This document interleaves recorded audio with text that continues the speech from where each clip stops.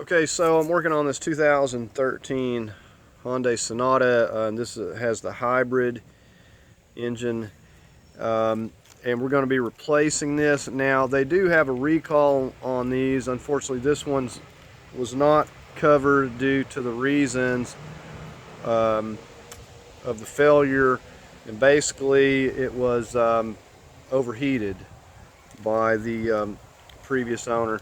So we're going to be going ahead and replacing the engine in this. Done determine that it's bad, it doesn't have compression or anything, so we're just going to go ahead and get started. Okay, the very first thing we've done is chalked our wheels front and back. We've done this on both sides.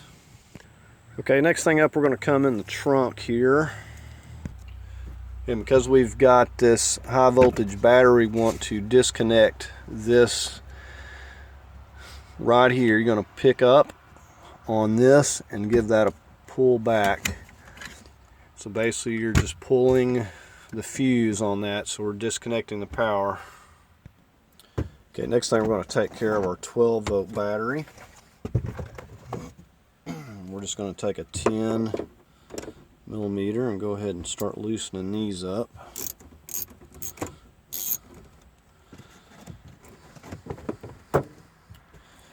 And we'll go ahead and disconnect the positive.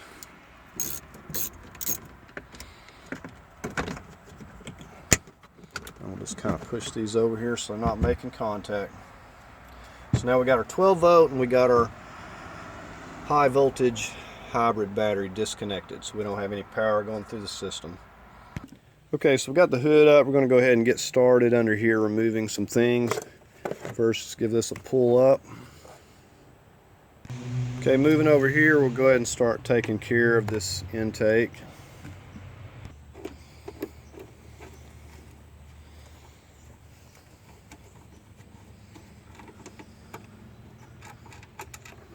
Okay, it's got that 10 millimeter. And then we'll get this 10 millimeter, and we'll put these back where they go in every case that we can. We'll put the bolts back where they come from.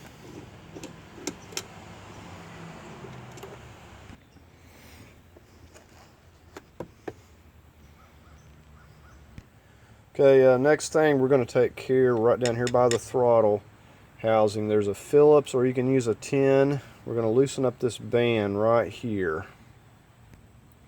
Okay, so you can see the screw there. We're just going to loosen that up, and that should be good enough. Okay, so back here at this part, we've got a 10 millimeter on this side we need to take out. You may need a magnet for this one on the other side, or actually you do need a magnet. Okay, so over here on this side, you can see right down here we've got another 10 millimeter. We're just going to use this extension to get down here and get that.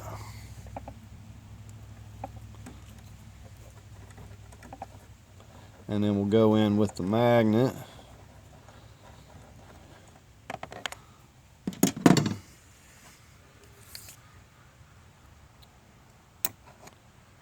So there we have that one. Okay, so let's wiggle it off of our throttle housing here first. Okay, so right up here we're going to disconnect.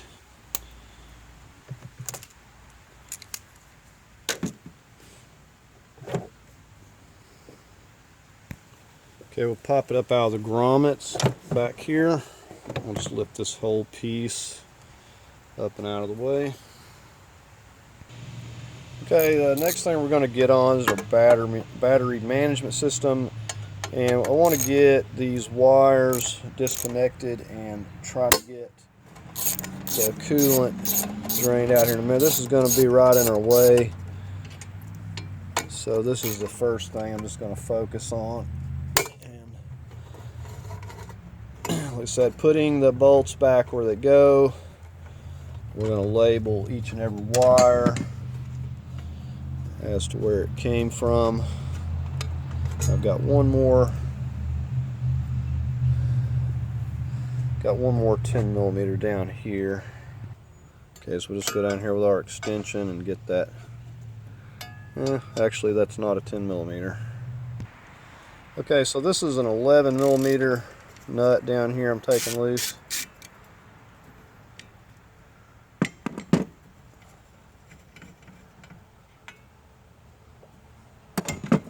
Again, we'll use our magnet to kind of help out. Okay, so now we can take this off. Okay, we're gonna go ahead and focus on these plugs. And I got these little yellow safety clips. You gotta push it out with something. And then we should be able to lift up on. It's gotta come back a little more maybe.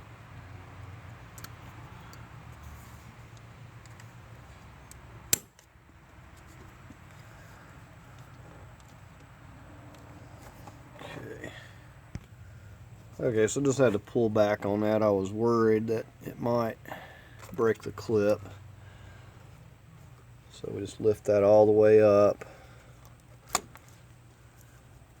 And we'll carefully disconnect that. So we're just going to take these loose and label these. And this one has the yellow clip, but it's on the bottom here. You can't see it from the top side here.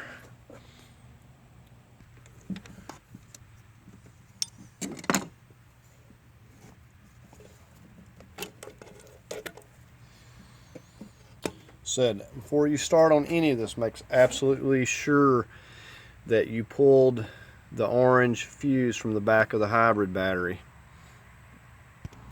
Okay, so this has since been worked on and looks like the safety tab is broke here.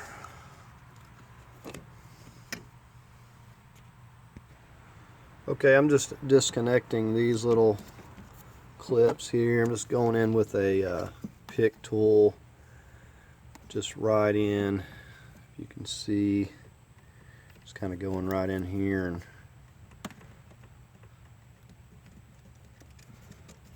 wiggling it a little bit. Doesn't take a lot.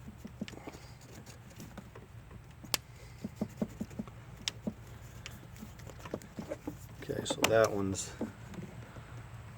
loose. You could also remove these from the bracket, these little clips, simply by pulling up on that tab, and they'll slide right off, but I don't really see any need in removing them. So this has coolant in it, and we're going to have to figure out how best to drain this coolant without making a mess. So I know that it was overheated. This doesn't have a lick of coolant in it. The question is, what exactly happened? How did the coolant leak out? You know, there's got to be an issue somewhere, and we will find it eventually. Now, of course, this is the coolant for the engine itself. There appears to not be any coolant in here. We'll find out if there's any left, but there's definitely still coolant in the battery management system over there. Okay, so we're going to disconnect this one in the back here. It's got a safety lock. You pull that back and just push down right there. Now I have noticed there is a lot of oil everywhere. Now I noticed there's the valve cover gasket there's leaking like crazy, but other than that I'm not sure. Okay, I was having a little difficulty getting that connector out because they've got this taped to the transmission harness here. In factory, they love to connect everything to everything. Okay, so we've been over here disconnecting these few hoses and marking them. You got the one hose goes that pipe there, and you got a couple going in here, and I've had those draining. Went ahead and disconnected them. The plan is to get a lot of this out so we don't have much left when we go to pull in the battery management system over there. So that's all I've done. Disconnected these hoses and just marked them, these three here. And this coolant's like really clean too, so we could probably reuse this. I'm just catching it down here. Okay, so the next step over here, we got this hose. What I want to do is disconnect it here and see if there's anything left. I want to get it draining down into my pan, and once we have that, then we should be able to go ahead and start working on disconnecting the rest of everything and getting this out of here. Okay, so I've got my pan down there. We're going to take this side loose, and of course you never want to leave this coolant out. You want to get it poured up immediately so animals don't get into it. These haven't, well, this one's pretty stuck. Okay, so we'll probably have some more coolant come out here. I'm just twisting on it.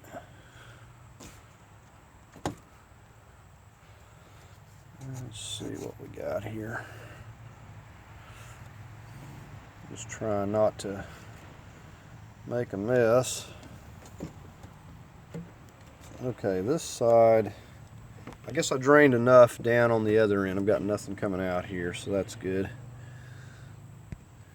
And like I said, we're just going through and just taking the time to label everything that we're taking apart. So, you know, we're going to wind up throwing a lot of this stuff in a box, setting it aside. We don't want to be scratching our heads later and trying to figure out what goes where. So we're just going to take the time to label everything, every hose, every wire.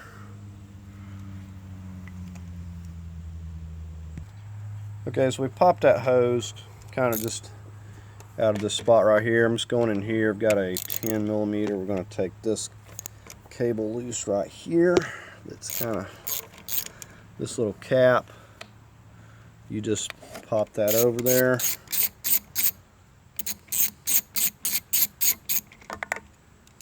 Okay, we'll go on our magnet. Okay, so that's all there is to that, and then we'll go ahead and stick that back on there. I guess I should point out, when you're going to have to take alcohol or brake cleaner or something. Tape is not going to stick to anything on these cars, as greasy as they are. So I'm just taking alcohol kind of as I go, so I can make sure that the tape is going to stick to whatever I'm putting it on. Otherwise, it'll just fall right back off.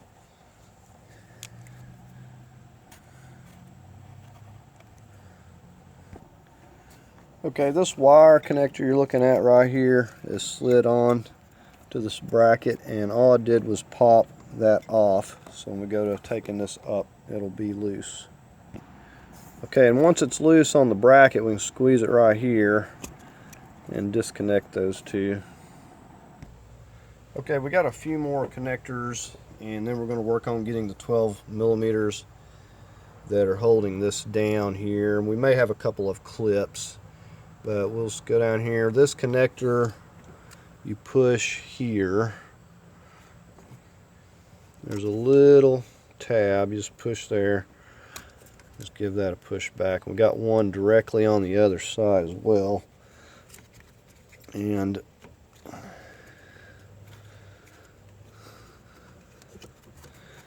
we should be able to get this loose. Hopefully nobody has broken it.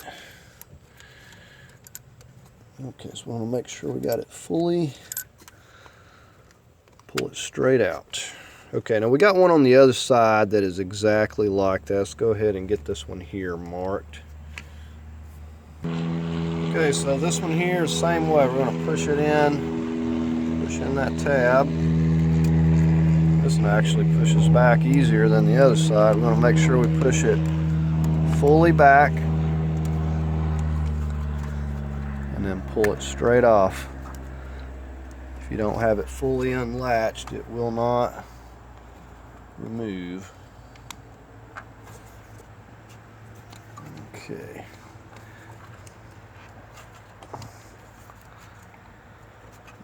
All right, there we go.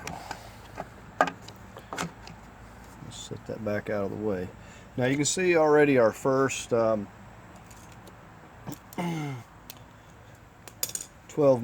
here.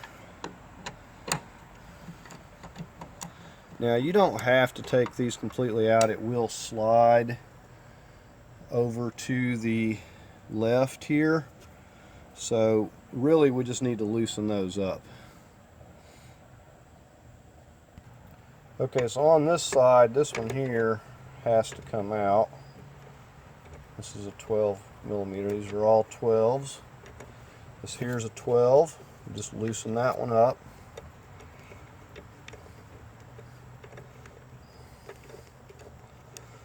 Just going to take this one completely out. It's a long bolt.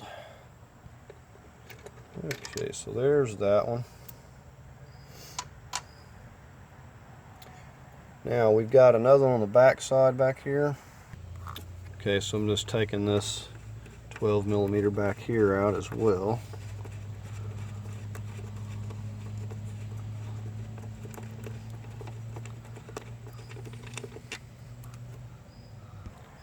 Okay, and before we slide this over, we're going to get this right here loose. So these hoses haven't been too bad. I've been able to twist them and break them loose, and I do have my pan down there just in case there's any more coolant decides to leak. Okay, so we'll just kind of stuff that back out of the way a moment. Okay, there is a 10 millimeter right here, this ground we need to mark, and it's also clipped right there. So if you push with a screwdriver or use some needle nose, you can just push that off there without breaking the clip. So we're going to go ahead and just take that loose.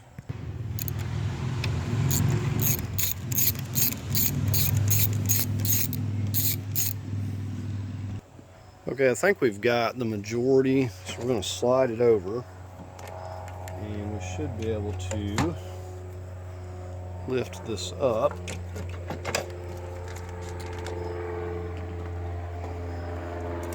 And there we have that out of the way. Okay, so at this point we just got to get this bracket or this base here out of the way, and then we can actually start seeing something. I don't think there's any coolant in the system, but I think the next thing I want to do is get a hold of these hoses up here and start clearing up some room there as well. But yeah, you know, taping these up is good. Not only, you know, can you label them, but it covers up the ends of the connectors and keep dirt and stuff out as well. Okay, so we're taking these 12 millimeters out. We got 3 of them. There was one wire clipped up here in the front. I just took that loose.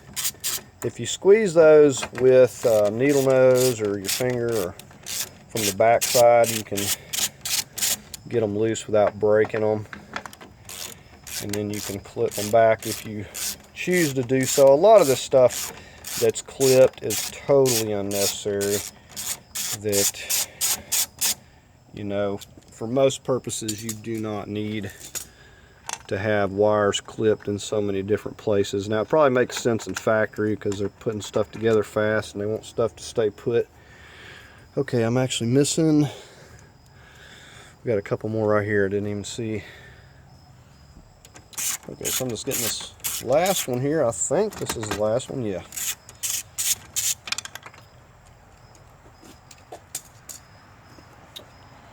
Alright, so let's grab these. And we've got a wire connected to this that we need to unclip. Okay, and these clips are the same way. If you can get underneath, I just got underneath my fingernail and pushed one side and pushed the other side, and it'll unclip from off of there. And then we'll have that piece out of our way. And I can't, you know, stress how important it is to put bolts back where they go. You should never have any bolts sitting around loose and you don't know where they go. It's definitely going to be problems later on.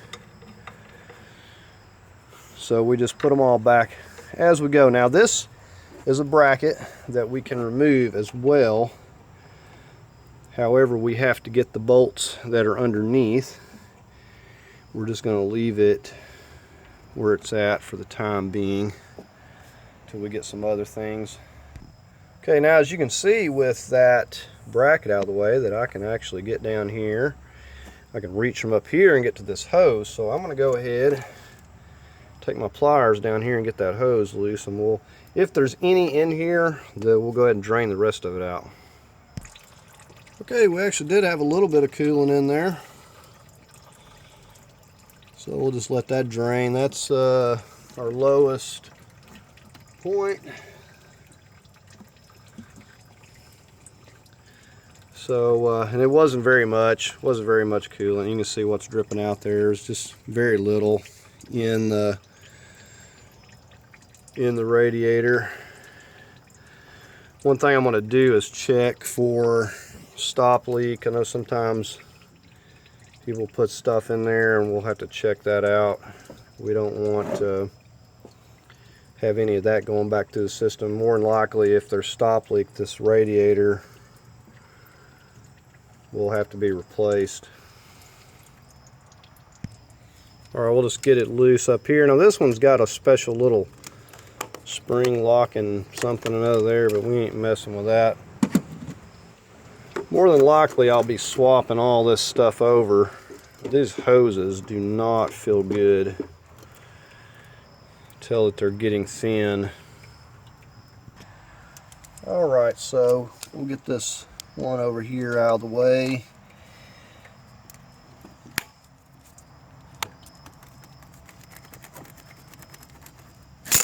So these hoses are definitely, I mean, the car's got 160,000 miles.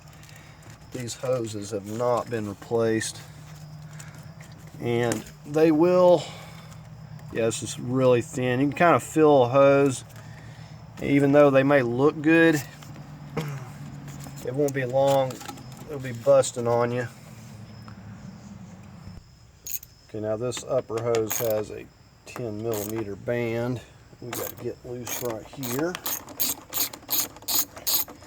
And then we just got a clamp over there at the spout coming out of the radiator.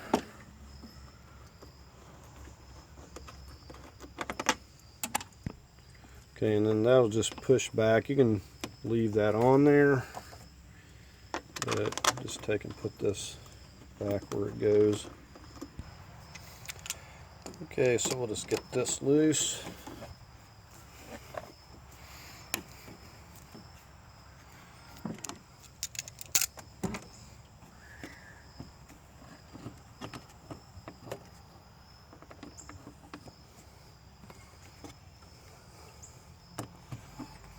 These are some of the worst filling hoses that I've run into.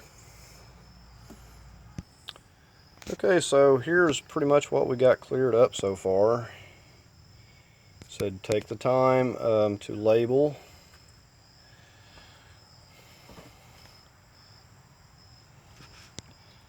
And when we're actually getting somewhere, getting this battery management system out of the way clears up a lot. I think the next thing we're going to get on, and it's starting to get dark, we're going to try to get on these the remainder of the high voltage wires and get those disconnected. I probably could leave them, but they're just a little bit in the way, so we may just go ahead and get them out of the way, and plus they won't be getting damaged. So, and then this here, of course, just got a couple of 10mm, and we can take this completely off of the intake and get that out of the way. Every little thing kind of clears it up. I think the last time I wound up taking out the radiator to clear up a little wiggle room, because when you're trying to lift it up and out the top, you got a lot of things back here in the way with a master cylinder and stuff. So it gives me a little more wiggle room, and I can always so just pull the radiator fan and take this top off here and get that out of the way. So I've just got a little bit more room to kind of bring it up and out of there. Okay, my next step is going to be actually taking this front bumper off. There's not a whole lot to it, and I've got this fog lamp I got to work on over here anyway, so I'm just going to get this out of my way. I'm going to be removing this and working on getting the fan and radiator out, so it's just, you know, it's pretty simple to go ahead and pop this bumper off. I'm going to start with this piece here. You see these little push pins, and we're just going to get a Phillips and start taking those out.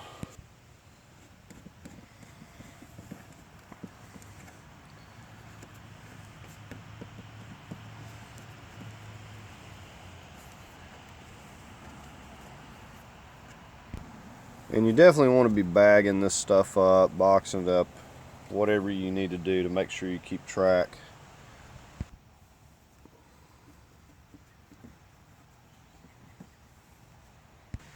Okay, so these could have stayed because the piece still doesn't come off, even with all of them out. So mainly just these up here.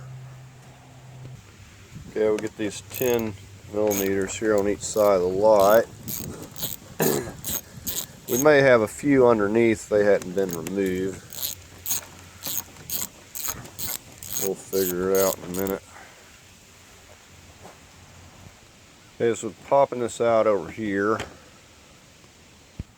This is kind of on a plastic clip up here, but it appears that this is all coming loose. Definitely want to be cautious with your bumper. You do not want to have to buy one of these. They're just ridiculous expensive. But there's right here, you can see where somebody kind of got rough with this before. There's a clips onto this piece right here. There's like a little plastic clip. You have to be careful on working this out because you don't want to break any of this, but it's supposed to pop out here. There we go. It just kind of fell on me. Okay, there are a couple clips down at the bottom, those plastic ones. This fog lamp, squeeze there, disconnect. You can see we got the bumper pulled back out of the way. Now, the problem is the clips for this light over here I was looking at. Let me show you the light. The clips on the fog lamp are broke, so we're just going to have to, you know, I've had success with plastic weld, and that's about the only option we got, you know. Absolutely. These bumpers, I mean, you might pay $500-800 for just a little cheap plastic bumper. So we're going to fix it to where we can get that fog lamp back in somehow. But they kind of had it duct taped, and it just, I guess it fell back. So it got hit at one time or another. And I can show you on this fog light, you know, you just squeeze on these.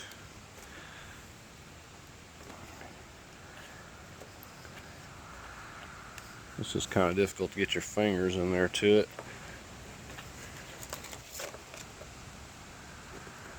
Okay, hold on. Alright, I had to use a screwdriver on that side. It did not want to release there. But you can see every single clip on here was broken. Well, let me flip it over. Every one of these clips, and they're pretty flimsy, I might add. Okay, we're going to remove this piece next. Now, we do have this latch that's going to be attached to it here, so we're going to go ahead and try to get this here loose. Now, a lot of times you'll want to mark this so you can try to get this back in the same place. We probably better go ahead and do that. Okay, so we just put some marks on there, just give us something as a guide when we put it back, so we hopefully don't have any issues latching the hood. You know, sometimes when you take stuff like this apart, you still have to do some adjustment when you get it back together. Just sometimes when you disturb something, it doesn't go back together exactly right.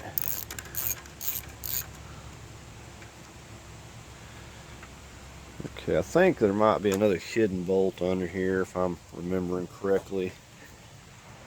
Yeah, looks like we got one under here.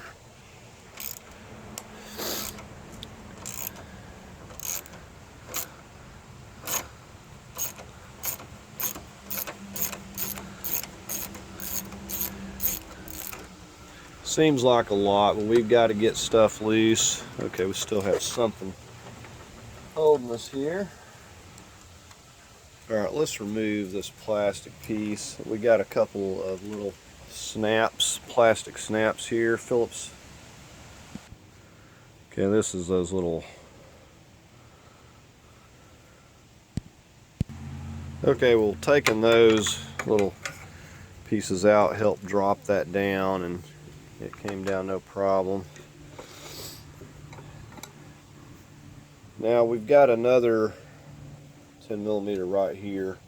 I'm going to go ahead and get that out. I think we probably will just leave this. However, we want to, make sure, mark this, we know that we don't forget it. So we got 4 holding to that brace.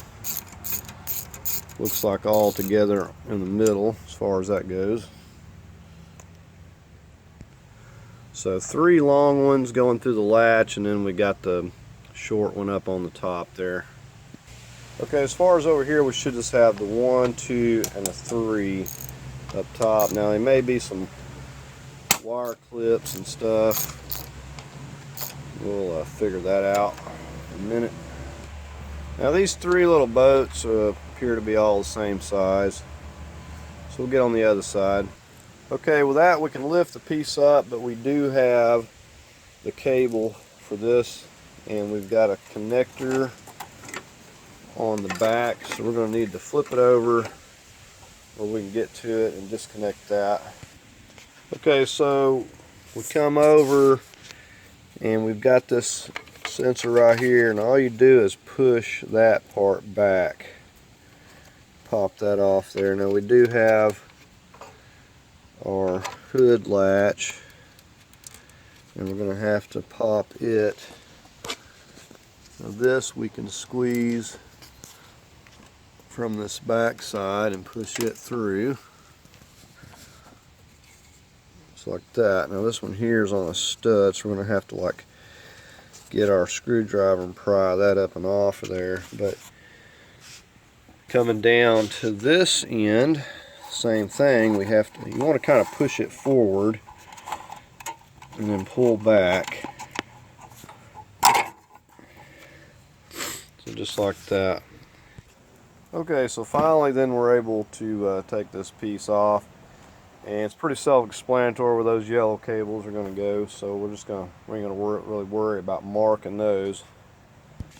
Okay, if you look down here, you'll notice this little small looking radiator down at the bottom. That is the one that works the battery management for the high voltage system. That's your little radiator for that down there. You typically would see these on some vehicles as like the transmission cooler. Some of them would have a separate little radiator like this to cool the transmission, but the transmission in this case has its own little cooler attached to it.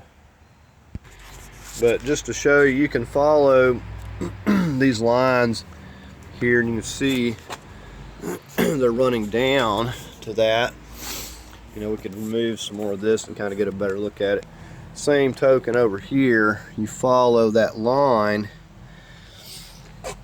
and it's running down to that. Of course, here's your condenser, and then this is the main radiator.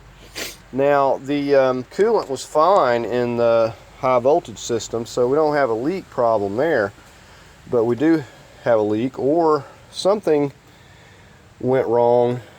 And I have not seen it yet, but another reason for taking this out is to inspect this radiator. I want to see what's going on, if there is a crack. But something as simple as leaving a hose like this, if it was worked on before and it didn't get clamped back properly, you could just have a little leak. I've seen little leaks on these little lines right back here for your heater core, and where I had disturbed them and put them back thinking they were fine, made the mistake of using these spring clamps, and lo and behold had a leak. Didn't even know it was just leaking a little bit, but you can lose a lot of coolant in a little bit of time and not even realize it.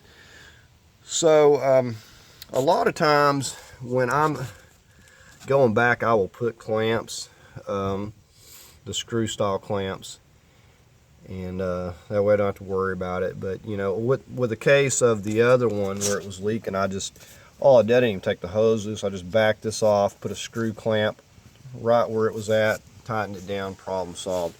So a lot of times you don't even need to remove the hose. But anyways, we're going to continue on here. Then we're just going to leave this, and we don't have a lot attached to this. We've got a couple of clamps right here. You got to squeeze these really hard, and we're going to get these off. And as far as anything else goes, we probably, okay, it looks like this condenser, if you can see, it like slips down into there. I don't see any bolts. It's just one of those that slides up. So what we have to do is we have to kind of pull these clips back. You see how it locks? We have to pull this back and lift the top up to pop it up and off of there. So we slide it up and off, pull it back slightly, and then we should be able to lift this entire thing up. Now we do have to disconnect this right here as well, but other than that, we're just going to get these two lines, and these are really stuck, and we're going to lift the radiator with the fan completely up and out of here. And we'll probably put a piece of cardboard over here maybe just to kind of protect this. But you can see that clears up like, you know, 7-8 inches of room. And not only does it give me wiggle room, but it's going to also clear up room where I can get in here and I can disconnect a lot of this other stuff. You know, the AC compressor, I'm not going to be removing that. I'm going to leave it on here. Don't want to disturb that, so we're going to leave that and give us enough wiggle room to pull it back here. And said I did the a regular Sonata, not a hybrid, and I didn't have any trouble that I remember getting it out the top, so I'm going to do it the same way. Okay, so we got those two connected going to our fan, and it helps to push forward while you're pushing down on those tabs. Okay, so we disconnected those two wires. Now we've got this tube that runs from the battery management system, and it's got a 10mm right here that connects to the radiator. It's also kind of clipped in there slightly.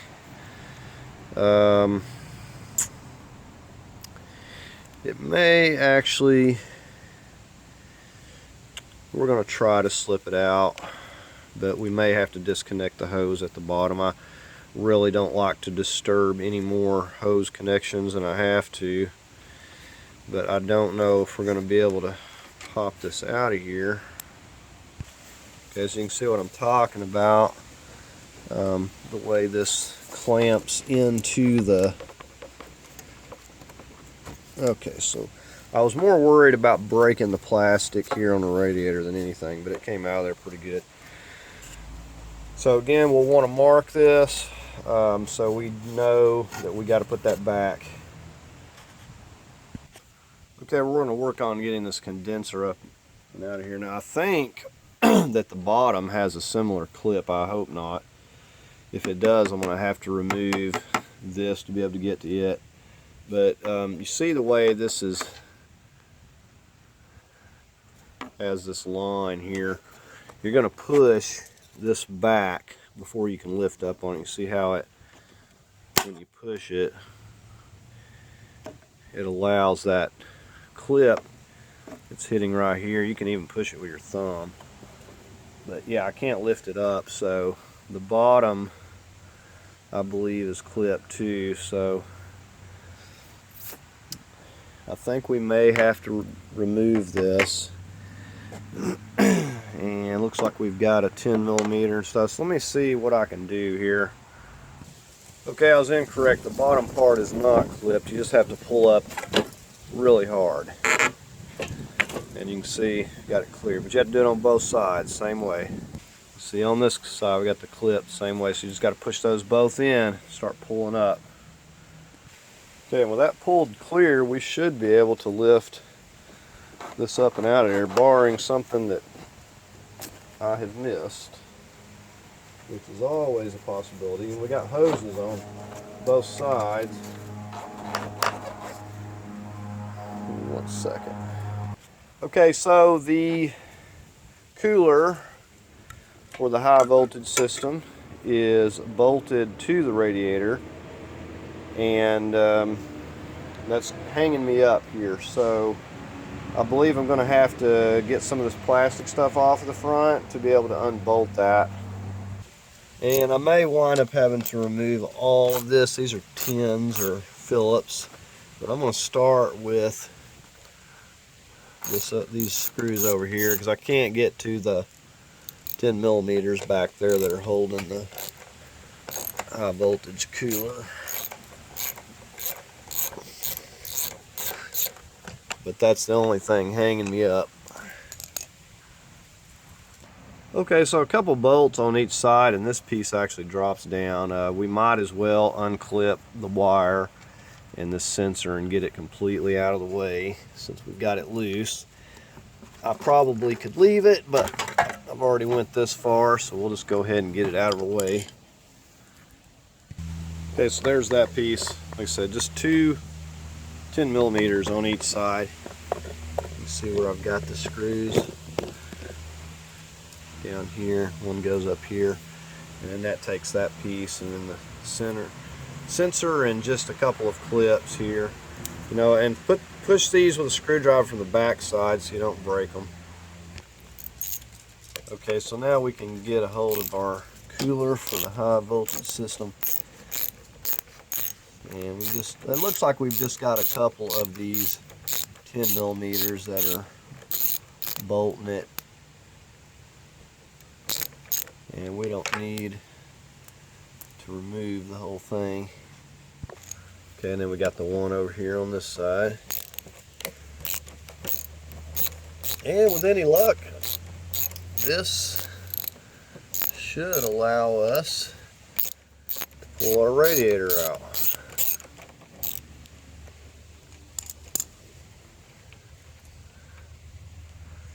You can see how small this thing is. Okay, on top of being bolted, there is something this is clipped into. I don't want to break it, so we're going to have to hold off a second. So we're going to go ahead and remove these two 10 millimeters right here, and we're going to take this piece out, and probably just kind of lay it down here honestly for a moment. I want to see what exactly, this will give me some more slack. Okay, basically I just pulled the whole thing out of there because I still could not see. It looks like this has got a hook on it here. You have to push this piece down, but it appears to be clipped. It was difficult to pull down. I have it loose now, but I had to take it completely out of there to figure that out. The sun is blinding me here, but if you can see, it's just got a hook and it has to push down. I knew I didn't want to break it, but anyways, I just pulled the whole thing out of there. Okay, so regardless, we got that out of here, and you can see, you know, how much room that we have, and these little plastic pieces are kind of holding this condenser where it's at, which is fine. But if I need more slack, all I got to do is remove these, and I can pull this condenser up here quite a bit. It does have a lot of slack. But you can see how much room we have now to get in here and do something. Said I was going to leave the little radiator down here, but couldn't figure how that clip come off there, and I was being cautious so as not to break it. So anyways, we're going to move on here to probably disconnecting some of these big high voltage wires. Alright, so we're working on these big cables. If you lift up right here, you can slide it off of that piece. Okay, and again we got these yellow safety locks, and we got to pull that back and pull this out enough where that whole entire clip is going to allow us to rotate it back. And we'll make sure to pull it straight back. Okay, so now we're going to get on the lower one there.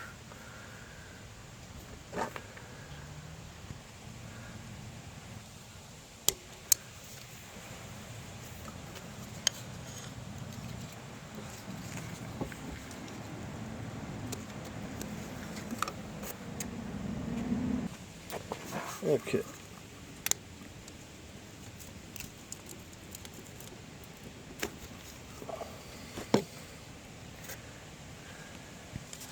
Okay, with that wire out of the way, we'll get on this one. So we're just kind of putting these in a box, putting them out of the way so I'm not getting damaged, and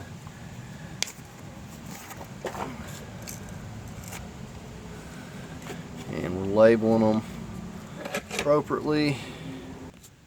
Okay, we're going to work on disconnecting this. I'm just using a screwdriver to carefully pull this out. Should be able to wiggle this connector down, and we do have a snap right here, and then we got to push down on this wire.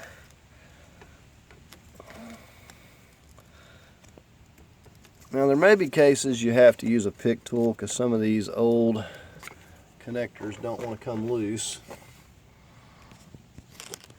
Okay, let's try it. Come through this side. Well, it's just really stuck for whatever reason. There we go.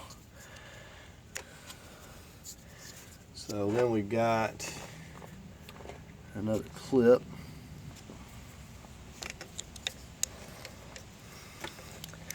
Just debating on whether to take this unit off, but I think, however, it'll be safe.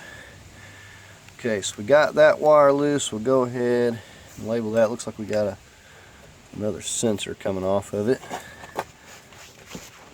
That is right there. We'll go ahead and disconnect that real quick. Okay, there we have those loose. We've marked those. I had to move this hose out of this clip to be able to get to that. There's no safety lock on it. However, I had to push down pretty hard to get that loose. So we've got this over out of the way. We'll probably we'll hook it so it's going to be safe. Just the main thing is just to kind of keep it out of the way so it's not getting damaged, but we've got it loose from the engine. Now you can see we still have to get to this bracket here. I want to try to get in there with a ratchet wrench maybe, but I don't know if I'm going to be able to get those completely out, but I think I'm going to work on doing that next because this is going to have to come off. So might as well just get started on that. Okay, so I'm not going to be able to get to those at this point. They're just simply way too tight. If they weren't so tight I could, but all I've got is a little wrench to get in there and get at them, and there's just no way. They're just going to strip. So what we'll do, once we get everything else done, we're going to lower the engine by removing that mount later, and we'll lower it down enough that we can just get an impact or something on those. They're just ridiculous tight. But anyways, we're going to move on. I think the next thing we'll just go ahead and get on this. You see I took a marker and marked that. Go ahead and get on that next. Okay, so we got our 12mm.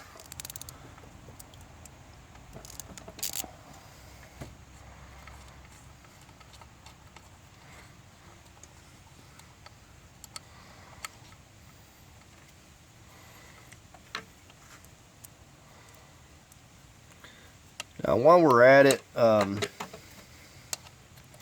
see we got a 12 right here for this ground that's running over here.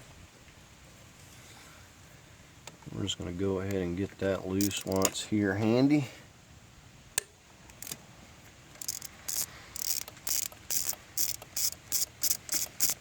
And we'll mark this.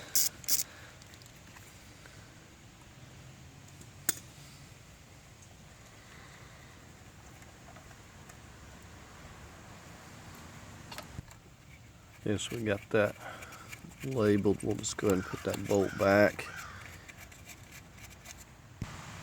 Okay, for this you're going to need a screwdriver. You see these little clips, you got to push those in, but you got to do it on both sides. Let's see if we can get you in there a little closer. You got to start pushing in firmly while you lift up.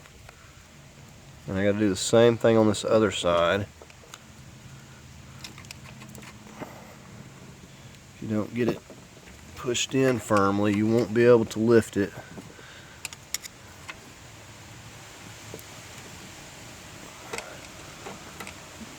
Okay, I'm still not got it.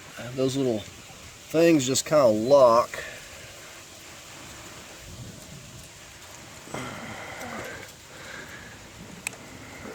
It would help if you could press both sides at the same time, but with a screwdriver you can't. Alright, so it's going to take me a minute.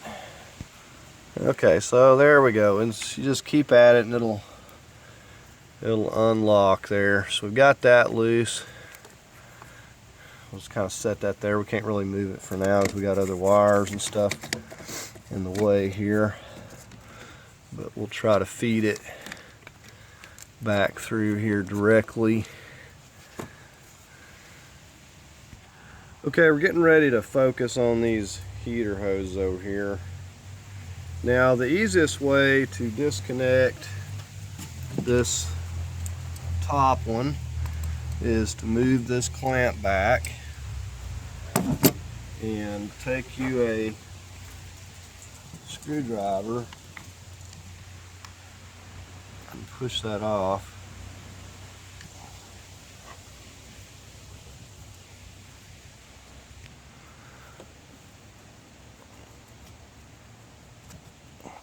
Okay, so there's that upper hose. Okay, now I'm going to be replacing these hoses, so we're going to go ahead. Normally you could leave this alone, but I am going to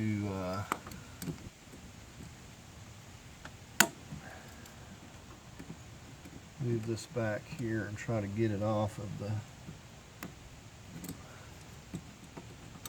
heater core. This part you want to be very careful. You may want to work with some spray lubricant. Of course, we can try to twist it. A lot of times these are just glued to the point that you cannot get it that way. But you can take some various screwdrivers and you want to just take your time and work with it, because you do not want to damage your heater core spouts. So you do have to, it's going to be glued, but you have to be delicate with the removal. And sometimes I'll get WD-40 and kind of spray around it if I can ever get it broke loose. Okay, see, this one's coming. It's not too bad. And I'm getting it with my little trim tool. Sometimes I have to break out pry bars and stuff. Okay, so, and because the engine's not really having any coolant, there's nothing coming out of there even. That tells me that this was really dry, a dry system. And see, I had some of these hoses, some extras, and they're never exactly perfect, but we're going to be replacing it. I'm going to, every hose I have, I'm going to get the main radiator hoses, and we're going to replace these two. Now, you notice that a lot of times the diameter, more especially on this end, it's not exactly the same, so you're not going to be able to reuse these old clamps. We're going to put some screw clamps on it, and even this side is a little bit different, which is kind of weird, but actually may have this backwards. Okay, so the hose is a little different from the old one, but I test fitted it. One end is supposed to be bigger. This end is supposed to be bigger that goes on this water outlet than the one that goes on the heater core, but it does work and fits on there just fine. Okay, so we're going to work on this lower. Like I say, I'm getting a used engine. When you get a used engine, even if you get a reman, you're going to be swapping a lot of stuff over. So you'll spend, you know, a good day just swapping things over. Now the things about, you know, a used one, it'll come with a lot of items to use, but a lot of stuff will be broken. You got to look it over very carefully, and you're going to wind up probably swapping, like this water outlet will probably be busted. There's just all kinds of things you're going to be swapping over. You may have to, you know, get some more gaskets depending on what all needs to be done. So we're doing just like the other one, and I'm just working it off that trim tool.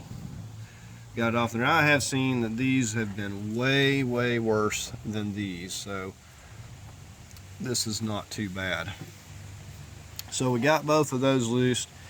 Definitely easier to remove the lower one here because it's hard to get to this other part that runs to this little pump, and it's got a clamp that's kind of difficult to remove. I think the next thing I'm going to remove is this computer box here and these wires.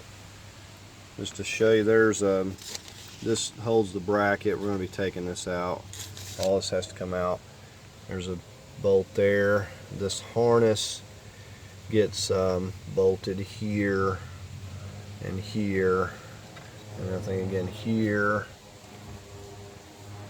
and then it comes up to the connectors. I usually just leave the computer on there, but we're going to take this whole bracket up, and then we'll kind of just lay it over out of the way. So we'll just start right here. Now the engine's supposed to be coming today. I was hoping to be a lot farther along, but I don't like rushing things because I want to take the time. You know, I've done, you know, another Hyundai Sonata not long ago, but it wasn't a hybrid. But I still, regardless, I like to take the time to make sure every nut and bolt is accounted for and everything's labeled, and things go a lot smoother. Actually, it'll go back together more quickly that way. When I was looking for these engines, I got a used engine. I noticed that I wasn't really seeing any reman. The only reman I had found was actually a reman. Just the basic engine, doesn't really come with anything. Was over $4 grand. I think it was 4,500. And these engines are very pricey. So the one I'm getting, I wanted one with lower miles, but the one I'm getting has got 100,000 on it. So we're going to keep working on these bolts here. So I'm just working on all of these on this bracket and these wires. Like I said, these engines very expensive, probably because they're in demand. Okay, looks like we've got the whole entire bracket loose here with that. So we'll put those nuts and bolts back. Okay, so we just swung that computer over out of the way, and you can see we've got a ground right here that we need to get. And we also got a wire running up into this box. And this, like I said, here's a 10mm nut. All this harness has to be disconnected. I mean, we could pull it from off the engine, which we're going to have to do anyways, but I prefer to get all of this out of the way. I don't want it to take a chance of anything being in the way or getting damaged when removing this. So we got a ground, we got a whole stack of wires on this, looks like. So we'll get this here removed and labeled, and we'll move on. Okay, we have the ground. We'll go ahead and remove these 10mm nuts that are holding this plastic harness. And we've got another one down here.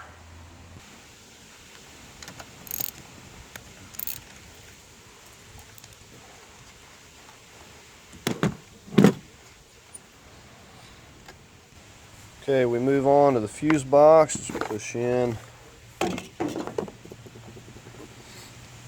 Now we've got a couple of 10mm right here we need to get for starters. Those are really tight.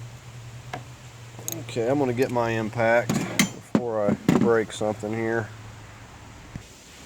Alright, so let's try. This is just a 1/4 inch impact. You can get these pretty reasonable. I think this is about $60 at Harbor Freight. With a came with the battery.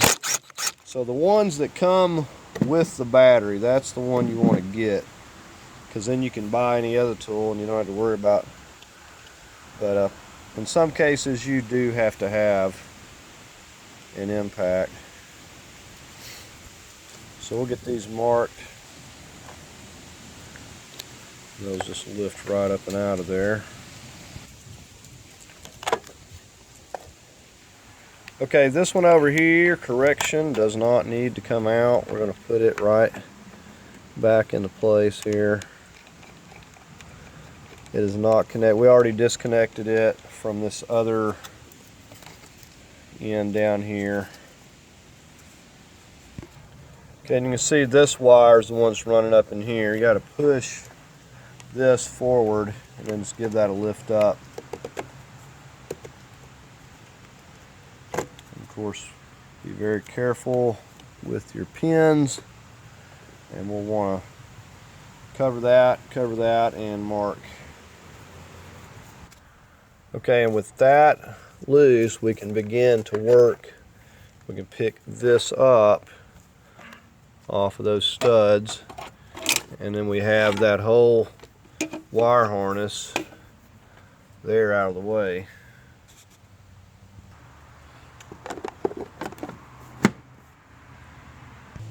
Okay, so you can see we laid these wires in the computer over here. We can kind of move those over out of the way.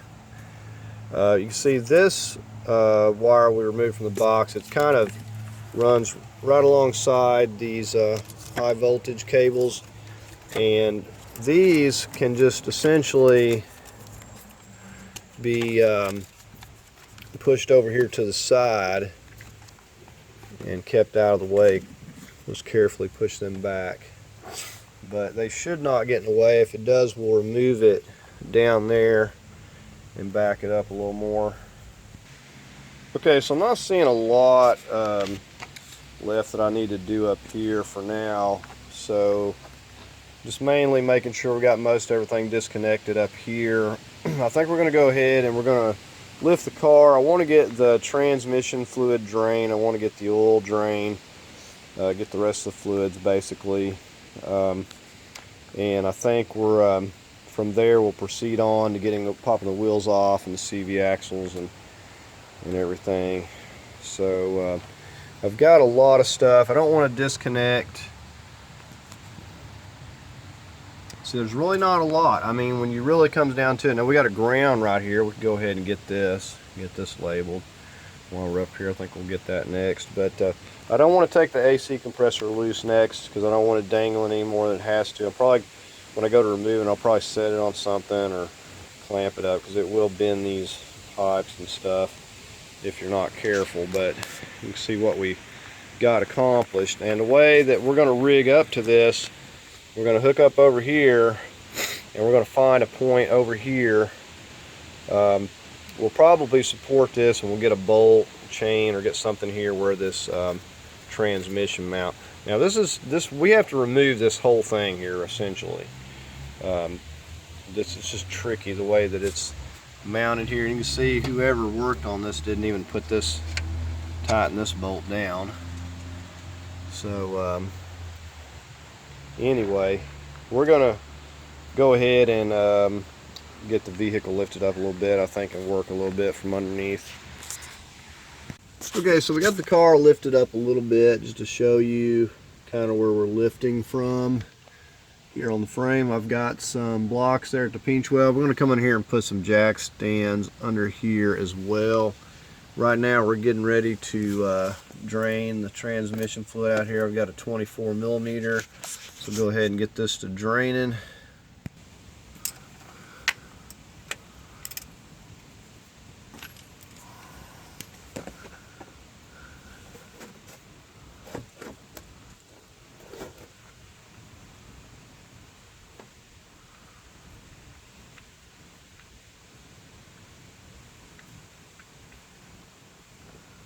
Okay, so it looks like the washer is going to stick.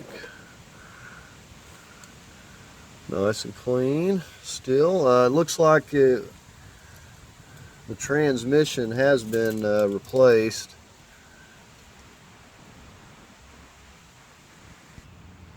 Okay, so we go ahead and put that back in. Alright, so we got that snug back up. Okay, so we got the oil and transmission fluid drain. We're going to move on to getting these wheels off. And I'm using a 21 millimeter here. Okay, we'll go ahead and get this wheel off.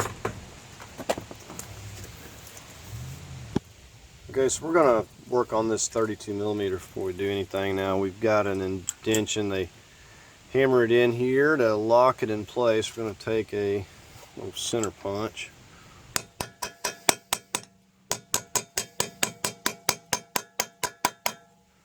We just want to knock it back up just like that. That should be good right there. Go ahead and take our 32 and see if we'll have any luck here.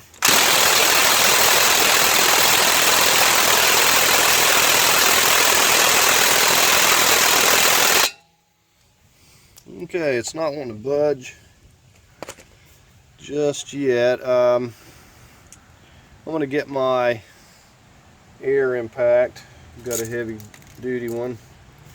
If you don't have an impact for this, just take your center cap out of your wheel, put the wheel back on, and big breakover bar or breaker bar will take it right loose. Okay, and to be fair, my cordless is not a very heavy duty. It's like a 450 foot-pound. If you've got one of the 1200s, you could probably break it loose with a cordless, more especially those Milwaukees. I'm gonna work on it here with this. This usually gets it loose. Okay, even my big impact's not breaking it. I can tell somebody got it really tight, so we're gonna get back here and push this out. It's really tight. Put a little grease on these when I put them back, and it makes them not so hard to get loose. Okay, I think the last time I did this I had to take the spring out maybe, so we're going to take that out of there first. See if we, oh yeah, that's a little bit easier. So we'll do that, and we'll put the wheel back on here so we can actually do something. I'll get my big cheater pipe. Okay, and I'm only going to put a couple of these lugs back on here, and I'm just going to get, I think instead of lowering it down, I'm going to put something under the tire, a rock or something, and wedge it so I don't have to lower this stuff back down. I got my blocks and stuff in place.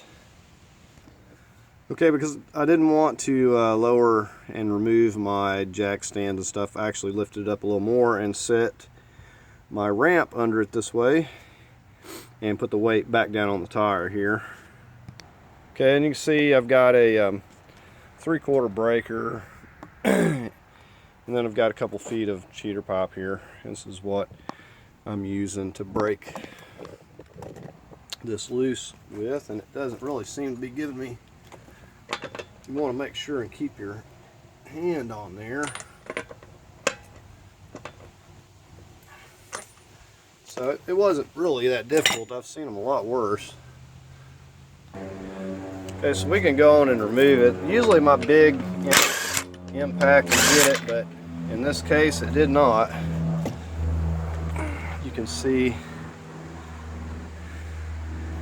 that part of the collar that locks into that groove. So we'll just do the same thing on the other side because it's probably going to be just as stuck. Now I poured up this transmission fluid. I don't know if this is the correct amount because I hadn't really checked it before, but it's only drained out 3 quarts, so I'll probably check that when I get it back together, but that's what I got out, so I'll start with that as far as putting it back. Okay, we're gonna work on this first thing with this axle nut.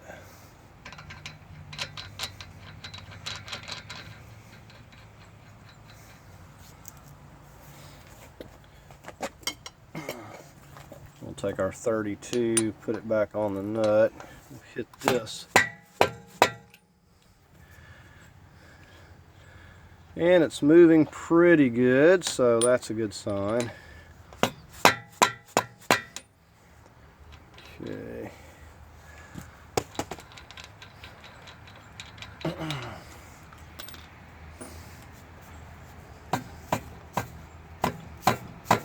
Okay, so we don't have any problems there. I'm going to work on moving these. Just push those in, loosen that up.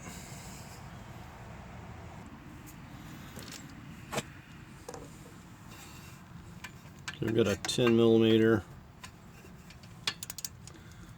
hold of this ABS.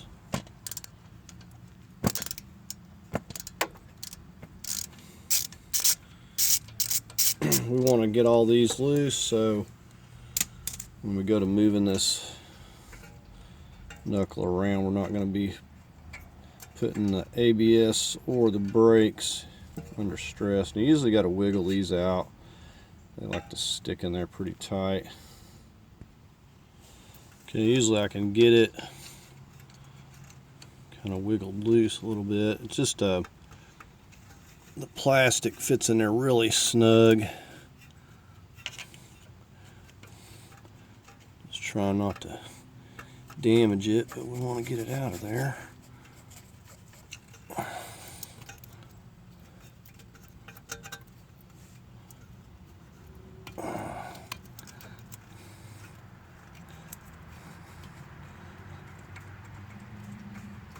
Okay, so there we go.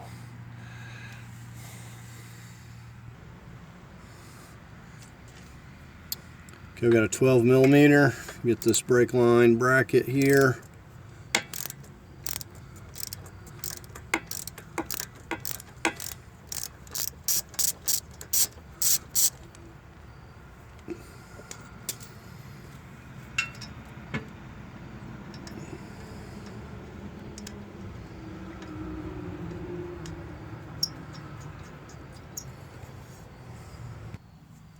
Okay, we're going to work on our brake caliper. We got a 14 here.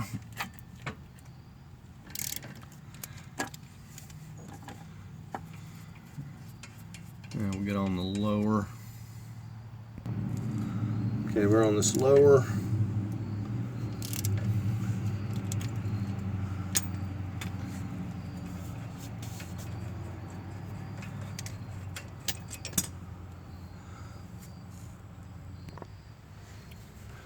Okay, we're going to just wire this kind of up out of the way.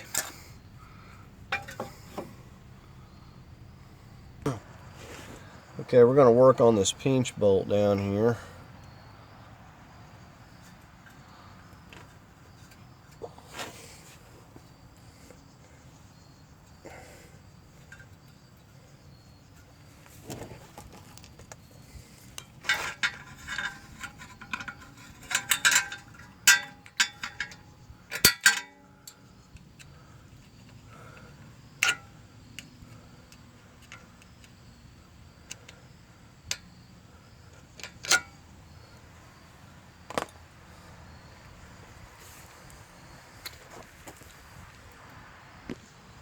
Okay, this is a 19.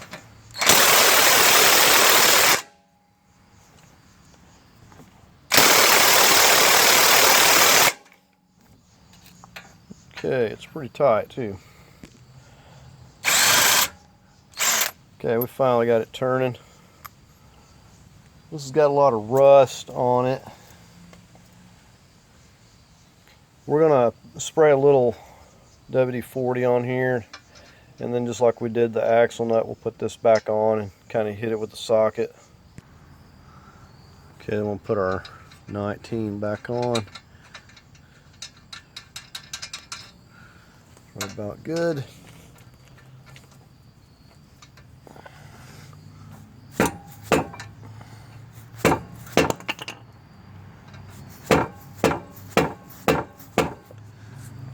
Okay. Okay, we're going to need something a little more solid.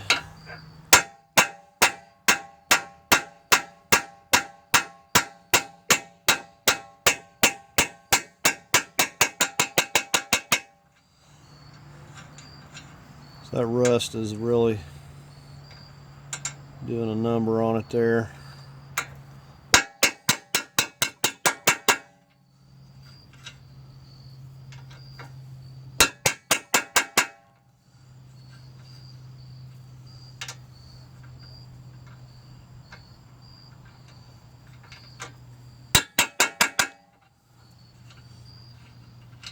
Okay, so that's as far as we can go with that. We'll just lightly tap. You can see how this end's beveled here. Somebody's already been hitting on it before.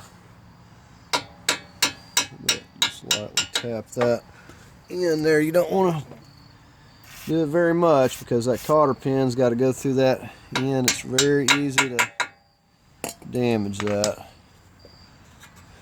Alright. So there we have that rusty bolt out.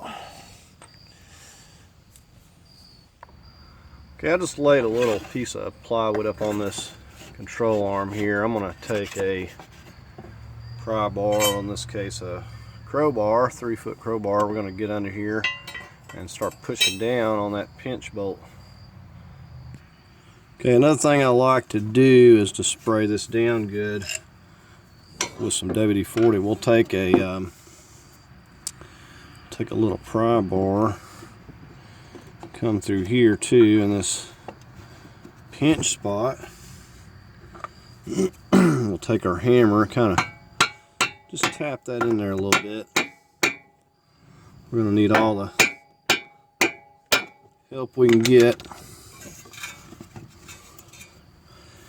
And then we're going to get our crowbar set up here.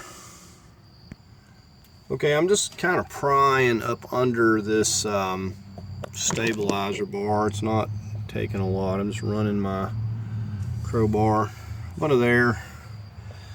With that little pry bar in the pinch part there, it helps out a lot. I'm just coming out here, and usually I'll just push down, and if that doesn't work, I'll start hitting it here.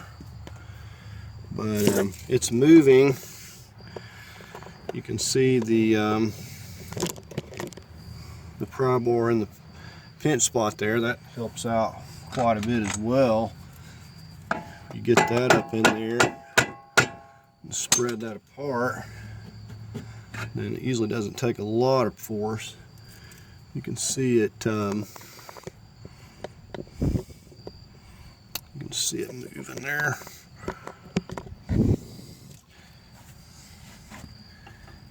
Take and put some more of that in there. See, we're moving pretty good. Okay. So, like I said, sometimes it comes out pretty easy like that, and then sometimes you got to hit on it a little bit with the mallet. We've got it loose.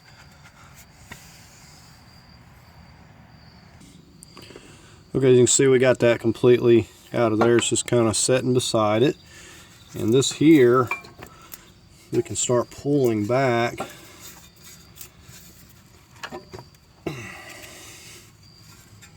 And this one's actually moving pretty good here. Okay, so we're just going to work that completely out of there.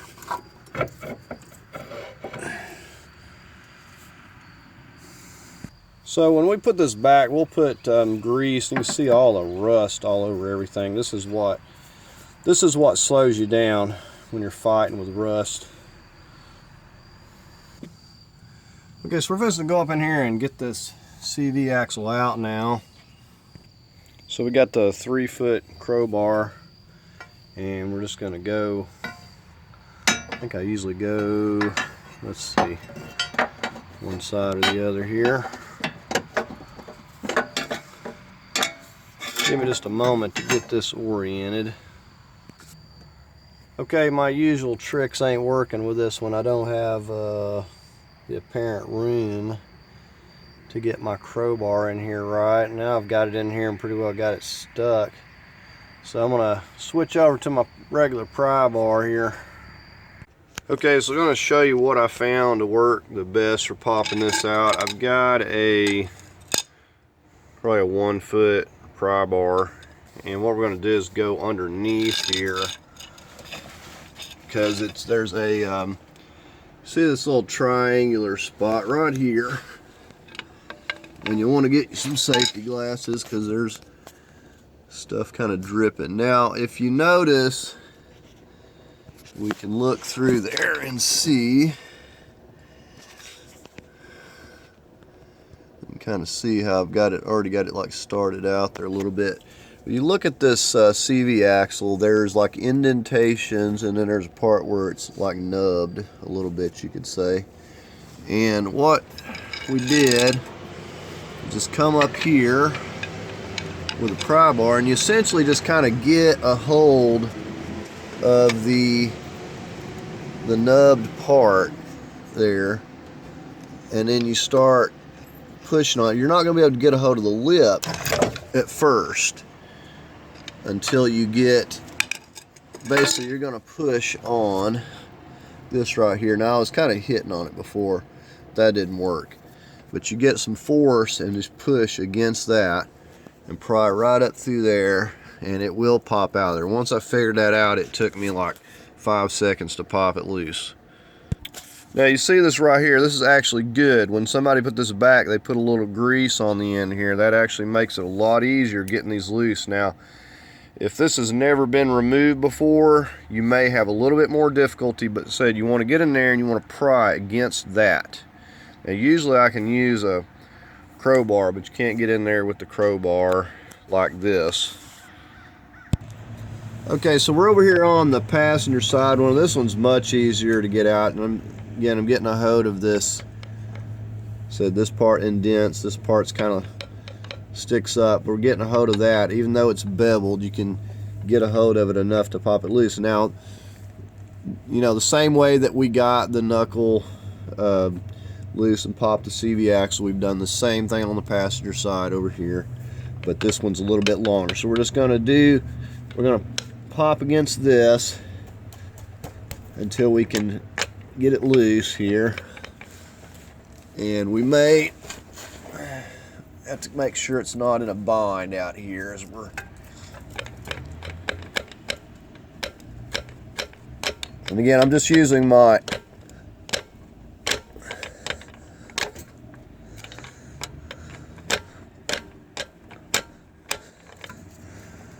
using my 12-inch pry bar here. Okay, I may have to get my rubber mallet here and hit on this a little bit. Okay, so I'm going to use my rubber mallet to kind of hit this here a little bit.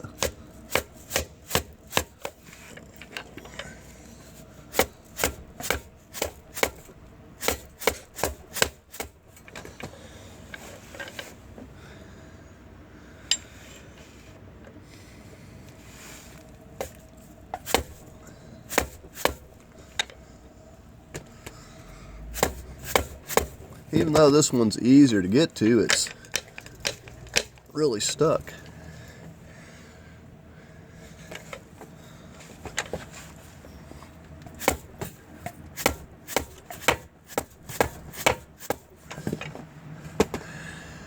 I think I'm gonna, sometimes you can rotate it a little bit. It's just got a clip in there that, okay, there we go. Now you want to exercise a little caution when pulling this out. You don't want to damage your seal on your CV there. Okay, so there we have that. So we'll just get it out here and finish removing this from the outside. I did pop the top of that stabilizer link loose there to kind of make it a little easier to pull this out.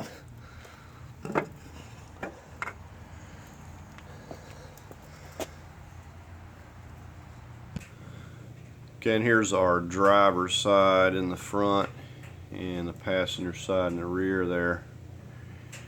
And I will say at least these ends of these CVs had a little bit of grease on them. So you definitely can appreciate that. It makes popping them out a little easier. Now at the same token, I like to take white lithium and grease the splines down here on these before putting those back in. Like, all that looks really rusty.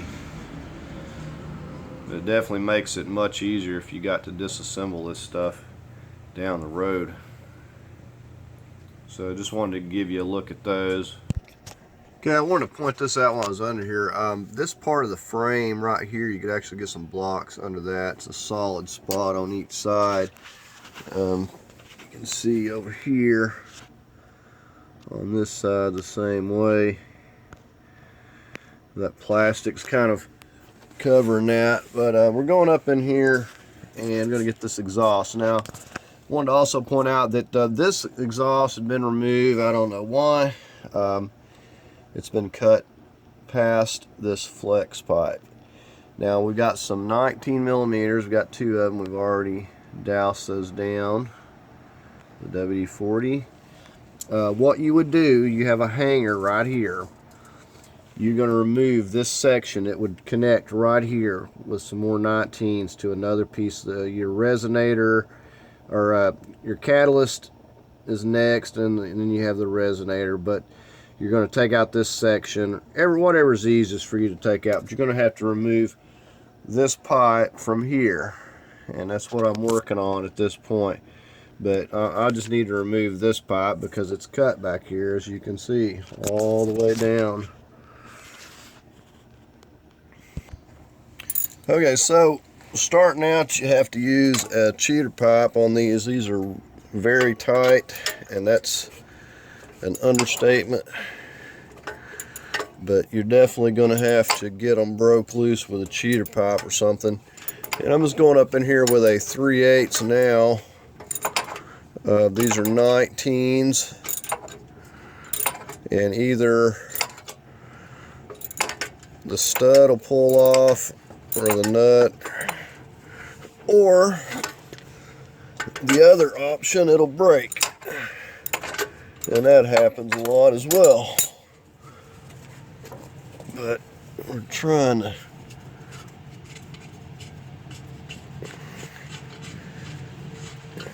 but this is the only section. It's actually kind of nice the way it's made here. You only got this one section to remove, and it clears up enough room. Okay, so there is that 19. So we got one more here to get at. Okay, here's the view at it. Once you get under here, it'll make a lot more sense to you. Okay, so we're just working this one out. So I've got another video on a, it's not a hybrid, but another Sonata. If you have any trouble with the exhaust, you could refer to that.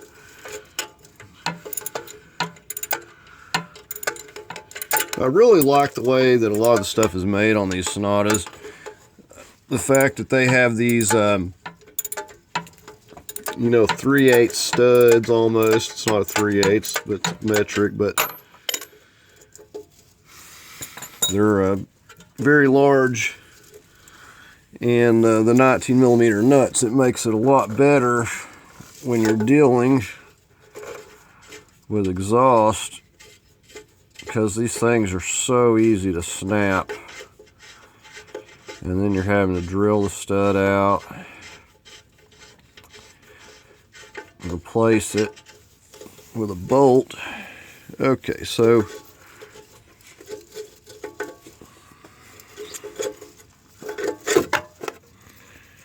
here we go. And this is what's left of this flex pipe.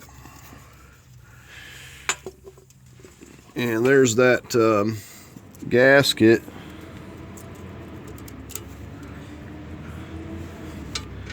We'll put these back on here so we're not losing them and dinging up our threads. And I'd point out that both of the O2 sensors, you got your O2 up there on that upper part of the manifold, and you got this one down here. So this is your your main cat, and then as you get down here from the flex pipe, it goes into the intermediate. Okay, we're here. We're going to work on these bolts connecting this to the transmission. Just squeezing on these little plastic tabs. Very easy to access this. Okay, so we're going to get out here on this crank and rotate this. Okay, we're going to take a 20-22, a little bit of an extension, and we'll get out here with our extended ratchet.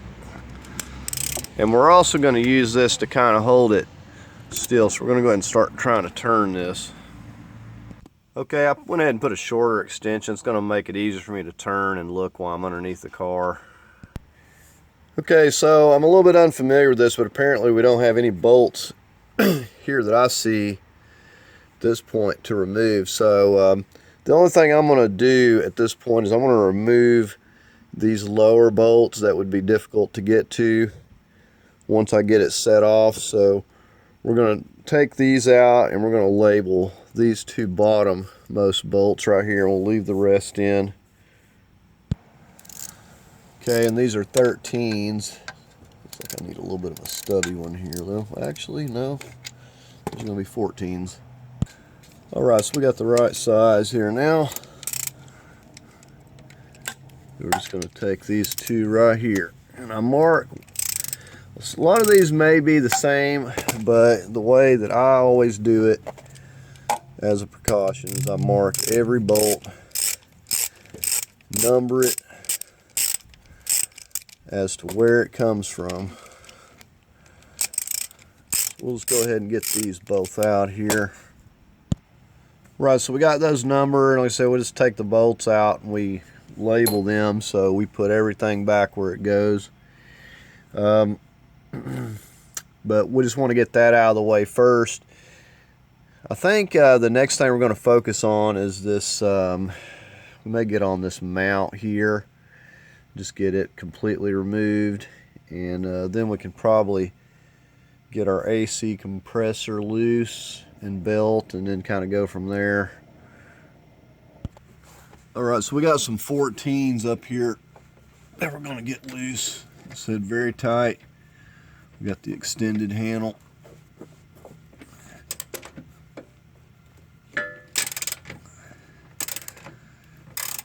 This part basically slips out of the frame. We're just going to take these bolts out. It's not going to go anywhere until we remove the other bolt up here. Basically, the engine will rock a little bit when you take this loose. It'll kind of flop a little bit. This keeps it into place.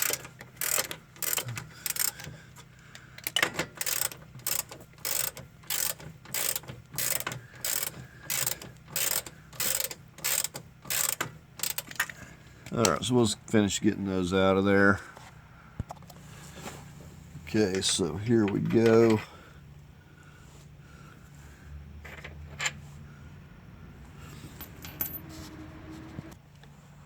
Okay, so we're going to take our 17 here.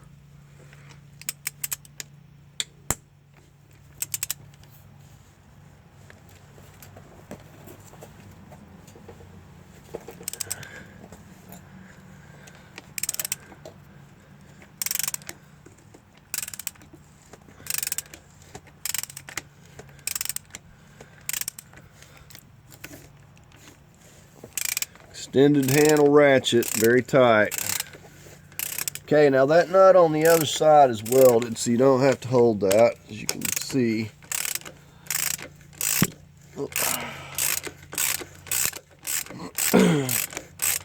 So this is, we're going to get it loose, and then we may have to grab the engine and rock it slightly to pull this bolt through. But we don't have it quite loose yet.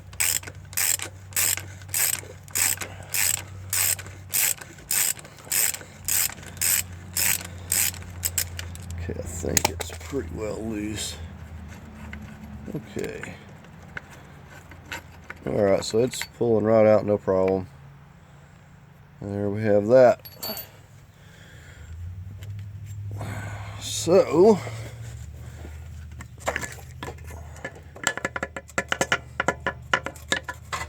and like I said, the engine is going to rock down, but you can see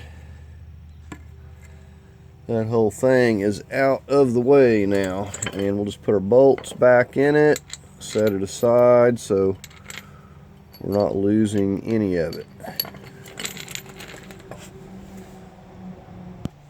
Okay, so I'm going to remove this bracket here. This 14 millimeters, all but certain to get in my way. So we're going to go ahead and remove it.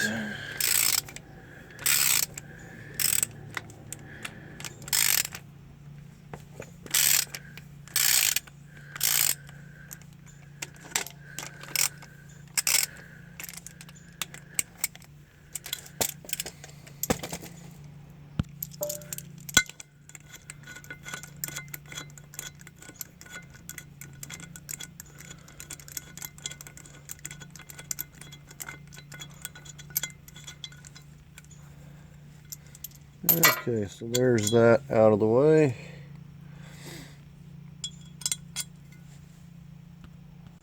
Okay, got a 12 millimeter. We're going to work on these. I'm going to try to work on these bolts here at the bottom of our AC compressor.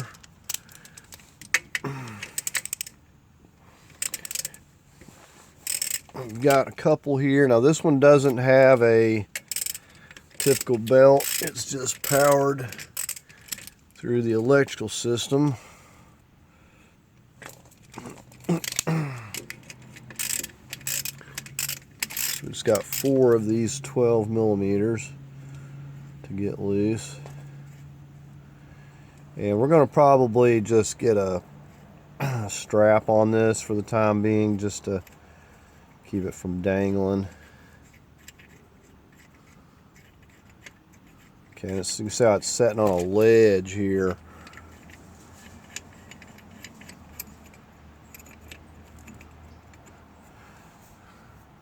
Okay, there's that first bolt out. Okay, so I'm using my extension on this one.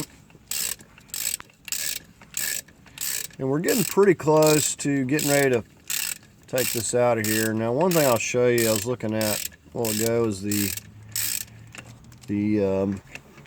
braking system there is like right against the transmission. I mean, you can't even see daylight through the connector. So we're going to have to be very cautious. I guess when I took that torsion mount out, it kind of rocked back that way. I know it wasn't that close before, but either way, we're going to have to be very cautious and come forward with it. I'm taking this engine out so we're not hitting that connector. Can't quite pull that bolt out. Okay, so we got a couple more bolts up here. So they got this like greenish paint on them.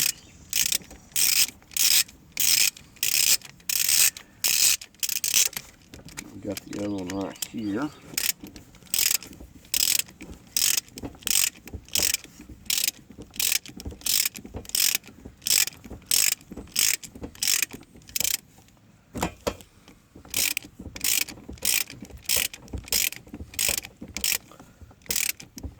We'll just continue taking these out. Okay, we pretty well got it loose here. Okay, so we got a connector right here as well. You're going to pull up on that bottom. Give that a pull off. Okay, I've just kind of looped a bungee cord around this, and we should be able to pull it back. I'm going to cinch it up a little more. Okay, so we got it strapped up where I'm pretty confident it's not going anywhere with that bungee cord. It's supporting it good, and I think it's going to work out. And if I have to, I can also move it out of the way some more. So we just got it strapped here and kind of got the bungee strap down there. Okay, I got me a rag under here. We're going to start working this fuel line loose. We've got 10 millimeters, and we'll want to get a rag over this, because I'm sure there's going to be some pressure.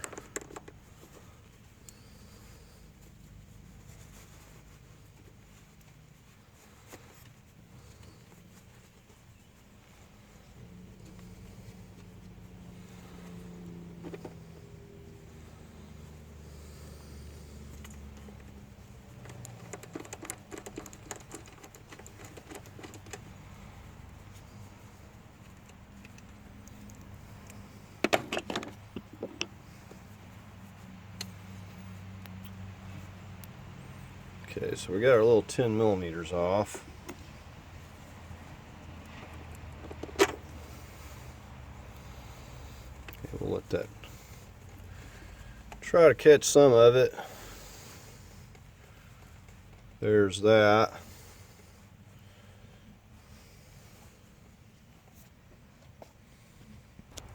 Okay, we come back here, we pop that out of there, out of that clip. So we have that one loose. Now we've got a this return line. Go ahead and pop that out of there. Take this clip clamp.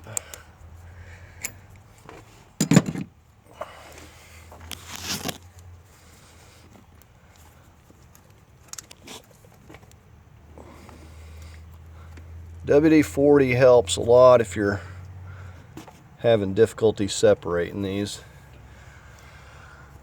Okay, so we've got these lines both loose. We want to get them tucked safely out of the way and probably get the ends taped up and it quits dripping, so nothing's getting in those. Okay, so they're still dripping. I've got this these just pulled up here above the engine, kind of, sort of. Now these are pretty flexible, so we can move those as need be. I think that's done dripping. We'll just put our little 10 millimeters back. Okay, I'm just disconnecting some wires here temporarily so I can feed my shifter cable back under here out of the way. And that's kind of all I'm working on at the moment.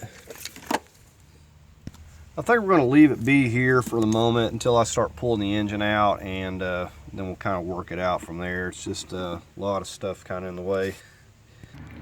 Okay, here's where I'm going to be strapping up to this, and we're going to remove this whole mount, which in turn we will remove this tank. We've got a couple of 10 millimeters, and we'll just pop that tank up and out of there. And then we'll be taking this up, and we'll just lift the whole thing up, mount and all.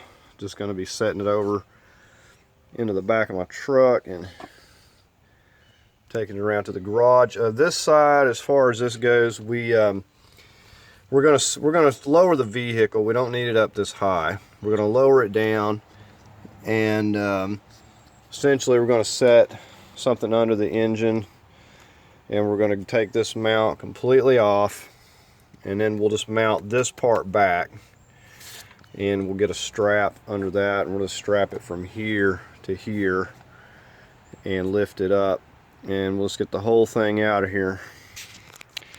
So that is the plan, but we are going to have to lower the vehicle down. I don't need it up this high at this point. Okay, I just wanted to show you where I've got, we're fixing to start taking this mount here loose, and we've got some blocks under the engine here. It's about right there, and basically it's just going to set on that. We're going to leave this side over here,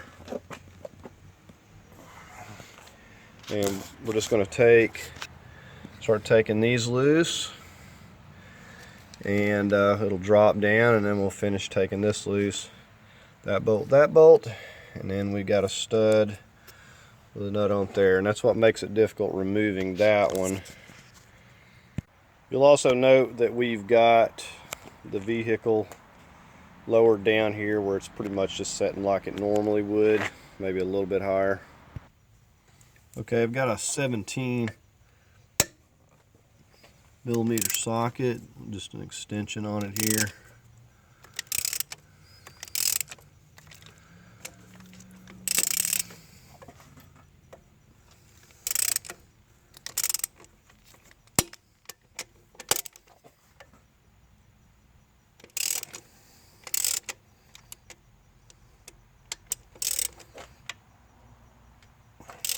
Essentially, the blocks are just going to hold this up while I get this mount off and get my lift.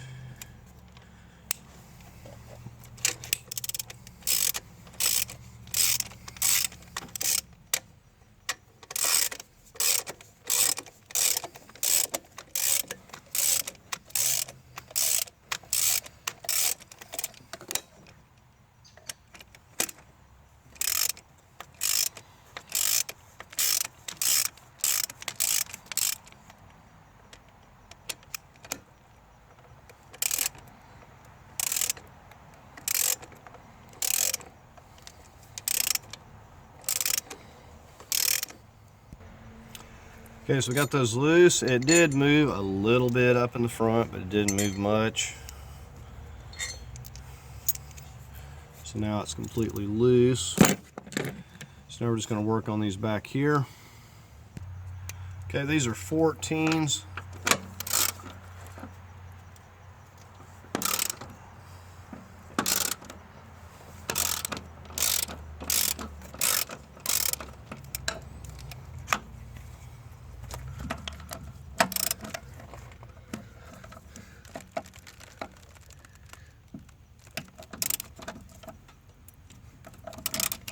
Okay, and I just remembered that,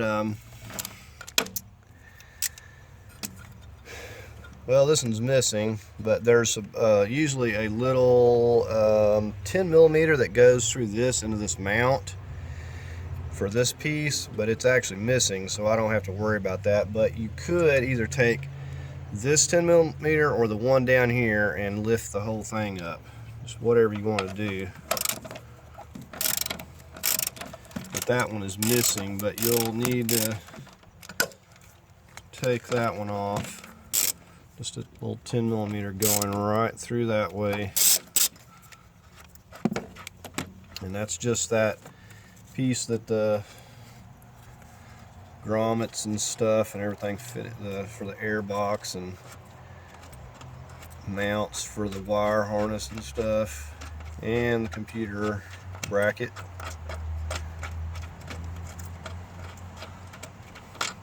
Okay, so there's that one. Okay, then we got this 14mm nut right here that goes on the stud.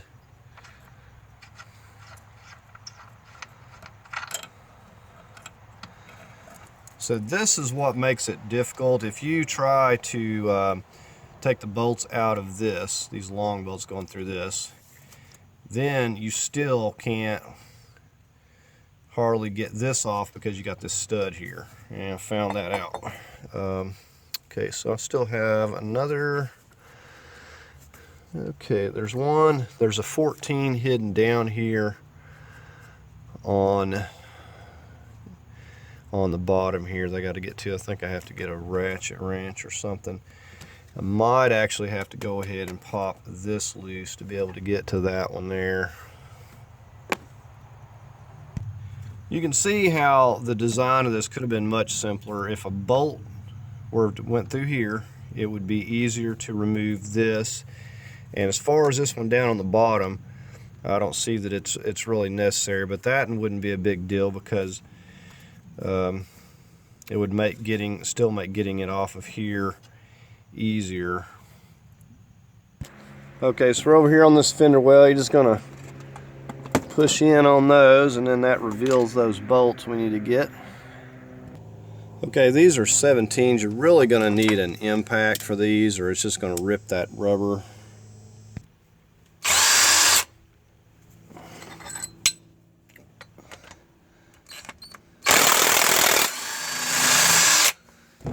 Yeah, I just can't see getting around an impact on those.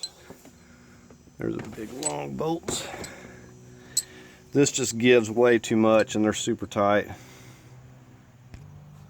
Okay, so we should be able to take this part out of the way.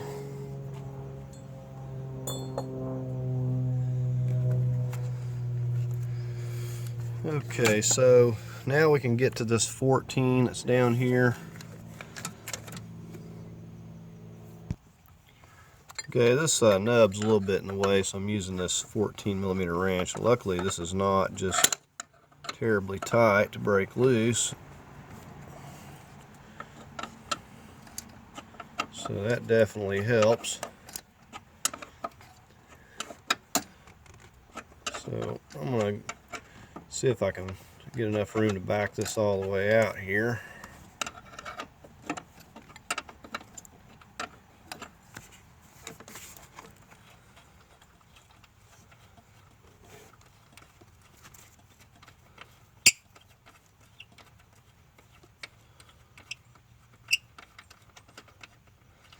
So I can always drop down the transmission a little more if it doesn't want to cooperate. Okay, so there we go.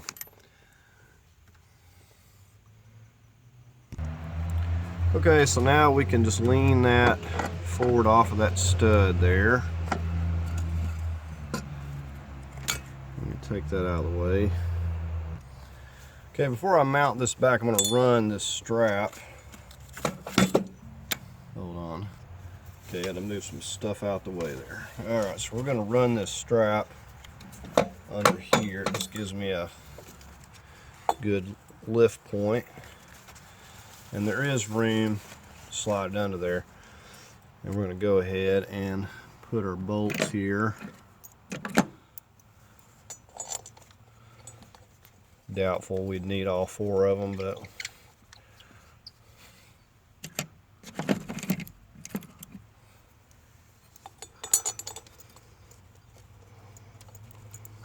go ahead and secure those. Okay, so that's secured. Now you can see we've got a couple of straps looped under it. And we'll connect them up here to our other ones.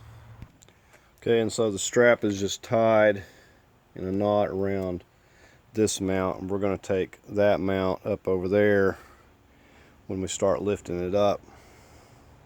So we're going to go ahead and just tie them in the middle here. And as far as this computer, will probably zip tie that up there so it's not falling down. Okay, so we got that secured pretty tight. And when we go lifting this, we'll stretch some. And the biggest thing, we just want to make sure that it's not going to hit on any connectors here and break anything. So we'll keep an eye on that. And if it feels good, go ahead and get it lifted up and get it out of here. We're using the 1-ton spot here. It should work out pretty good with the boom length. Okay, so the biggest thing is with straps and stuff, I don't want it to get caught on something and break a connector or something like that, so we're going to have to keep an eye on this right here. And over here it looks okay, but we're going to go ahead and get over there and start removing that mount on that other side.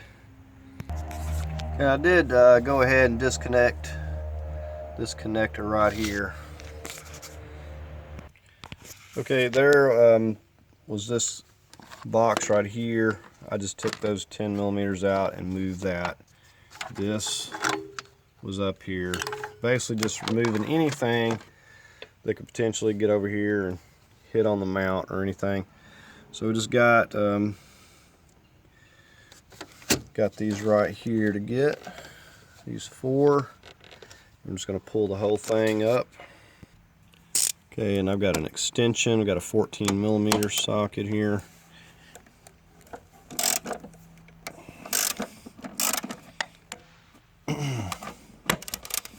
And with these out, it's still going to sit here, but we'll be able to lift it up.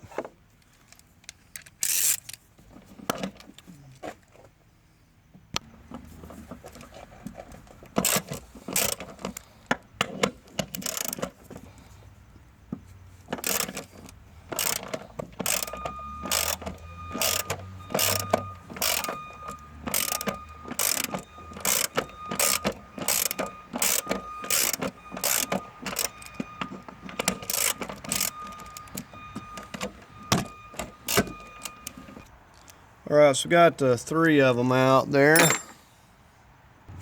Okay, so I've got this, I can't forget about this bracket over here. I've got this low enough where I can get to these with my little slim profile ratchet here.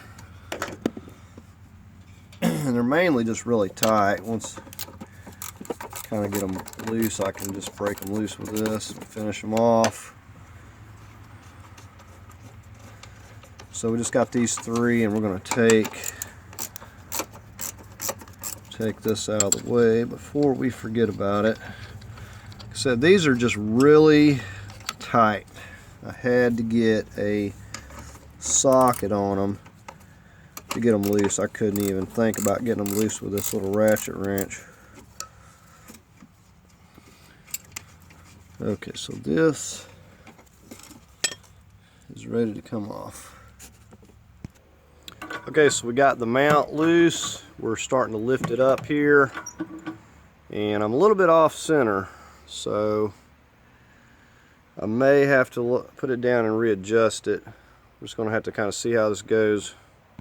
Okay, so we lowered it down and readjusted it. It's got to come out straight. It doesn't have a lot of room, so we're going to have to keep an close eye on it and just adjust it. Now I've got it a little bit too far to the driver's side, so I need to scooch it over. I'm kind of thinking I should have just come out the bottom with it this time. It's like give me a little bit more trouble. We're just going to ease it here and take our time, keep an eye on everything. So one thing I was keeping a close eye on, this brake system down here, because it's like really close to that coming out. You just want to be real cautious. Don't want to break anything and have any more work than we already got. So you can see we need to go over that way just a little bit. And one thing I know for sure is I'm going to have to lift this hood up, because it's got to go way up higher than this. So I'm going to have to take the hood shocks off and prop it up here. Okay, so I want to get a 2x4 or something, prop this back, and we can't just go a long ways back, but we can go back a little bit. So you got to get in here with a screwdriver or something. Let's try this pick tool. We just got to pull it back a little bit.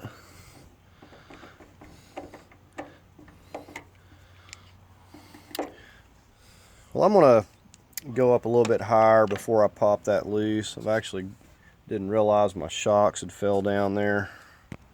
So you can see we got a little bit of room left. And I've got it pretty well leveled out. Okay, I'm running out of room here already. This pump here is going to hit, so I'm going to have to take those bolts off right there. This is just not going to work because that's about to hit, and I can't come forward because of these right here in the way. It's going to hit that, so I need to get it up higher. Okay, so it definitely seems like less room than what I had on the other Honda. I mean, it's just not a lot of room. It's just touching the sides. Basically, there's 3 bolts on this holding this little pump, and I took all those out, and I've just set it up here out of the way where that's clearing. We went ahead and we took these off so I can push that hood up a little bit more, because I still got to go up higher with it. And the plan is to get it picked up here, and we're going to go ahead and set it right in there, and I can get it in the garage over there. So we're just going to keep at it, just keeping a close eye on these up here. This is the only real problem. It'd be real nice if those were not there, but you can see everything back here is pretty well clear. Not a big deal. These fuel hoses are clear. And even on this side, you don't, have a lot of room there. See, there's not a lot of room, and then we're touching on the transmission side here. So hopefully when we get this up clear of the frame, it's going to get a lot easier.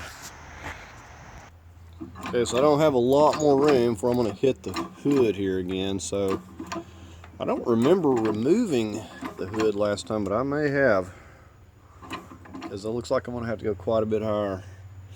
So I would say that may be my next step, is getting the hood completely off.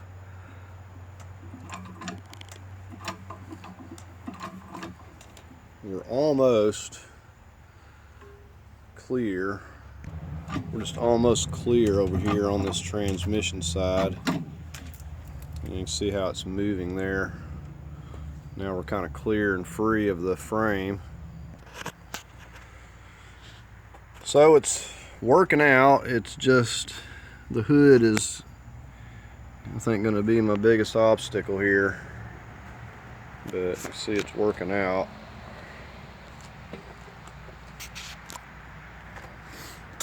We just don't have a lot of room. We're going to hit right there.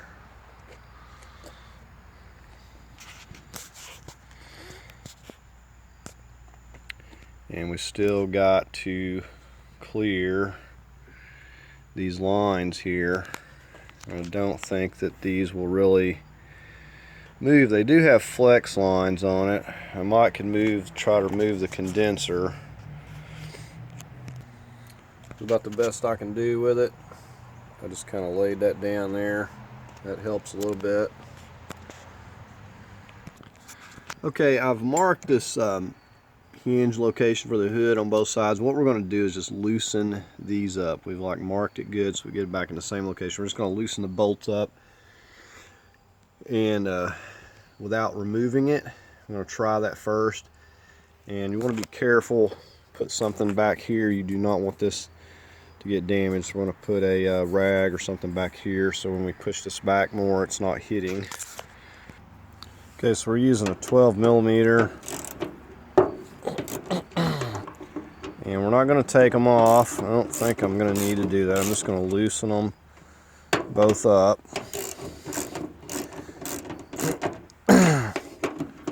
So don't take them all the way out. And you'll see that it actually will give you quite a bit of slack. We're going to do that on both sides. Okay, so we're just going to kind of carefully test this out. See, it's definitely helping matters, but I'm going to have to get something else to prop this up with. Okay, we just propped us a 2x4 right in there, and you can see it gave us quite a bit more room. And we just want to probably put me a piece of cardboard on here at the end of this boom, just in case it does fall. It won't hurt the hood there. Okay, so it's working out pretty good now. We're just going to continue on up with it here. So everything is pretty well clear. I mean, we just got to get above those. But everything's pretty well clear everywhere else. We got nothing attached. We're clearing over here just fine. So once you kind of get this up above here, you're pretty much home free. And of course we got to get it up high enough to clear up here in the front, everything. So it's kind of turning sideways on me here, but it actually might be easier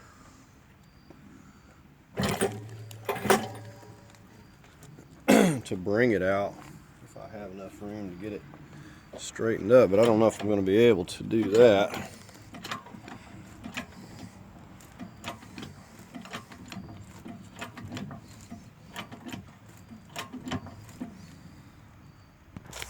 Okay, I've got it far enough at this point. I'm just going to turn it slightly this way, and I'll be able to bring it out, just start bringing it back without worrying about it, because it's clear up here. So we're just going to turn it that way so I don't have to worry about clearing these on the sides. Just go ahead and bring it back.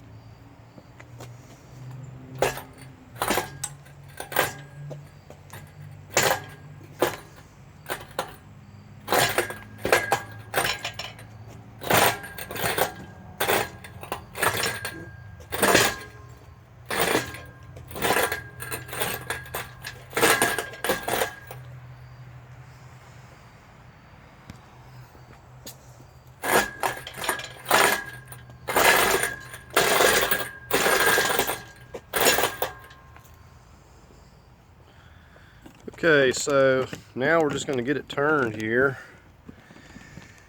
And you see, got the truck over. I'm going to back the truck up a little bit, and we're just going to get it turned and set it over in there. Okay, so we're getting it turned here.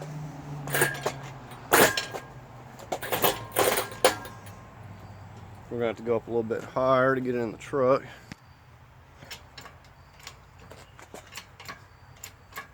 Okay, so we need to go up about a foot.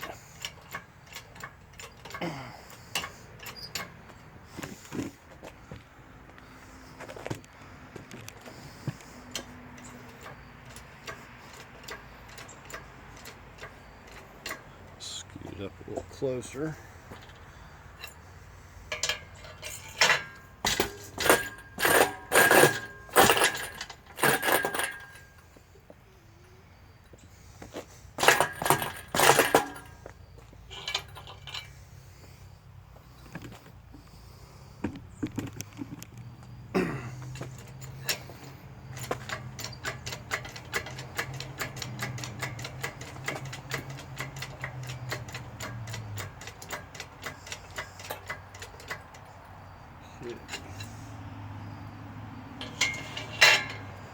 That should about do it.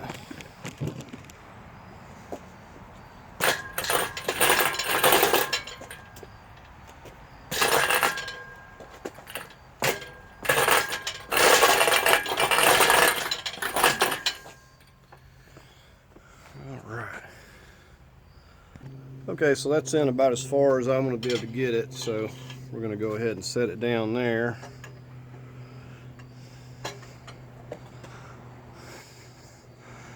Hopefully it's going to set down properly.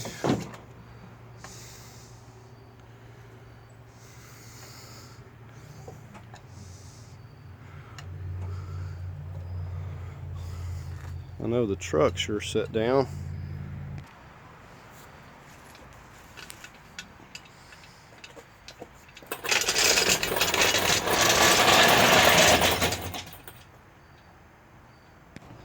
Alright, so not too bad. We're going to move it to the garage. I'll show you the replacement engine I got.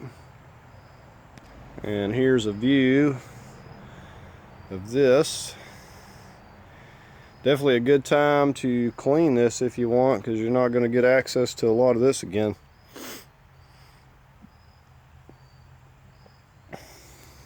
Said it could have come out the bottom. May have been a little bit easier, but the last one I took out the top as well, and it worked out pretty good. It's just a tight fit.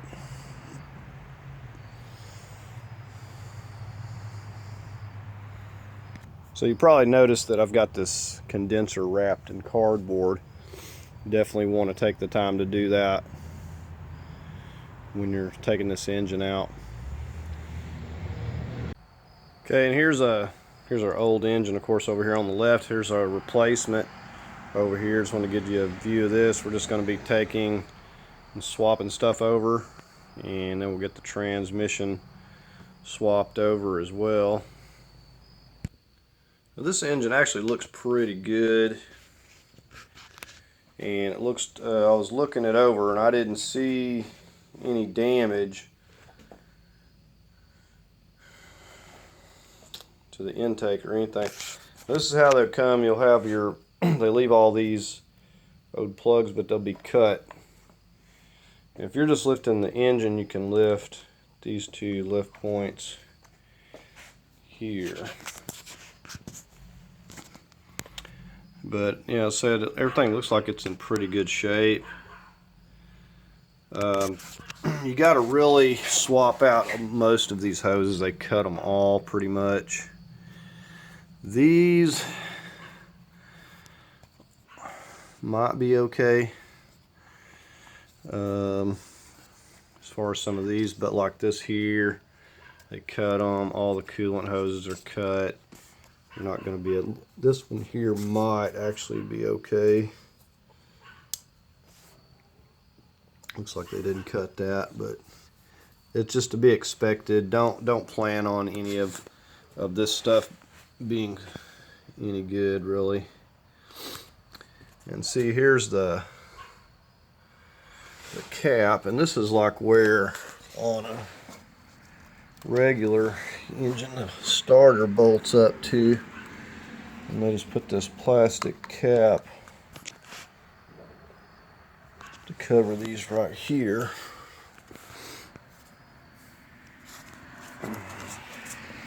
So, and you can reuse these gaskets a lot of times. They're fine. It looks like it may be leaking some at the oil pan. And it's got 100K on it. Definitely looks like there's a little bit of leakage, probably around this front seal here maybe. It's kind of running back. This is pretty hard to get to in the vehicle without lowering it down. So I don't know if I'm going to mess with it this time though or not. But anyways, we'll just get on this tomorrow, swapping stuff over. Okay, I've been working on this. I didn't want to bore you with taking the wire harness off, but we've been going through and just carefully labeling every connector that's not obvious where it goes. And this piece here has a bracket that these attach to and goes to our O2 sensors. We'll just zip off these to 10 millimeters and take that bracket. Well, We'll probably have to take the connectors off anyways, but either way we'll figure it out. Let's see, what else have we been doing? So basically just taking the wire harness and labeling, so we pretty much got everything. The little pump that we removed from here, we disconnected that, and we got it kind of set over there. And here is the harness all together with the computer. So we just went through everything that, you know, I know where it goes. I don't worry so much about, like with the injectors and the door packs, but everything else we labeled. So that's all we're working on right now. Okay, and I was going to say that most of these connectors you're not going to have difficulty. Some of them you're going to need to use a little pick tool, but you may have clips. I did have like one clip that broke. You know, it's just expected to break a few because they're brittle. This particular one pushes up, it just pushes off, or you can use some spreaders to pop it off. This one right here that clips in has a little nub. You see right there. You need to push that in with a pick tool, and then you just slide it off this way. But I needed to get those out, and then you can just pry these up a little bit, pop your cables out, and we can go ahead and remove the 10 millimeters on this heat shield here. Definitely be using an impact on that. You know, you could take the time to label these two. I pretty much know where those are going to go though. And so I just want to get, I'm just working on this. We're going to get the exhaust off, I think, next here. Okay, we'll get these 10 millimeters first.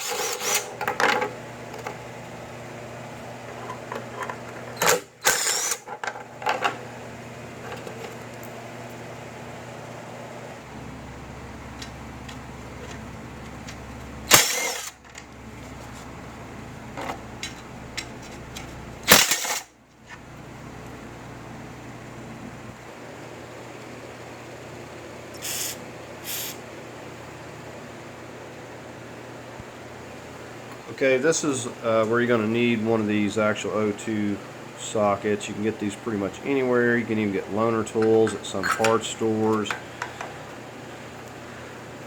But you're going to have this one because it's thin-walled enough to fit down in here. And this is the whole reason I'm having to take it out, because it's got this little whatever. Just want to make sure we got that on there nice and secure.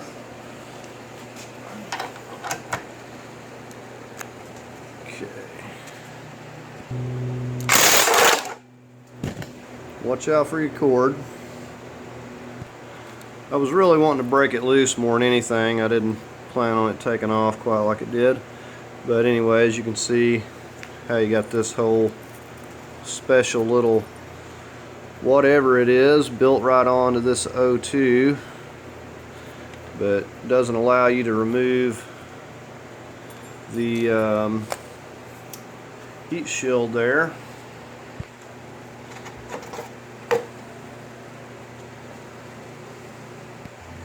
Okay, so we're going to start removing this exhaust manifold. We're going to work on this lower bracket here before we get on the upper part that's on the cylinder head.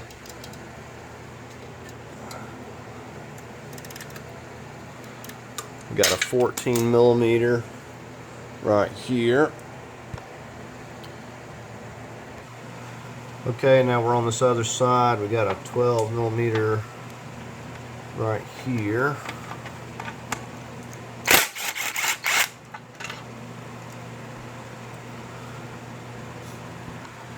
Go ahead and remove this here so it's not getting bent and damaged.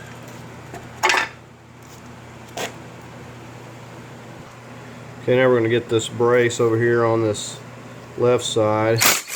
These are 12s also.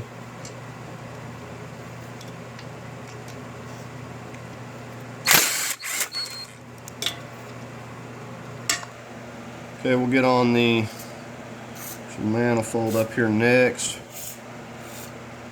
Of course, we got the ones underneath here as well. These are all 14s. We got nuts, and I believe, okay, yeah, these are all just nuts. Okay, we'll just start with the ones on the bottom here.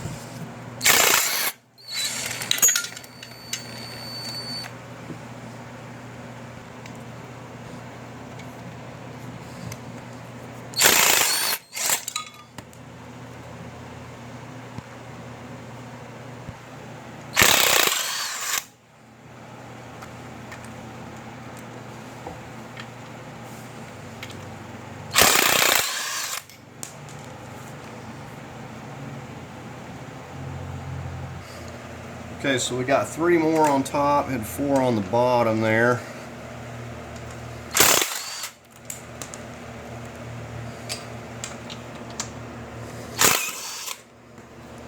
Okay, this should be the last one.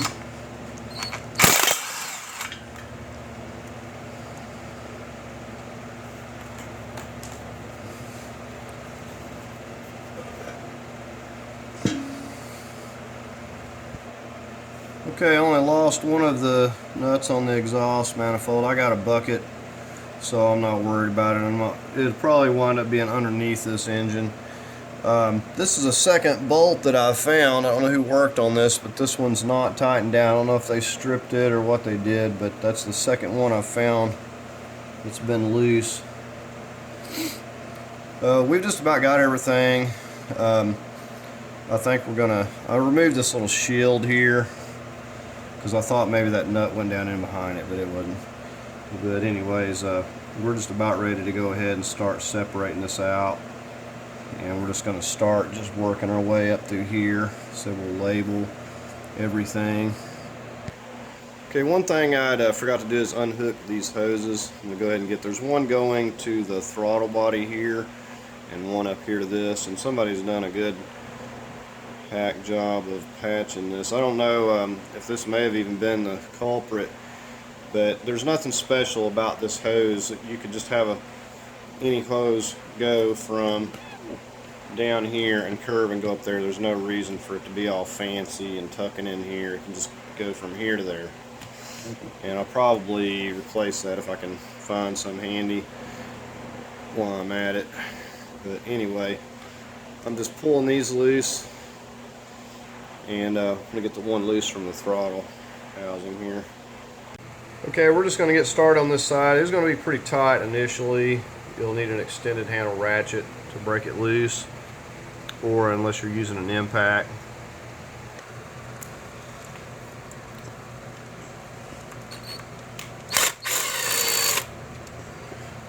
Again, you want to take and label and number each one of these. You take these out.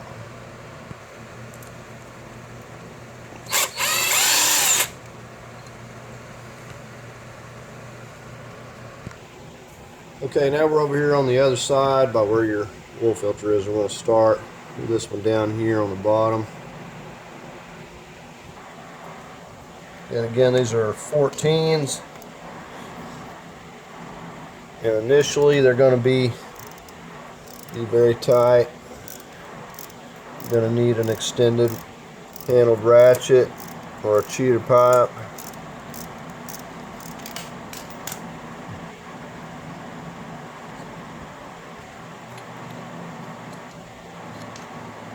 Okay, and what I'm noticing, most of these have been the same exact size so far. Okay, so we're back here by where the I guess the plug is in this little module, where the plug would be to cap off the place where a starter would go on a regular engine. And we're working on this 14 right here. And this is the only other one we got down here. So they're pretty tough at first, but once you get them broke loose, you can easily pretty well get them by hand.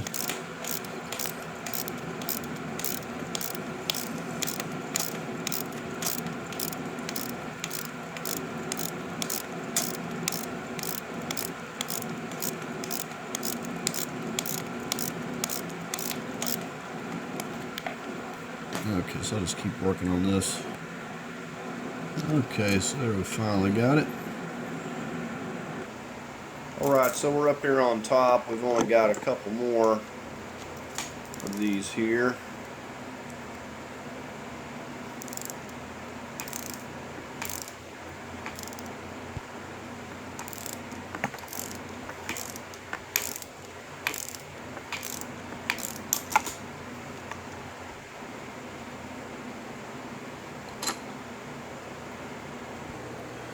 Okay, and the last one.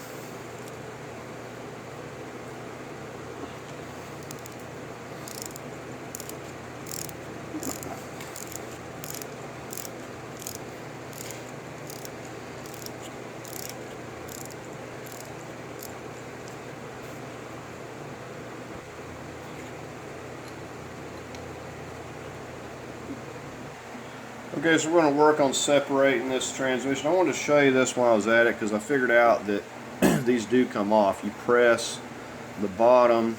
There's like a piece of plastic nub that goes into this that centers it up, but you push these firmly on the top and the bottom and it will in fact come off of there. It's just got these springs that are in here that once you push, it's supposed to release it, but it really locks on there good, I will say that. Okay, I said we would find out what the culprit of the coolant loss was, and I just figured out what it was. I was looking at this hose on the new engine. I was going to swap this one for the one off the other engine because it looked better shape, and I just noticed this right here. You can see that big spot right there. I don't really know how that happened, but see, that side's fine. So we're gonna have to find another piece for this right here. It looks like it's kind of a special little connector, but hopefully we can find one of these. I think they have aftermarkets that may work that we can elbow over to that, but really weird. Sometimes these things just get old and brittle, but it looks like something would have had to hit it, but I don't know. But I just seen that. So, you know, a cheap part like this, I was going to try to twist it out of there and it just broke like that. And you can see how thin this is. But I've seen these different sort of fittings fail on different vehicles. You see I'm just peeling this apart. But a cheap little fitting like that can cost you a whole engine. So it's just stuff like that. It happens quick. It's one of the importance of keeping an eye on your temperature gauge, keeping an eye on your fluids, checking for leaks, because you get something like that. I mean, it may have just failed all at once and it just went. So you really have to get pulled over to a safe spot and shut her down quick. So I finally dug what was left out of that pipe. Now you can just see how thin this is. So when you're doing some hose replacements or whatever, I would definitely recommend replacing this right here. And it's just crazy thin. I think they got aftermarkets that are thicker than this, but you know, that's so thin and it's plastic. It's just a matter of time before it fails. Okay, so anyways, back to separating this thing out. We're just going to wiggle the engine. Usually with it on cardboard, I can move it around a little bit.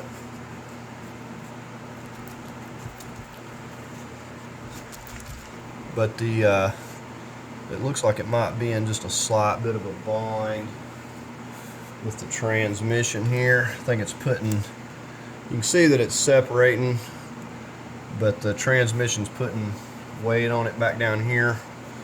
So I may have to We have to drag on the back of the transmission there. Okay, so you can see it's separating here as well. I'm going to try to,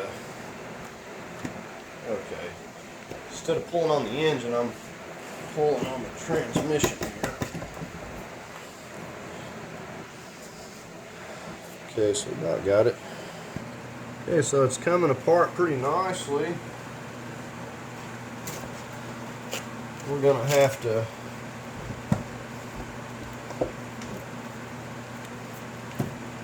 so with cardboard, it actually slides really easy. We want to be delicate, but as you can tell, this is like reman. Like got fresh paint on it. It's just a shame that the engine, the hose leaked and the engine went. And as you can see, it's easier to separate out than a regular transmission. You don't have to mess with any bolts, flex plate bolts or anything. So, and it slid out of there really easy. Probably due to the fact it helps that it had been replaced recent, and they probably put some anti-seize stuff on there. No rust on the pins. That's where you usually run into problems. But I always grease them when I put them back. So basically what I'm going to do at this point, I'm just going to lift the old engine up and out of the way, and we're going to swap places with the replacement here, and we'll start hooking everything back up.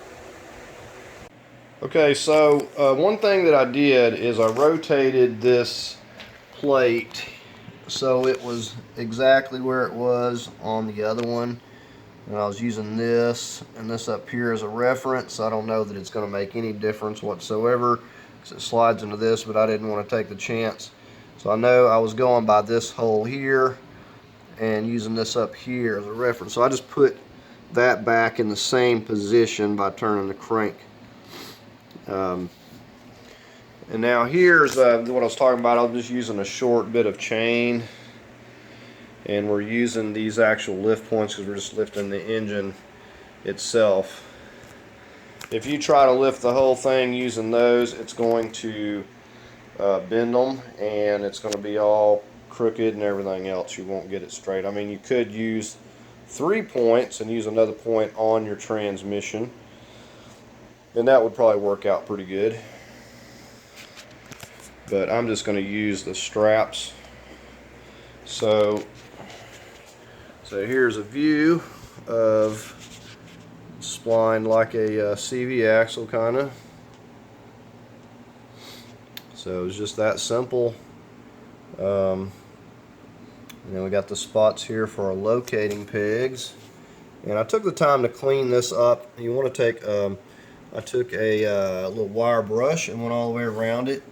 I'm going to put grease on these, but we went all the way around this surface with a wire brush and kind of cleaned it up. Make sure that there was no nicks and dings in it. You don't want to try to mount it up and there'd be a problem. So I'll probably just wipe up this surface here. It looks to be in pretty good shape. And we're just going to basically just slide it back in there. Using the lift to kind of help a little bit since I've got it on the lift. But if I didn't have it, I could just slide the transmission. It's pretty light actually to slide around on cardboard. So we're just going to go ahead and mate these up now. Okay, I just went ahead and set it down. I think I'm going to have better luck just scooting the transmission up here because it's kind of like a little bit out of alignment. I'm going to have to just adjust it by hand. Okay, so start moving this up. We got to be careful not to hit.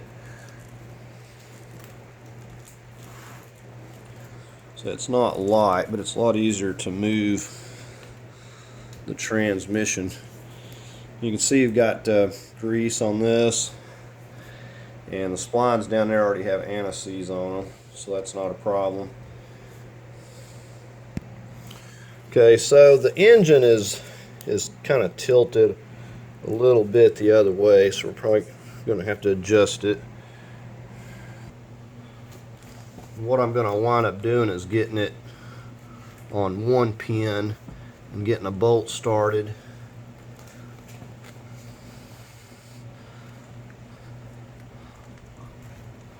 Just keep wiggling it up here. And the engine will move a little bit. I am able to slide it on this cardboard too. But once I get this one up here close, I'm pretty much home free. If I can get a bolt in this one. So we're just going to keep working with it. Okay, I don't have the alignment pegs on, which I usually like to do, but it looks like my top one's up here the closest. I'm just going to see if I can get anything hand started here, and then see, I'm really close, but I need something to hold it because like the transmission's not exactly level and the engine's not exactly where it needs to be, and I'm just kind of moving the engine and wiggling this. So I want to try to get at least one bolt started in it here, because you can see that I'm getting really close here to lining up at least a few of these. But you don't want to put a wrench on it. You want to try to start it by hand first. And we're going to be using medium Loctite as well. Now, as far as running your bolt down, you want to always start the one with your locating pegs. I'm just putting these up here. I'm going to try to see if I can get at least one of these started by hand here. Just kind of hold it while I kind of work around on the other areas. All these bolts are exactly the same length, so if you didn't number them, it's not a big deal. Okay, so those are just barely threaded, and this is not exactly in alignment, so I want to be very cautious. But basically just kind of hold it here steady while I try to get a bolt start on this alignment, because it's just kind of giving me a little bit of difficulty. Okay, so we're going to try to work on this one here. This is the one that really counts. Start pushing the engine a little bit into the transmission. If I can get this one started, then I'm home free, because if I can get this pulled up a little bit, even if it's off on the other side, I'm going to be able to prevent, I'll have this side taken care of, so I just need to get on the other side, and whatever I have to do to lift and tug to get it into alignment is not a big deal. But I don't want to put a wrench on these. I'm just going to tighten them by hand. And this is going, pretty well got it about where I need it. Okay, so I'm going to call it good there. We're going to go to the other side and see what we can do. Okay, so the alignment peg is right in here. You can't really see it because it's behind this module right here. You can't really see the alignment peg from this angle, but this is where it's not exactly up to where I need it, so I'm going to have to scooch it some here. Okay, so I said the reason you don't want to mess with those top ones is because they're not going to be into alignment. It could be cocked either from the top or the bottom, and if you try to start threading those ends, it's just going to mess the threads all up. These are the ones that are going to put it on these locating pegs. I've just about got it. I've got it threaded in some. It's just not quite going into that locating pin there all the way. I'm going to have to like wiggle it a little bit. It's not really that bad. It's got to be moved into place a little. Okay, so basically the bottom end was cocked out a little bit. I could kind of tell by looking at the bolts I had on the top there. I got this piece of 2x4 and I just kind of like lifted up a little bit here while I was pushing on it, and it appears to be going into place here pretty good now. So we're just reaching around here and grabbing this transmission and able to kind of pull it up, and I'm just only threading it by hand, but we've got it up a pretty good little bit there. I'm going to go ahead and go look on the other side, see how it's looking. Okay, so this side needs to go in a little bit now and see how it just pushed right up now that I had that alignment peg on the other side. You know, the grease helps a little bit on these locating pegs. It's mainly for when you go to take this, if you have to take it apart again, you ain't going to have the peg rusted into the engine, because they really are hard to separate. I had that happen before, and I thought that I'd missed a bolt, and I kept going around looking and looking because it just didn't want to separate, and it wound up being rusted. The locating peg was rusted so bad. Okay, so let's see if it's going to finish pushing up over here. We're awfully close. All right, there we go. And it's kicked out just a little bit at the bottom, but I'll take care of that in a minute. Okay, basically I had to just pick up on the back of the engine and kind of lower that to get that gap to tighten up down there, and then it went ahead and it snugged up on a little farther. Alright, so I've got it pretty well ran most of the way down by hand. I'm not worried about this here. I'm going to go ahead and run up this side, and then we'll go over there. So you don't want to tighten any of the other ones till you get these and you get your gaps where they're not off on the top and the bottom there. Alright, so I'm going to go ahead and go over to that other side and snug it up. And you can see that so we got that locator on there plenty far, so we just got to snug up this side.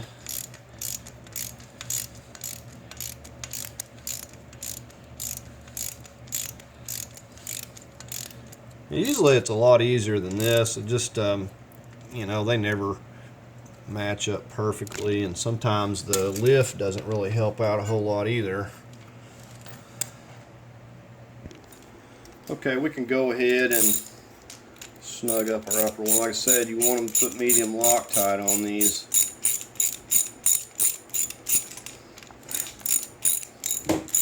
Once you got your locating pegs, you know, it's best to start all of them, at least get them started by hand, make sure they ain't a problem, but usually don't have to worry about it. But if you put a wrench on it and you don't have it tightened together with your locating pegs, then you're likely to cross thread.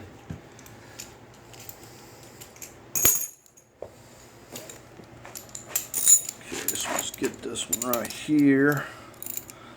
And we just got a few more.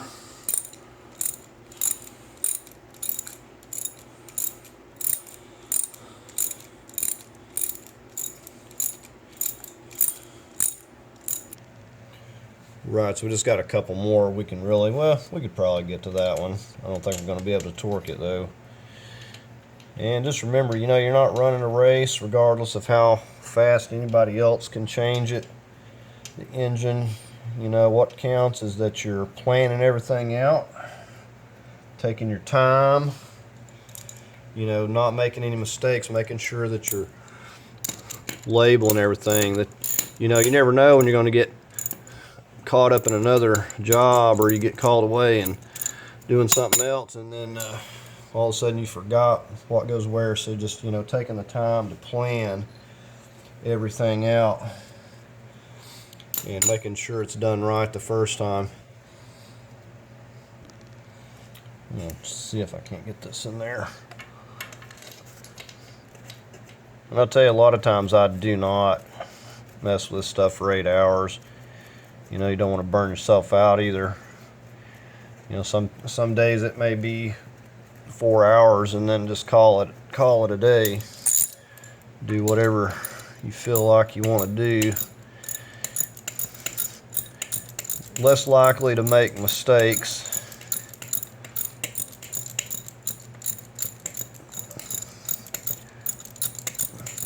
We're just going to go ahead and snug this one up. We'll get that last one on the other side.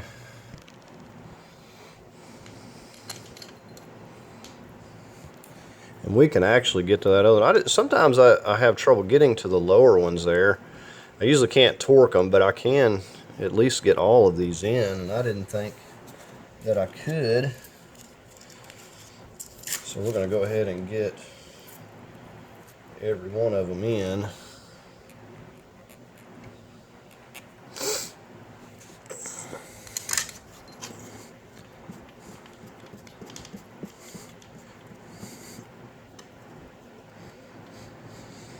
So we'll go ahead and snug these down real quick. Okay, we're going to start at our locating pegs. We're going to torque these to 35 foot-pounds.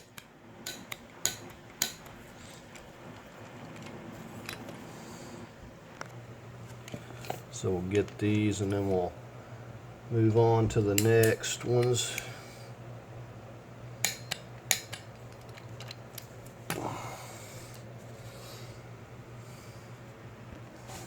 Okay, we'll just get various extensions, whatever we need to do to be able to get to these and torque them.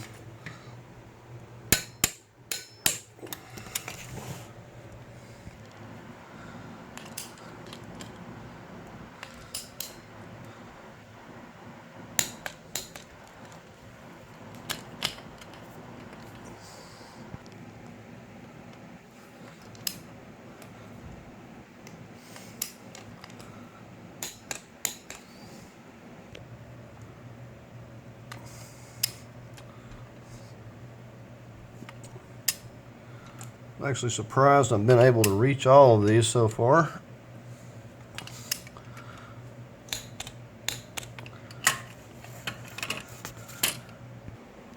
Okay, so we just got the two on the top here.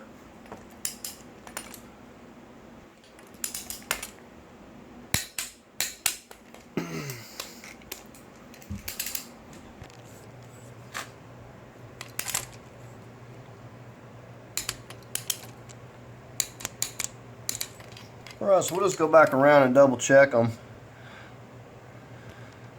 Okay, we're getting ready to swap the wire harness and get it on the replacement engine, but before I do that, I've got to get this alternator transferred over, and before I can do that, I need to get the serpentine belt and stuff off here. Okay, so for the water pump here, we've got a stretch belt. Usually I can just take and turn these and get it off, and they're pretty easy just by putting a little bit of pressure. Move some stuff out of my way. And then just kind of watch your hands. There we go. So there we go. And when I put it back on, I'll do the same way, or we'll put some zip ties in here to kind of hold it while we get it on, or just hold it by hand. This one here doesn't look bad at all, so we can reuse that. But this one here, I'll show you in a second. This is horrible. Okay, this is a 15 millimeter. Okay, so this is a what they call a left-handed thread, and they done it that way so you could put the 15 on here. You got to turn the tensioner that way. Now down here, let me show you this. Down here you can see you can put a pin, a nail, or something in this. If you turn it, you can actually lock it, and then you can pull that back out once you get it, you know, get your belt off and stuff. You can release it that way. So you could do it either way. I'm just going to be getting my 15, got an extended ratchet. We'll just pull it over here, slip it off wherever we can get it. Alright, so give me a moment. Okay, I was incorrect. Actually, we do have to lock this because we got a double tensioner. We're going to have to turn this one too. Now, for some reason, the one over here doesn't want to turn without doing this one. So I'm going to put that pin in there.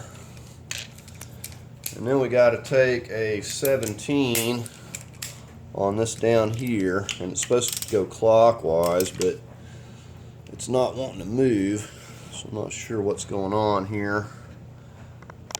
Okay, so I was on the wrong part. I got to get on this right here to turn it. And then we're gonna, you don't even have to lock this, but you once you get that pulled back, should be able to slip this off. So a double tensioner.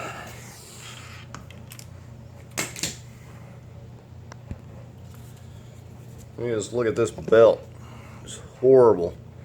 And it's, I guess it's not that easy to find these. I'm having to order this at the parts store. It's just they don't have them in stock. So basically we're just going to swap this one over for now. I don't know how far I'm going to get today, but I'm just going to swap it over, and we'll just go from there. When I get the new belt in, we'll get it on there. Okay, so we got a 12 right here for the alternator.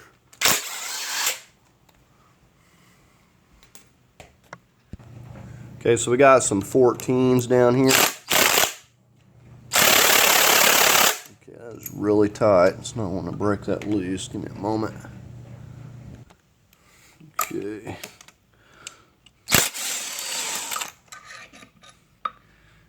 So there's that.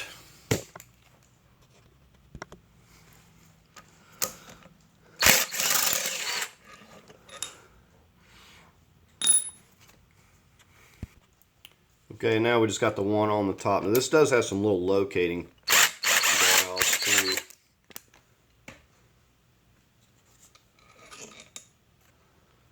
So all these are the same length, it looks like.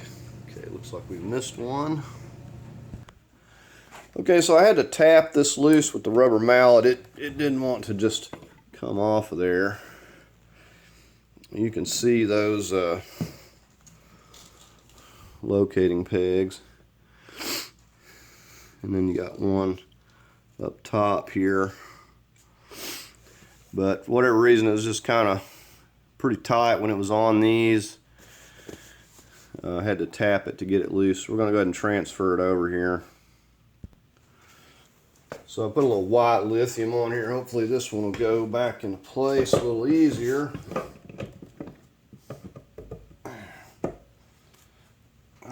So let's get our bolts going here. And again, we're using medium Loctite on everything.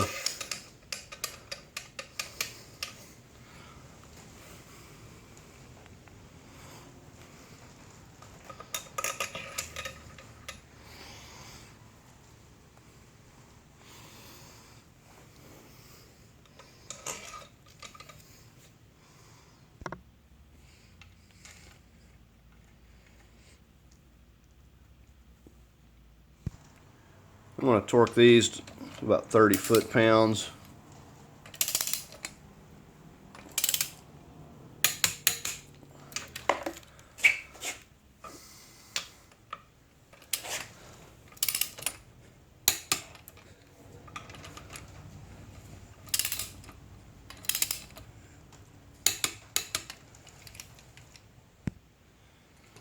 I want to try to torque this in about 20 foot-pounds. Definitely don't go more than 20.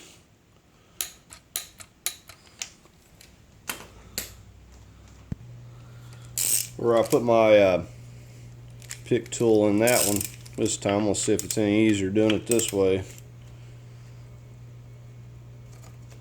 Maybe. Seems slightly easier. I'm not going to worry about this belt because I've got to put a new one on. I'm just getting this on here for the time being. If I get it in the car and get everything hooked up today, then we'll pop that one on. Otherwise, I'm not going to worry about it. Just wanted to get this on here for now. Ideally, I'd like to have the new belt at this point, but that's just the way that works out.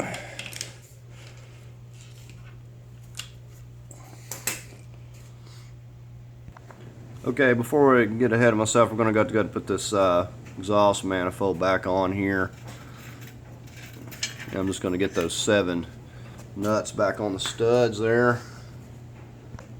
And we took the time to douse these down with some anti-seize.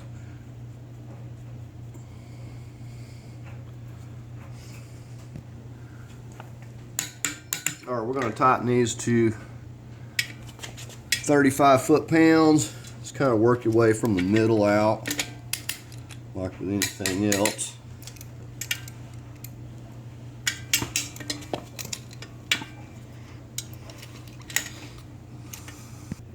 And after you've made one pass, just go back over it again. This is not something you want to skimp on once it's in the vehicle. Very difficult to get to. Okay, on top of, I took that top one out because we had to, but another thing that I'm doing is taking this lower one out because these things are very difficult to remove in the car. And one thing, I'd rather fight with it out here than have to do it in the vehicle. So we're going to take some of this anti-seize and doctor this thing up a little bit here.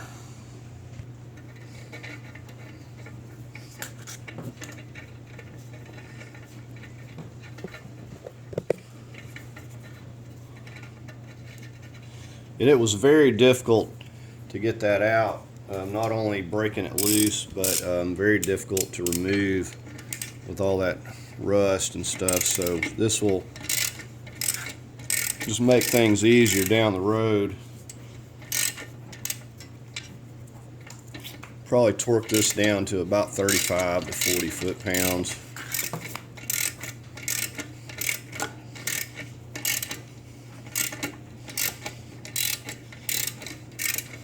It's definitely going a lot better than it was coming out there.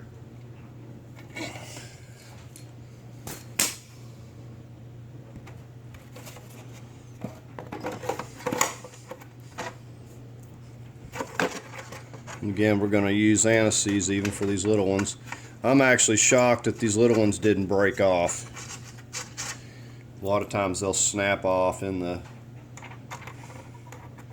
you got to drill them out, or you just have to wire it up the best you can.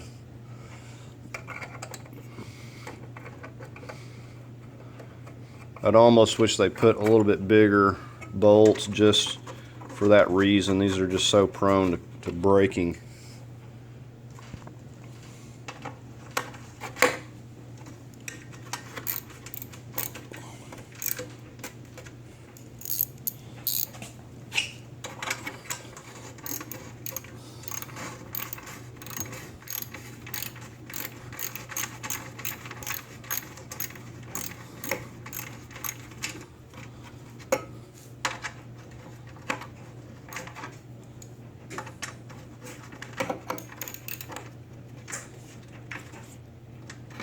These don't have to be real tight.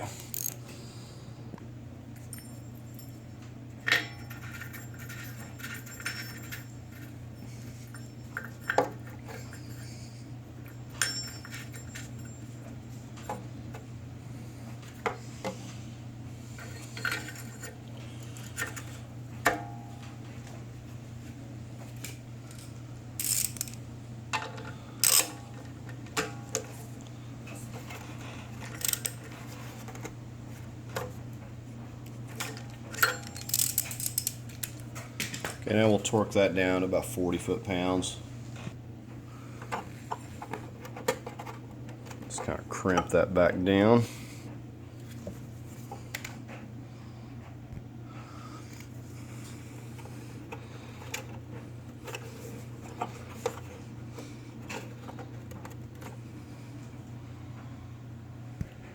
Okay, so here's our harness. And when you get it all laid out like this, it doesn't look so bad. I've found that actually, you know, if you take the time to label things, it goes back together quicker than taking it apart. And you know, another thing, if you break some of these clips, it's not going to make any difference. When they, you know, put these together in factory, they clip everything to everything, and so basically nothing's moving when they're putting these things together on an assembly line. So, you know, having all these clips, in some cases you need something to support a wire, but a lot of these are just totally unnecessary. But anyways, we're going to go ahead and get started on this. Alright, I like to just start up here where I know that where I basically know where everything goes. Just get stuff flipped around where we need it.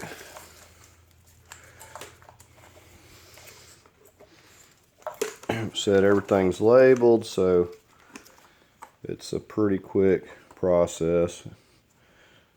Make sure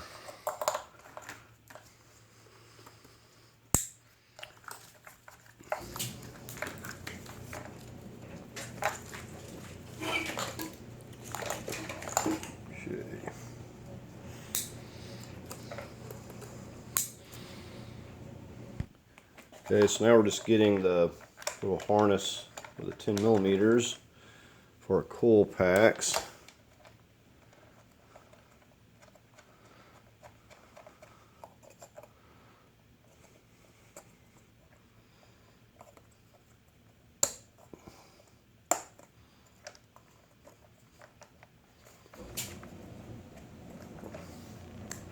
You got to make sure that safety locks all the way back or it will not push on there.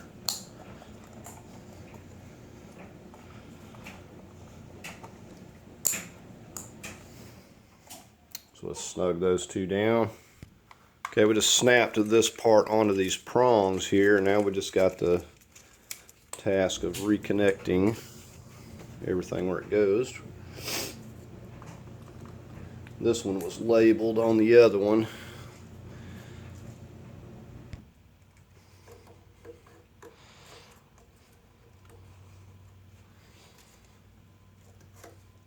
Okay, something's...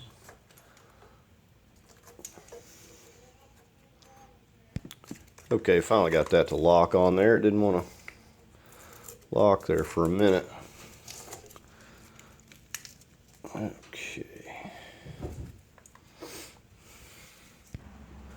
A lot of these are, you know, only going to go on the connector they're meant to go on. This has the, I don't know if I showed, removing this, you just push down to unclip it.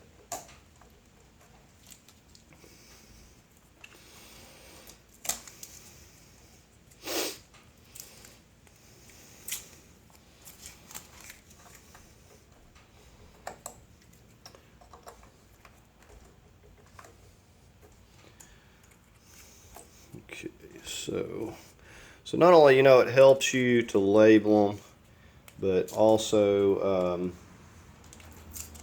it protects anything from getting in those connectors as well.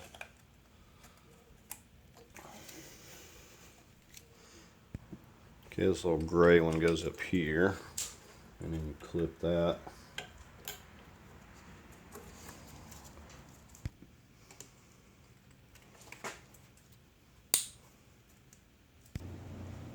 Alright, we got this little blue gray one. Get our throttle housing, and we'll reclip these. Okay, this bracket here, we're just going to reconnect that. Okay, this is just a 12 millimeter. Now this one went to our battery management system, but this one here clips. Now I may have to move some of these again depending on getting my shifter cable, because it routes underneath a lot of this stuff, and depending on that we can always move some stuff back around. Just kind of want to get everything together. So So nothing's laying loose, getting damaged. And a lot easier to hook all this stuff up, like I said, once out here and be doing this in the car. Okay, we got this connector that's going to come back over to the throttle housing as well. Can't remember exactly how that was routed. It might have been under that. You'll note, let me just show you. Now, for whatever reason, this hose had gotten spliced before. All I did was took some 5/16. I think this was, I don't know, fuel hose or something. Whatever they had at the parts store, you just buy it by the foot. And I just connected it from there to there and got one piece. I didn't like that. And you see it's like fitting in here fine. It's not kinking. It's not a special hose. So we got that connected from there up to there. And then this connector is going to go up here on this throttle housing. I need to go ahead and get that clip on there while I'm at it, because I didn't have that connected. Definitely don't want to miss stuff like this. Okay, that wire is clipped back there where it was. Actually, this goes underneath it. Okay, we're in front here on the intake, just working our way around. And this wire right back in here where it goes.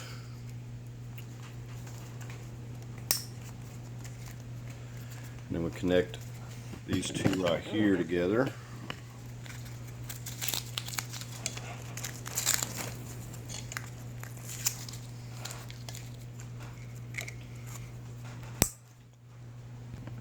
These wires are going to clip here.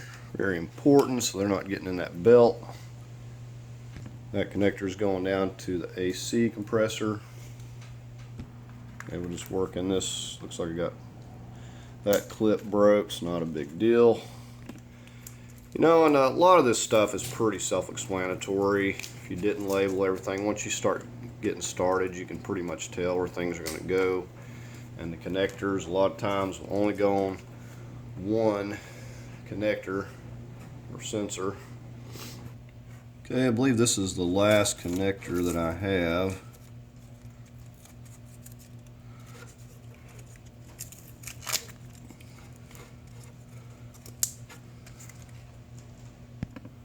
Only connector I got left goes to the pump, and the pump goes on after the engine's in. And definitely take the time to do a check over and make sure you haven't forgotten any connectors.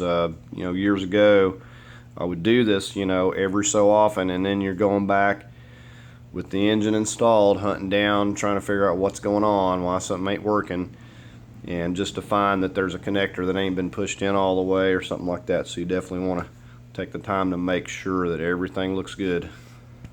Yeah, I'm just going ahead and setting this mount. We got the two nuts and a bolt. Really, probably put some Loctite on these two. We're going to torque these down to 45 foot-pounds.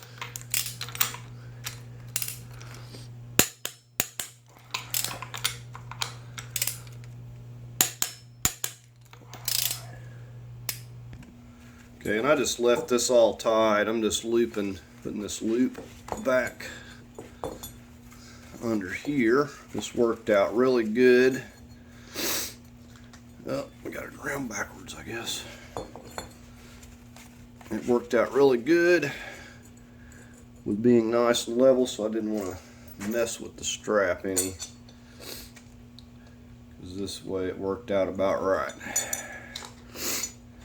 Now I was really wanting to get this in today, but we've got some storms coming, and you know, once you get started on something like this, you got to kind of, can't hardly stop in the middle of it. So I don't know. To check the weather, maybe we'll have enough time. Getting this all these wires connected took a little longer than what I thought it was going to. We'll snug those down. Okay, so we're ready to get the lift over here. Okay, so if I can get this set in here before it starts raining, I'll be very happy. One of the things I forgot, I need to put those in, is my, just now noticing this, my bolts that go on my manifold here. I'm gonna have to do that. I really don't have time for this though, because I'm worried about the weather. Anyways, I got a safety chain on here this time, just in case. I got it hooked to, you know, the points where I was lifting the engine. I just got that on there. I was thinking about how many times I've used these old straps.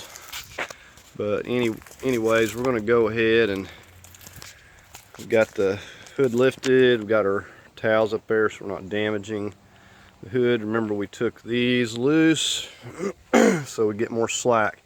It's propped up here, got it propped up over there. We're going to go back in sideways, just like we took it out first, and then we'll spin it. Hopefully set it down into place without too much difficulty here.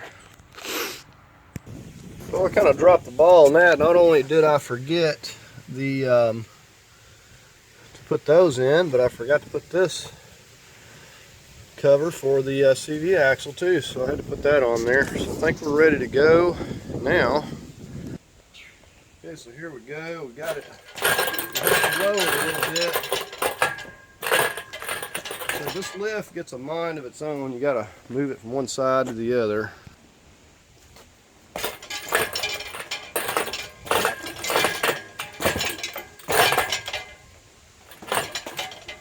You got cracks in the concrete, it doesn't help matters. Okay, I'm going to start lowering it just slightly here.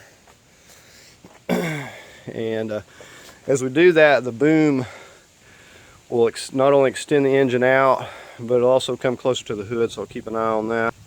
Okay, so we're going to start trying to twist it around here, and hopefully we're going to miss our board there too. So we're just spinning it around. Now that we got it back in here, this is actually working out better than when I took it out the first time. I just got to get it a little bit lower for my hood up here. But other than that, it's working out really well here so far. Okay, so I'm really happy with the way this is working out here so far.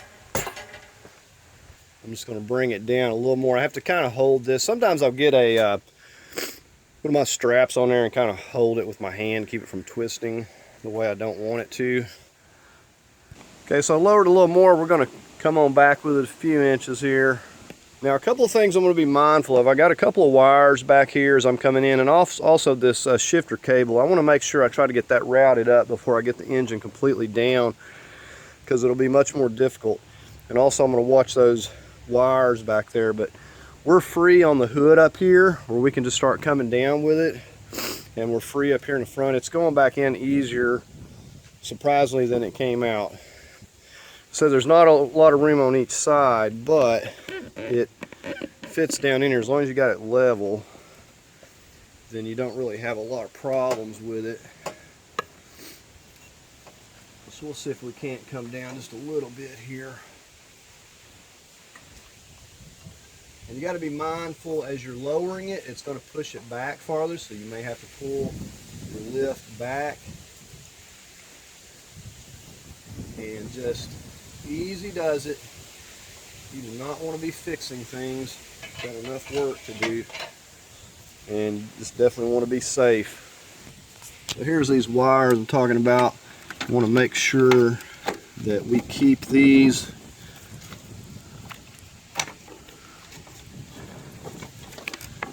course, keep these up here out of the way.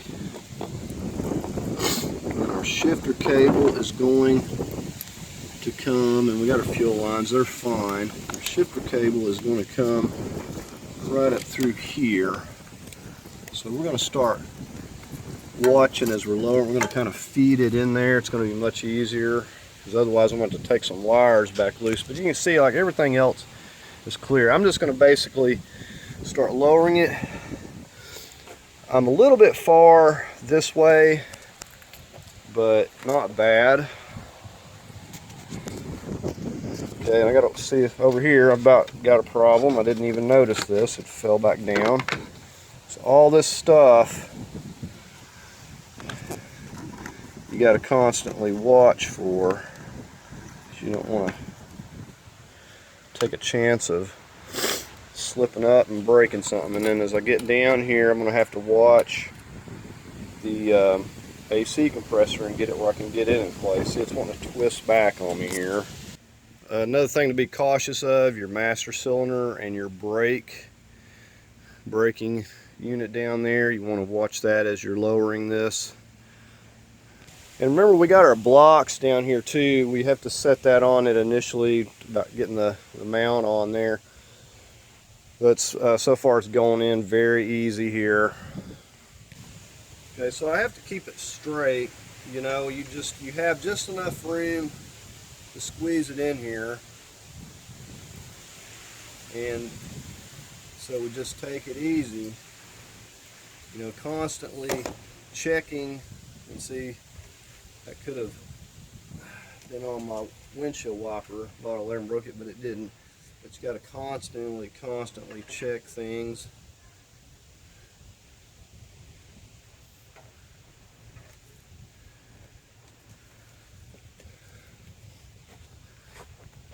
So it's fitting down in here nicely. And it looks like I need to take it back just about an inch or so here. Not much. Just have to kind of kick this thing and move it a little bit. And just like taking it out, we want to watch this module right here. I want to make sure that we're going to clear that. And I'm a little bit closer over that way, which is fine. I want it a little bit closer that way. It's not exactly straight right now. I'm going to straighten it back out and just continue to lower it here. Okay, so we're just continuing to lower it here. It's pretty snug. You got to get it fitting in there just right. We're going to check this module over here again. You can see we just about got it into place here. Just need to go down a little more. Here's a view at it here. You see how close it is. So we're just watching. See over here on the passenger side, we're almost going to be in alignment for this mount. We'll get this set down and get the bolts loosely into place, and then we'll work on that other mount over there. We're pretty much home free. So then it can storm if it likes. But we're almost there, just keeping this out of the way.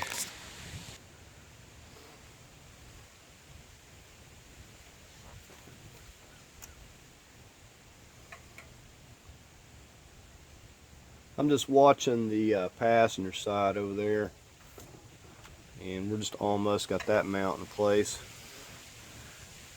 Okay, so we about got it setting on the blocks over here, and then we can push this into place. And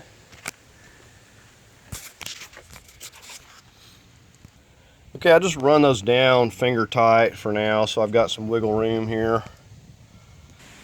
You can see I did go ahead and feed this shifter cable up here, and all we have to do, well, we probably don't need to connect it just quite yet, but anyways, we're going to push.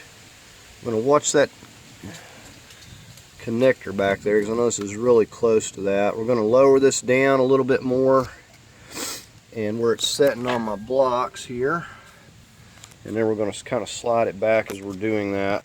Okay, so it's setting down here on the blocks. We're going to remove this. Remember, we have to remove that to be able to fit this piece in. So we're going to go ahead and remove that temporarily and get that into place, and then we'll put this back on, and we'll probably have to see about lifting it up a little bit to get it into place, or whatever needs to be done here.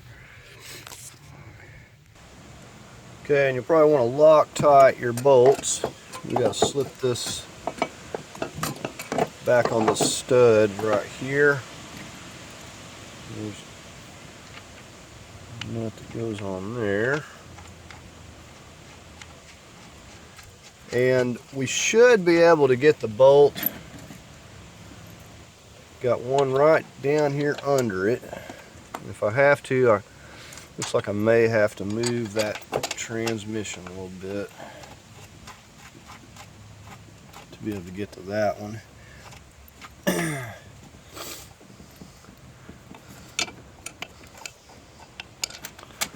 We can get these here. I'm just going to kind of tighten these up all at once. Everything's going in loose for now.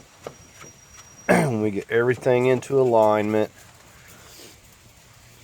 everything on, we'll try to tighten a lot of these up at once. With the exception of this one, I'm going to have to tighten this one down here underneath, but I'll still have a little wiggle room if these others are loose.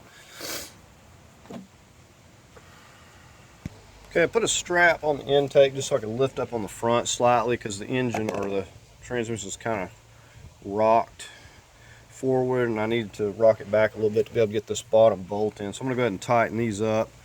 We're going to torque these around 35 foot-pounds. Now, I won't be able to torque the one down there in front of the transmission, so I'm just going to snug that one up tight with a wrench. But we can get these other, and then also torque the nut there. So we're going to get these torqued down, 35 foot-pounds. Okay, I'm getting ahead of myself again. I don't want to torque these yet until I get the other mount and everything on here.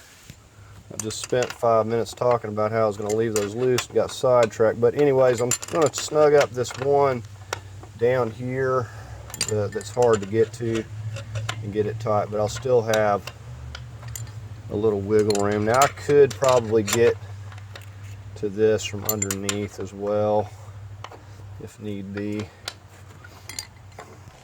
Now we can go ahead and get the bolts in this one. Now this is kind of made, you know, to come from underneath, so but I've got the transmission low enough that I can get those in there. So we got the big long bolts here. We're going to get some medium Loctite on them.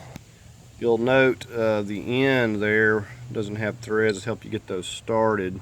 I'm just starting these from the fender well. Kind of moving this by hand till I can tell that they're going into place. Okay, and again, because this is rubber, there's not really a good way of torquing it, so we're going to use the impact on it here.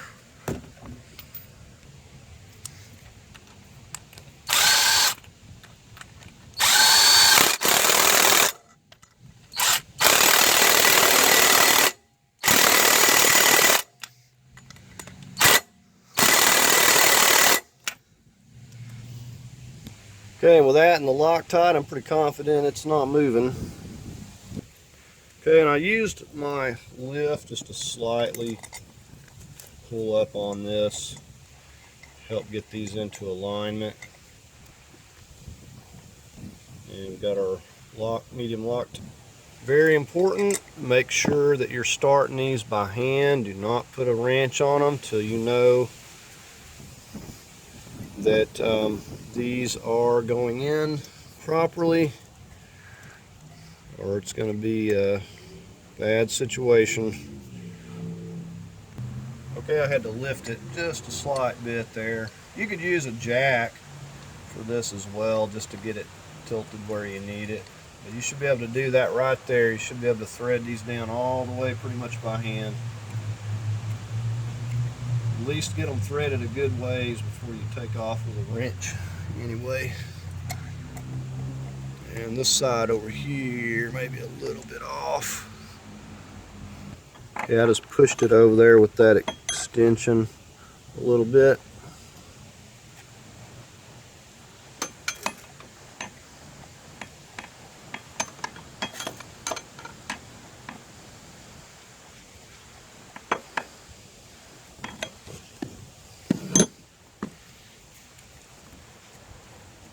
Okay, so these are threading down nicely.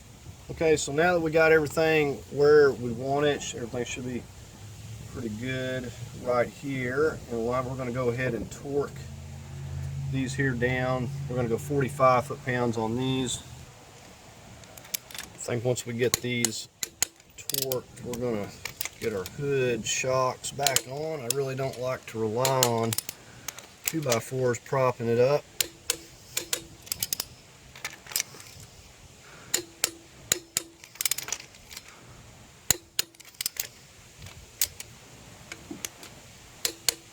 Alright, so we're going to go 35 on these. So they're 14s. So this wasn't even tight, the nut under there. And it does affect this mount a lot, because with that not on there, it just tends to want to bend the mount, kind of go that way. So that one probably affects it way more than the one that's down there in between, because it can't move from that direction, but it can pull it forward.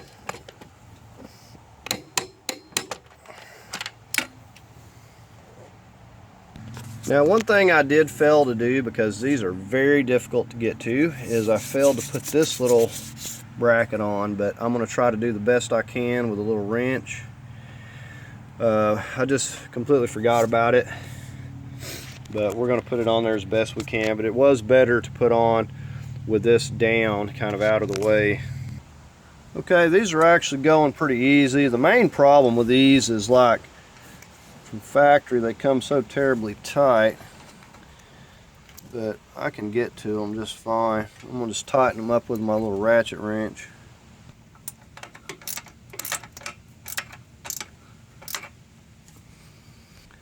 Okay, so we got those tight. We're going to get over here and tighten up this passenger side mount. Okay, you note that little clip that has to sit in there too as you're getting these in. We're going to go 35 on these.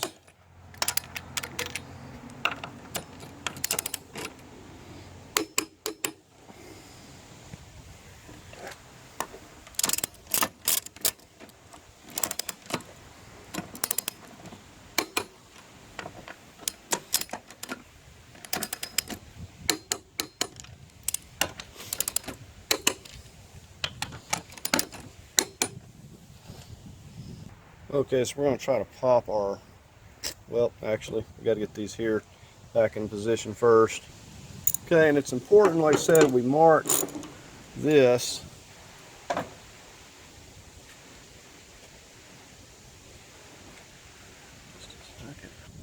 Okay, so like I said, we're going to have to watch our marks here. Make sure we get these back where they were.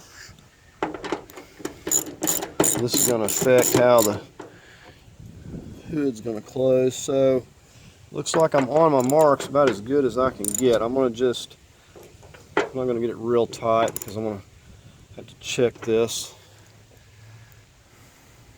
Okay, so they look pretty good, and I got the other side as well.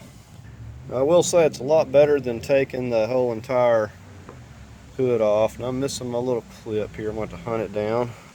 Okay, so I guess that thing flew off. It's easy just to slide it in and push it back into position with your fingernail. Alright, so let's try it again here. Okay, so I had to take my board out so I could lower it down. That's all there is to it. Alright, we're pretty well home free. I mean, we've got her locked down, torqued down there. We got this torque down on this side. It's just a matter of putting things back where it goes. We're going to put this little box back here now. And we got this one that clips back up here. We got our ground wire.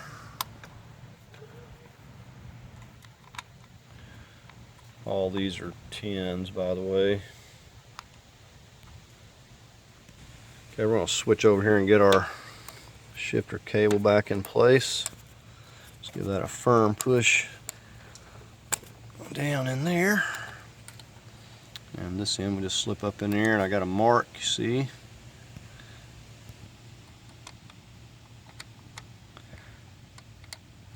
And that little square will go in there so it doesn't turn. Okay, and it looks like it's right back in place. We're just going to snug that up there at 12 millimeter. Alright, we're just getting ready to get this AC compressor Getting it unstrapped here as we speak. I'm going to get it back over here in place and get our 12mm bolts. And I had no problem with this. It stayed out of the way pretty good. Okay, so I've got to get it turned, and it's got some little locating pegs that get it into alignment there. Alright, so I'm just going to put that there to hold it a second.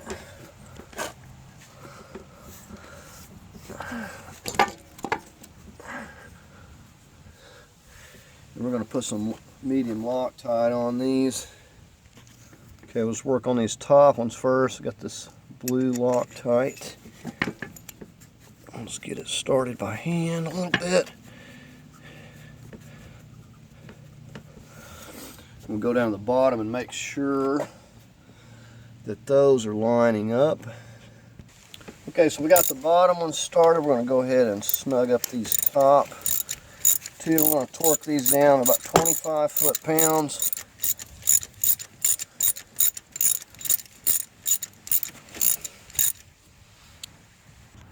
Okay, so we got it torqued down. We'll go ahead and make the connection right here. While this one's handy, I think we'll go ahead and make this one hose connection right here and get the clamp on it. We'll have to wait on the others. Now, I'm not as worried about these clamps because they're up here handy where I can get to them. So if they give me any problems, I'll just put a screw style clamp on there. But definitely, you know, after doing a job like this, you're going to want to keep an eye on everything for you know, several weeks to make sure there ain't no little leaks show up, because anytime you disturb any of these hoses and stuff, you got the potential for a leak. We're going to go ahead and stick this overflow tank back over here. This coolant had gotten so hot that it looked like it melted a little bit of the plastic inside this thing. So it definitely got hot at one time or another. Go ahead and just snug those up. We're going to get this computer box and harness and everything back into place. We're going to set that back on that stud down there, and then it's going to slip, this part's going to slip up here. Now we also got to put this back in our box. So we need to go ahead and get this back off of here. And this is where this is going to go. So we're just going to pull that up there. And this all has to go kind of back in behind.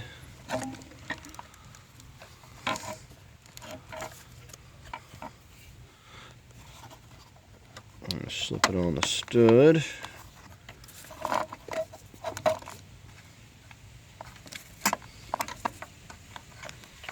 Okay, it's not wanting to cooperate with me here. Okay, that should be slipping on there. Okay, there we go. I'm going to put that, snug these up in a moment. Okay, now another thing, we got to get this ground back right here. And it's got a little clip.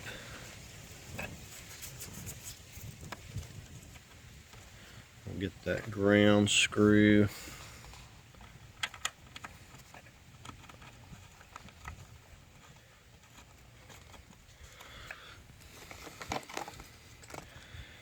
And this is pretty simple.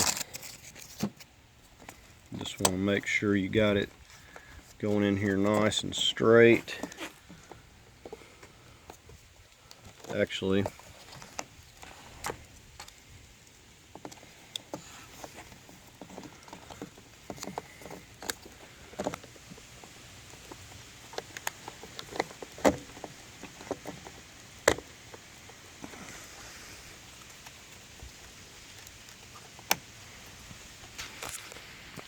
okay, so we got that snap down there nice.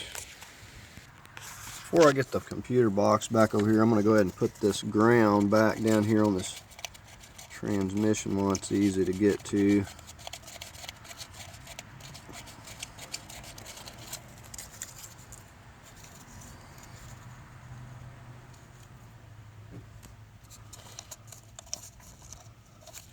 Alright, so we'll just get that.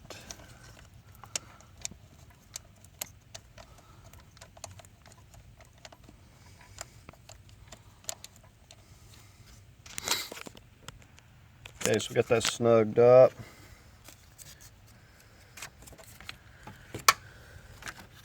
I've got another wire that's hiding around here somewhere.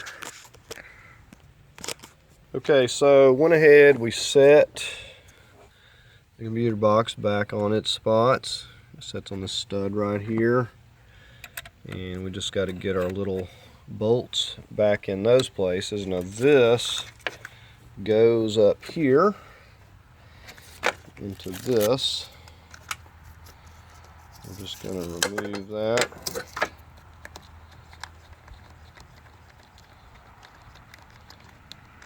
And if I get something in the wrong order, which I'm sure that I will eventually, it's not a big deal. We'll just take it loose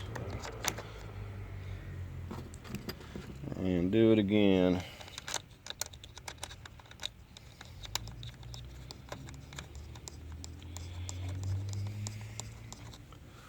Alright, so I'm going to figure out where I threw these bolts at and get those into these spots, and we're going to snug those and those right there up, and then we're going to snug this one up. I guess we need to get this pump in, but I don't have that one fitting that I need for it. This connector down here goes to the pump, but we do need to start working on getting that stuff in here before we get too far along. I'm probably going to have to leave that pump loose because I'm all but certain I've ordered a connector that it's got to go on here, and I'm probably going to have to remove it again. I'm not really sure. We're just going to kind of hook everything up for now. Right, I'm just getting these new coolant or heater hoses on here, and got some lithium grease on here because I get tired of fighting with these things.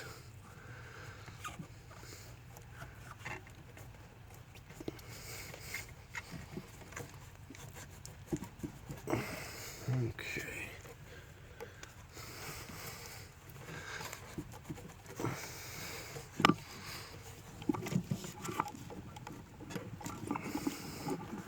Make sure we got it pushed up all the way.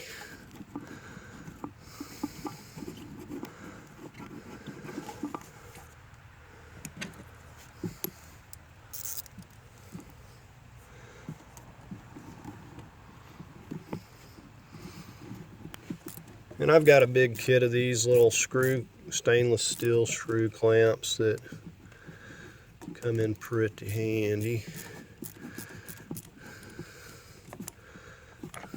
Alright, so this has got to attach on the other end here, but you can't see. I'm just going to make sure this is matching up good. I may have to move it slightly, I don't know.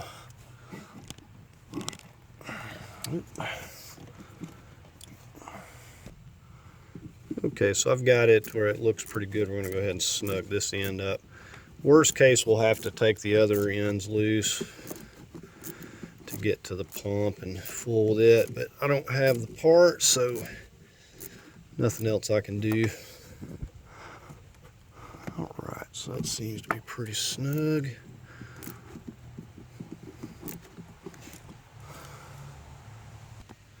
Alright, I got those hoses there hooked up for now. I got to wait on that. I'm going to have to make sure to leave that area uncovered back there. I think we're going to get to work on putting some of these wires, these big wires back And we have, so we'll just go ahead and start doing that. First thing up, we're going to get this one. Just have to lift it up into place. We've got this connector. This one goes up in here on the sensor on the transmission.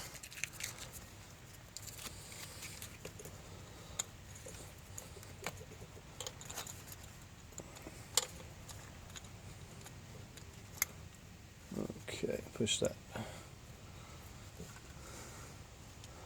All right. Okay, let's get our big wires.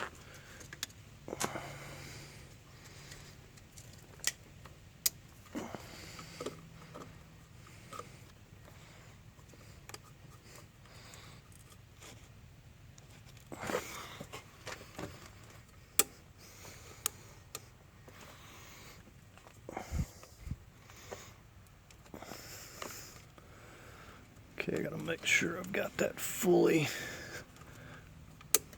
Okay. Okay, so we got this big wire.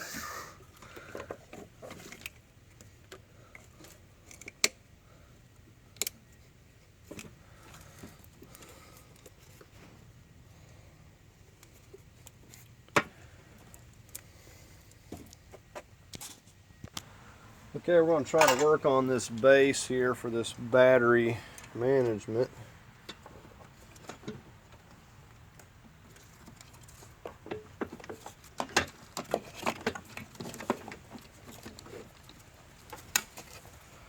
And this wire goes right here.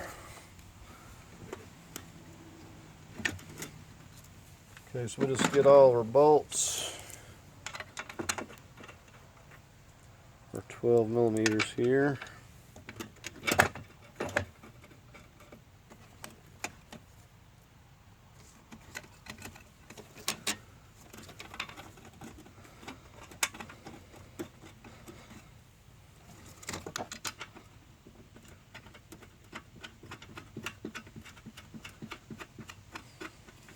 I don't have my new coolant hoses yet either, so still waiting on that stuff, so I'm not putting those on. Okay, we'll snug these up.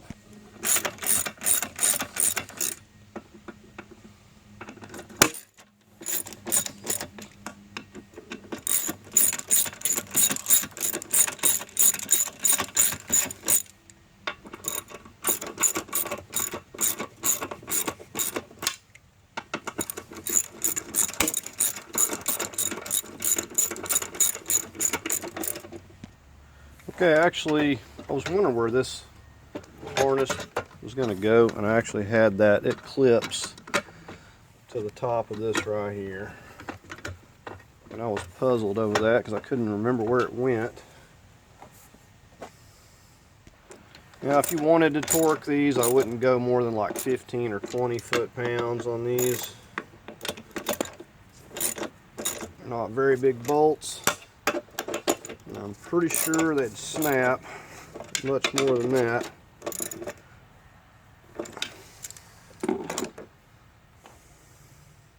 Okay, so we're going to go ahead and get our battery management system on here. Remember, these we can leave because it just slides on there. So we'll leave these in place. We'll just set it on there and slide it into place. Okay, I'm pretty sure I wouldn't want to have to buy this thing. Let's see what we can do here. I'll watch my connectors back here so they don't get in the way.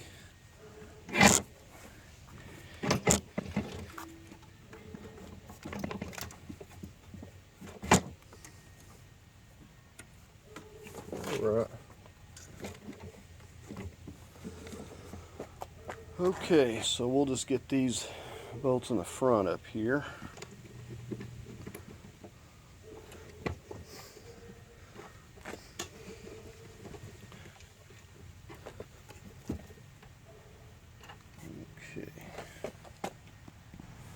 Pretty long bolt for such a thin piece of metal.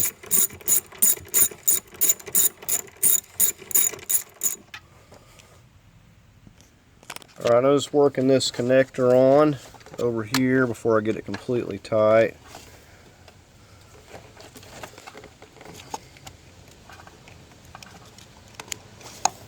Alright, so we got that locked. We're just going to connect these two right here. Okay, and that connector slips on a little metal tab right there too. Okay, we've got the 4 bolts locked down. We got our got this short cable in the back. We're gonna get it. Actually, probably been better to left that loose, I think, for a second.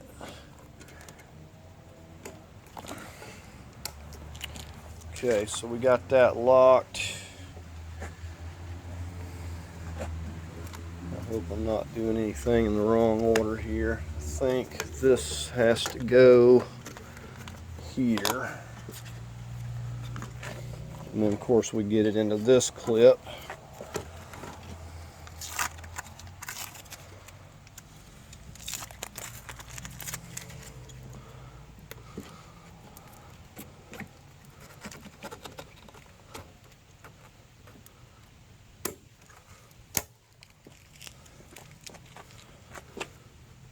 Alright, so we'll put that in there and get it clipped into place.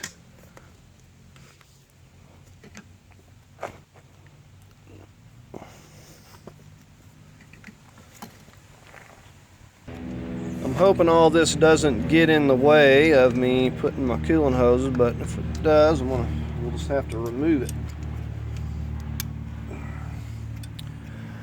Alright.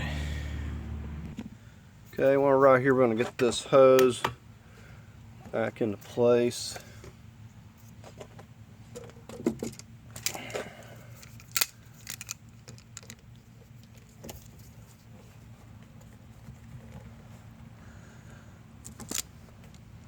Said if we have any trouble out of any of these clamps, we'll put some screw style clamps on there and be done with it.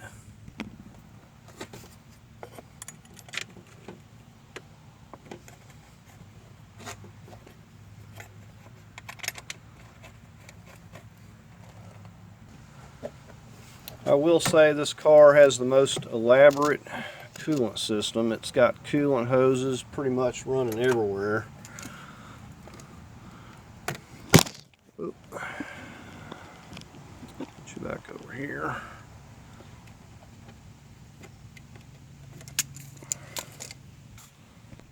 Okay, I'm back over here at this battery management. I gotta get this connector on here that I left off.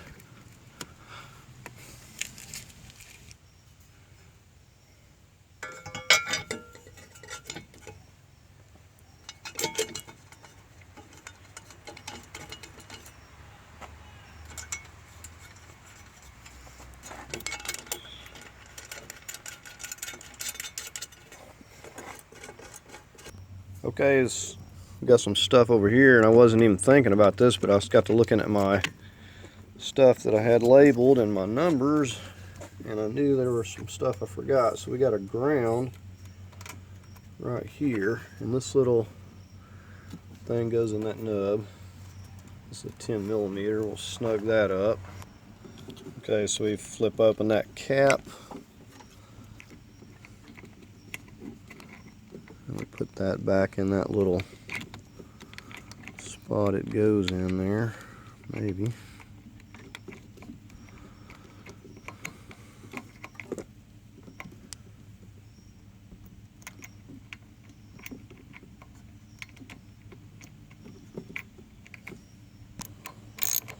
So I just use little 1/4-inch ratchets for these. You don't want to strip this stuff.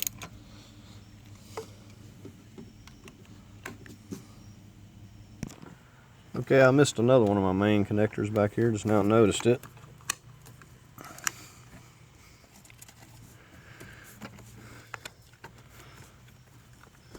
Alright, so it's starting to get dark. I think the next step I was going to get on the radiators. I don't really know what else. Pretty much got everything else here. So I think we're just going to pick up in the daylight. Here's an image of it here. So made some pretty good progress.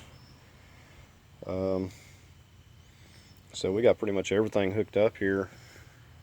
I'm just waiting on some coolant hoses. The only thing that slowed me down, coolant hoses and the connector for that right there, little angle connector. But if I can't find an angle connector, I'm going to just put a screw style clamp on there and just rig up a hose on it. Probably better than what it was, because that's what caused all the issues to begin with. Other than that, we'll make sure we drain any excess oil out of here, and we're going to get some clean oil. Done got a oil filter on it. We're going to put back 3 quarts of Dextron 6, get it filled up, and once we get it running, everything, we'll pull this plug down here and actually check it out, make sure it's drizzling out of there, because I don't know if they had the right amount in there or not. But anyways, we're just going to call it a night. Okay, so good news, we got the new coolant hoses in this morning. Bad news, the connector that I ordered for that doesn't fit. So I don't know, it must be some special Hyundai fitting. So we're going to have to just adapt to it and make it work. I'll show you that whenever I get it figured out here. But we're going to go ahead and start putting these hoses into place.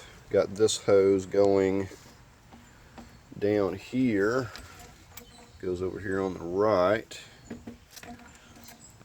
Get that one on there.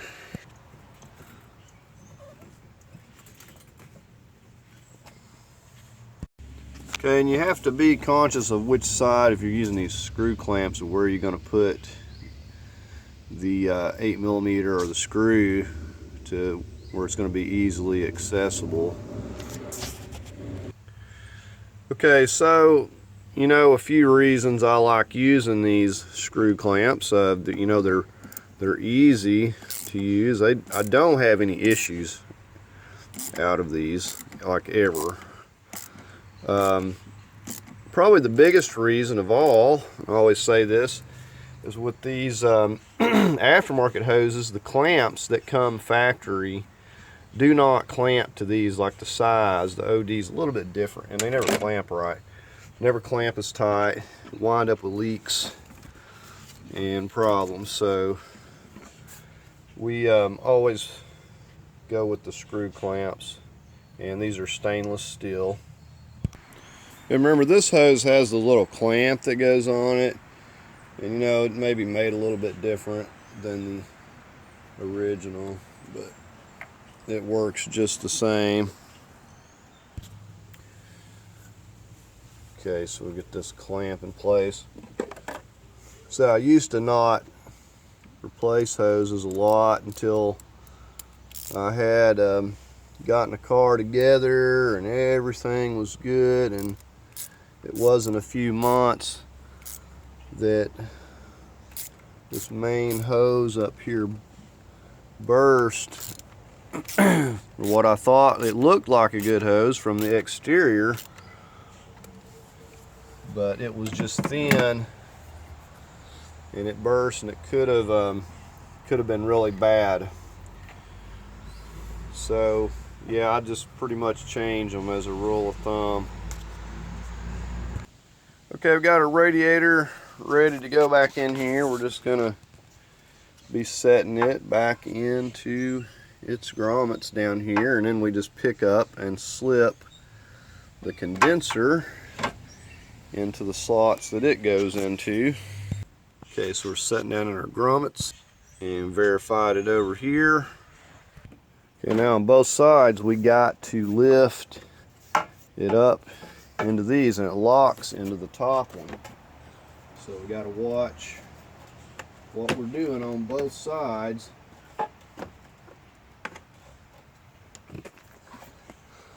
I mean, it's quick to snap it into place, not quite as easy to remove as the screw-on type. Okay, so now we can go ahead and get this pushed on. Maybe.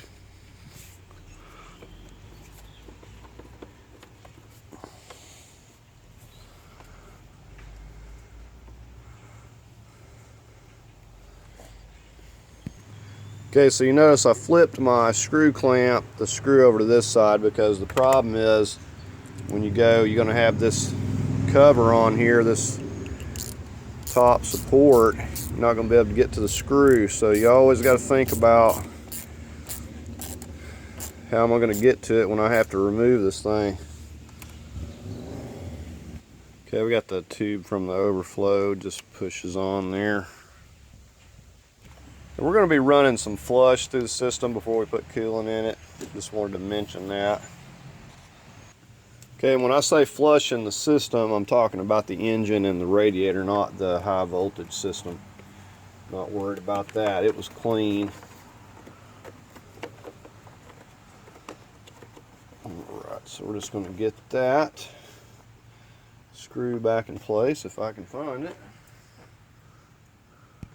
Kind of comical to see a 2-inch long screw holding a little plastic clamp on, but I guess they don't want it to ever come loose.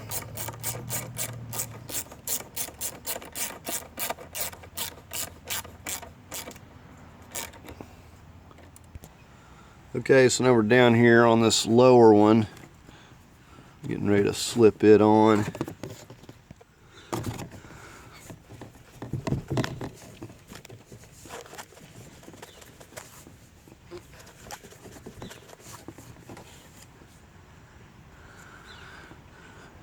Alright, so we'll just snug up that screw there. Okay, now we're getting ready to get down here and put this little cooler for the hybrid system here. And it's just got two 10 millimeters. And then it's got this little clip, which I'm going to have to pick up on the whole radiator to slip it in that. There's really no purpose for that even being there, except to be a nuisance. But anyways, I got to pick up on that end to slip it into that. Alright, so we got to slip these little hoses back up on to their little brackets as well. So I got to feed this up through here ever so carefully. And see, here's that part that's got to slip under, so it has to be either lifted up or something. So I'm gonna have to get up here and get this hose. Okay, so got the hose fed up that way. Now I got to slip this under that one tab there. I'm just kind of working it down here into place, and I may be able to get it without lifting up on it. Alright, so it actually cooperated there.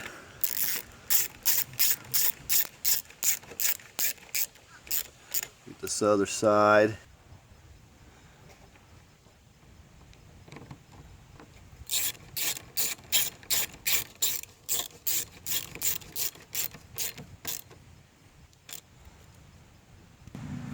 So it's definitely nice to see things going back together again.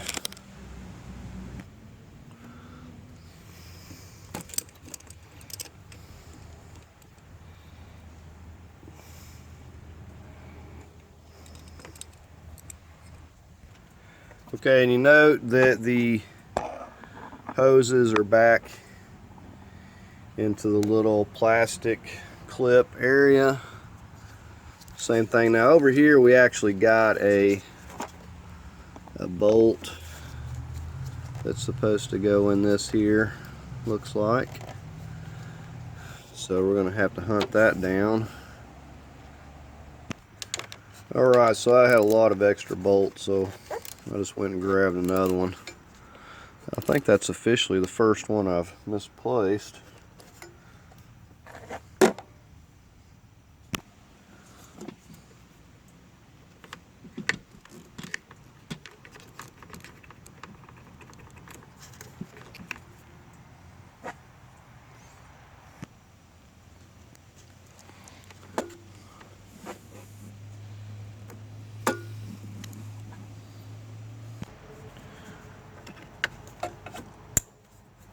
We got our connections for our fan. Okay, so we got this center brace we're going to go ahead and put back, and it's got the horn and this little air temperature sensor. Go ahead and get these back into place here. Okay, and it helps if you don't put it on backwards.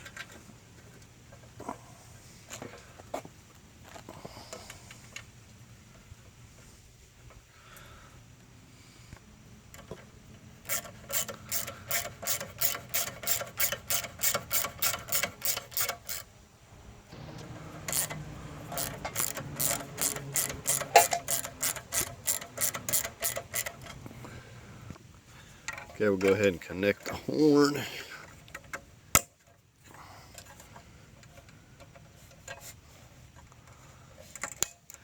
And they got their little snaps.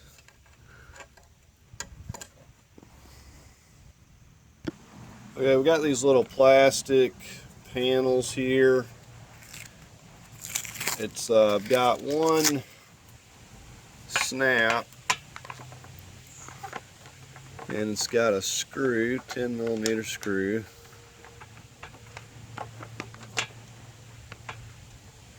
Go ahead and snug that up. Then we'll just get our little snap that goes right down here underneath in its little spot.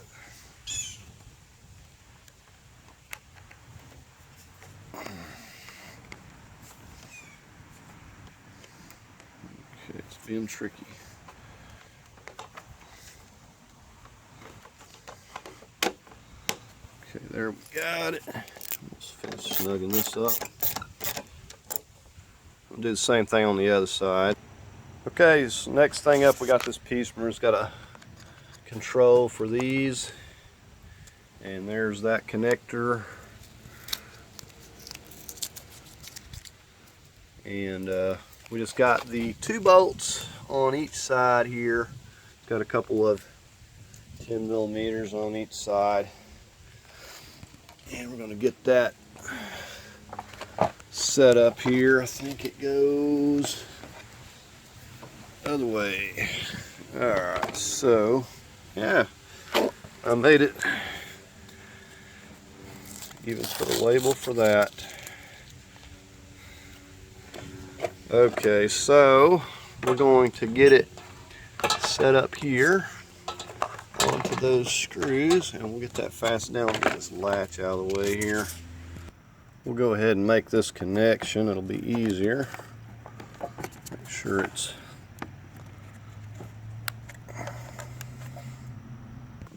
this plastic piece kind of sets up under this one.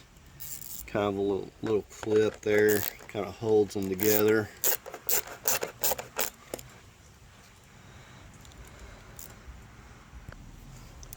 So we'll just do this on both sides, and then we'll snug them up.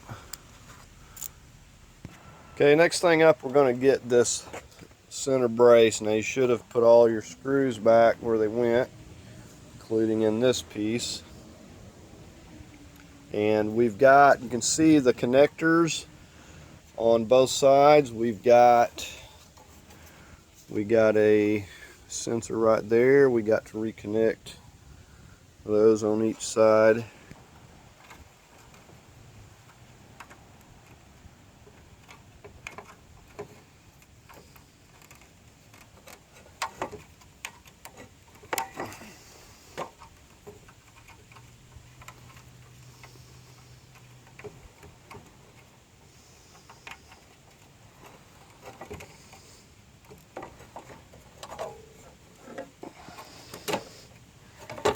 Okay, so it's wanting to be stubborn here. Okay, so you have to give it a good hard push, and be careful when flipping it over. Don't put it in a bind, but definitely easier to connect these with it over like this. Well, you can't get the other one on the other side without flipping it, but at least we got that one.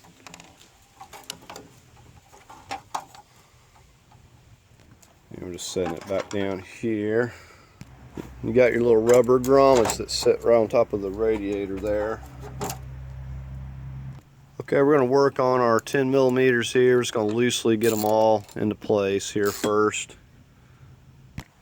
Okay, so we just got these 3 10s on both sides, and that gets the brace refastened to the car here. And, you know, just don't get too carried away. These are little bolts. Good way to strip them. I'm just using a little 1/4 inch ratchet. Okay, now we got to get our hood latch here. And I believe that goes underneath there. Okay, so we got the 3 long ones that go here, here. We did put some marks on here. We're going to hope that everything's going to go back where it was. Actually, getting ahead of myself. We got to put the short one in here first. Okay, now this bolt's not lining up, so I'm going to loosen up the bottom here and lift it up slightly. Okay, and I had to use a ratchet wrench down there, or some wrench, because it wasn't able to get to it. I'm going to make sure the rest of these are going to line up as well.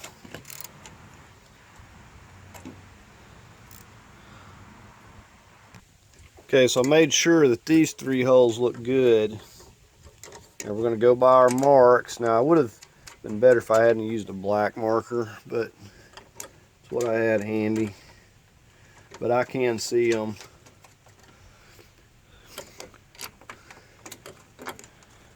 And don't be surprised if there's not some adjustment needed on this.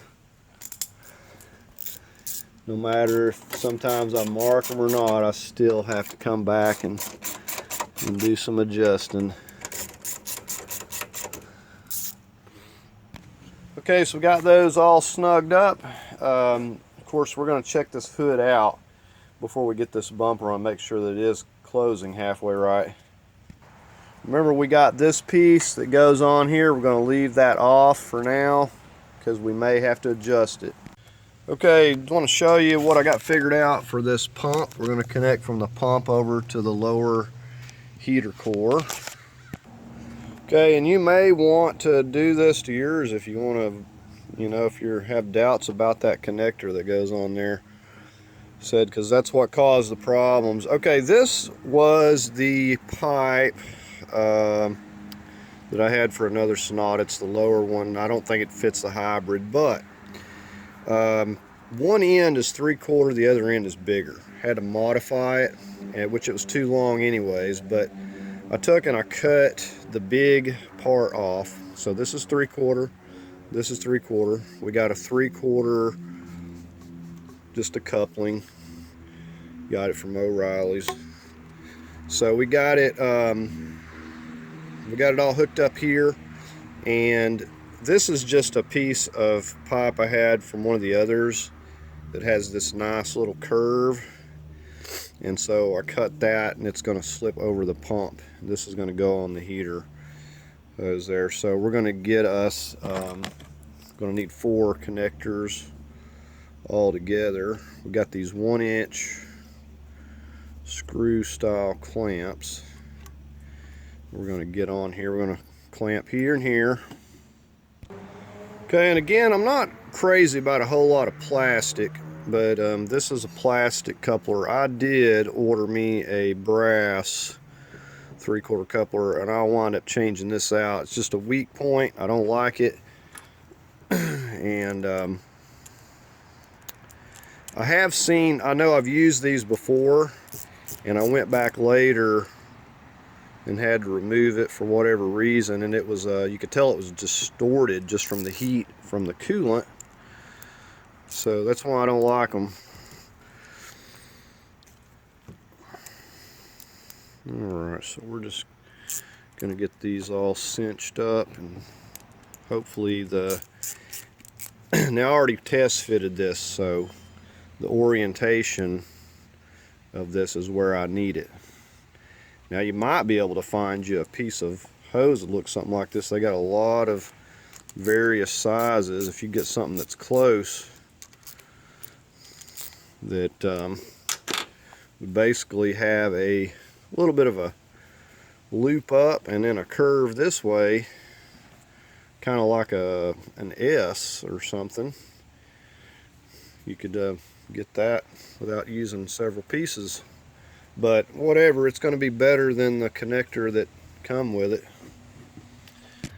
Okay, so let me get you in here, get a look at this. You see how it's looping below those hoses and then clamping back up over there. It's not any sort of kink or bind. It fits nice and tight over this right here, over this spout. It's nice and tight. So we're going to go ahead and get that clamp up on there and figure out the best way. May have to spin it around, but that's going to work out nicely. Okay, so we got those tightened up. You got to keep in mind that, you know, the coolant system is not under high pressure, so even though this doesn't have a barb on it, it's going to snug up nicely. Okay, one of the things we haven't got to yet is our fuel line here.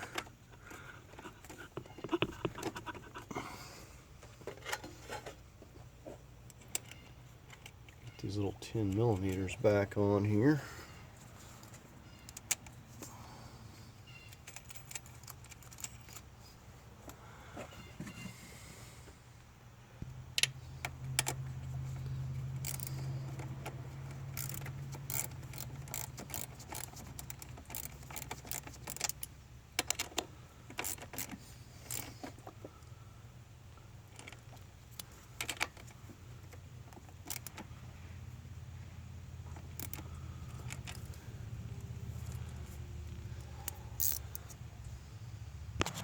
Okay, we got our return. Got put a little white lithium on there. These things are so difficult to push, pull apart. Now let's get this clamp.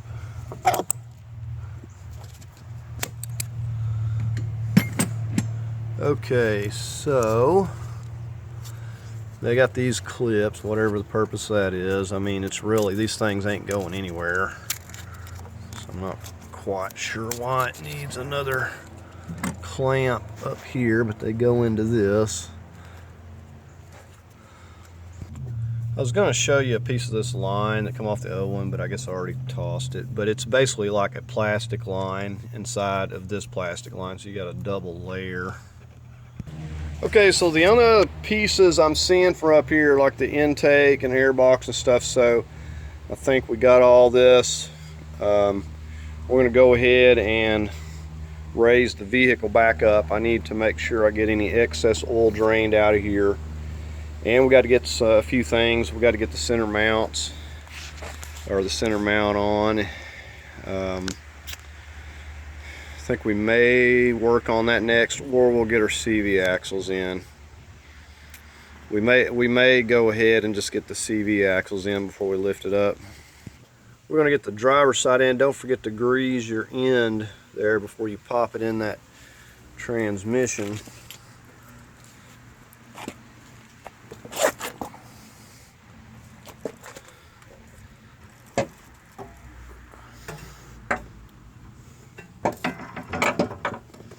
We'll just set it there for a second. Okay, let's see if we can get this.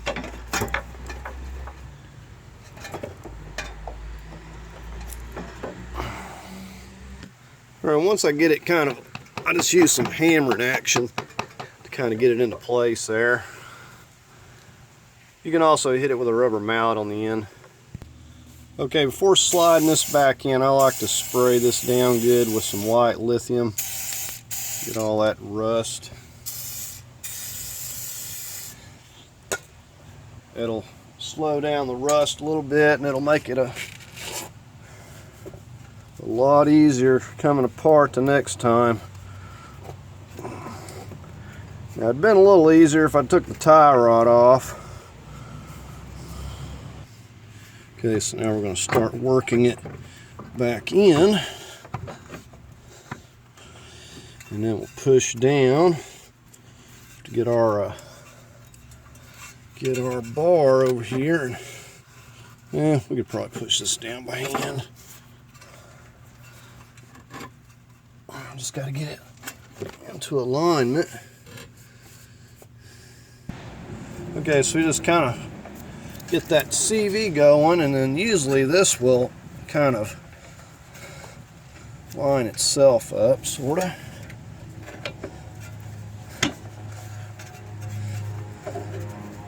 I think I've got it going. Said if you douse that down with a little bit of this white lithium, it helps. So I sprayed it some more. Probably just isn't quite into alignment.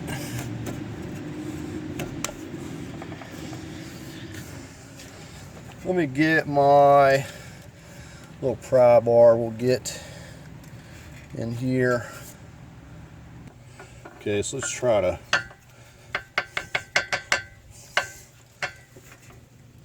see if this is going to help any.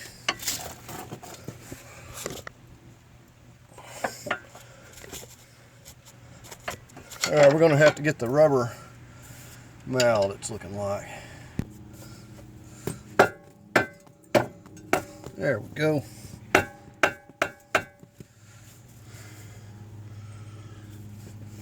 Right, we should be able to slip our bolt through here. Let me feel for it.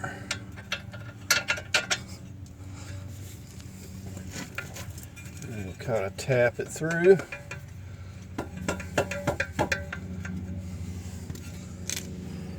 Right.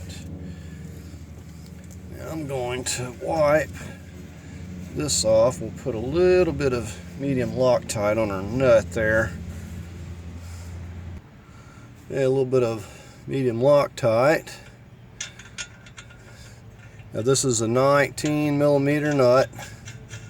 We got to hold the other side over here with a 17mm to keep it from turning on us.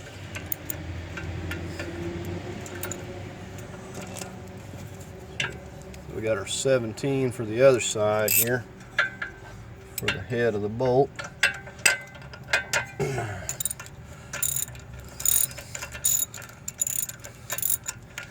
And we got our little cotter pin.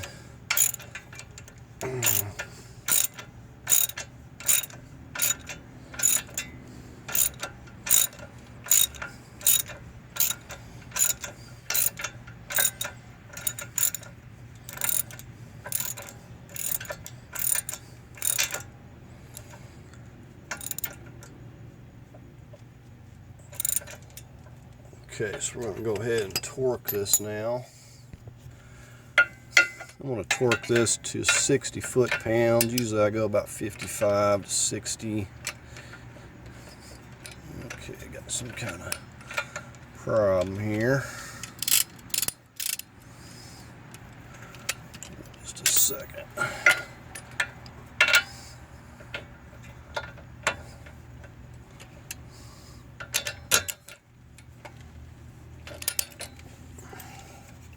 Again, I got to hold it over here on this other side.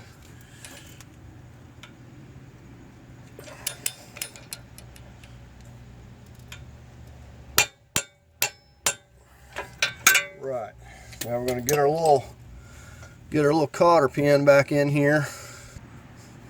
Okay, so we'll just put that back in.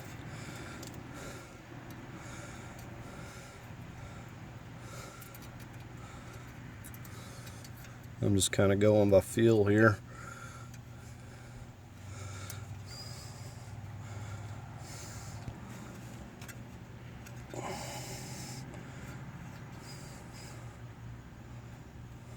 Okay.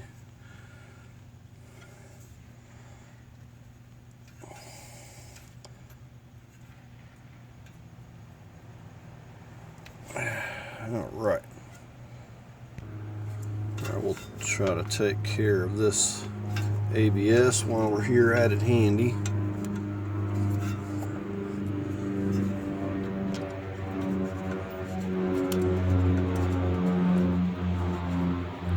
So we'll just snug up that little 10 millimeter.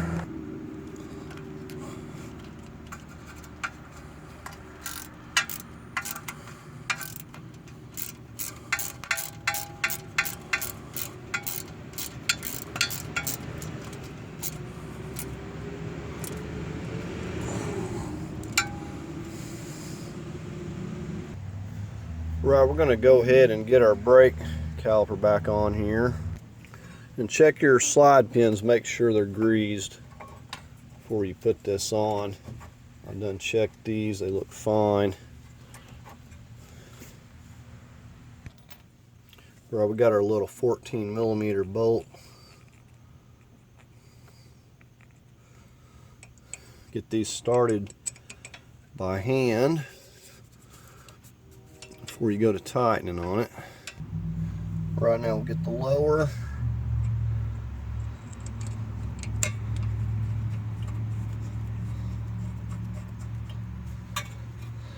Sometimes these things will like to spin, in which case you'll have to hold this. And I believe that's a 17 millimeter wrench. Usually once you get it snugged up, it'll stay put there. Alright, we're going to torque these to 25 foot-pounds.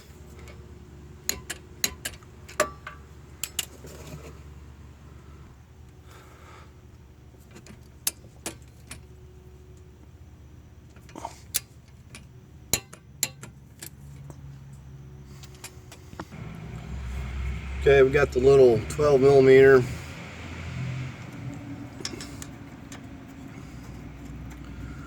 Go ahead and snug that down.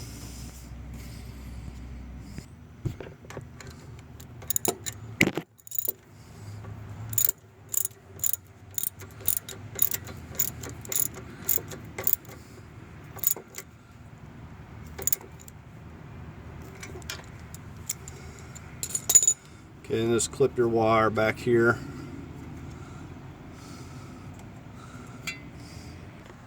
Alright, so we won't be able to torque this until we get it, get the wheel on and everything.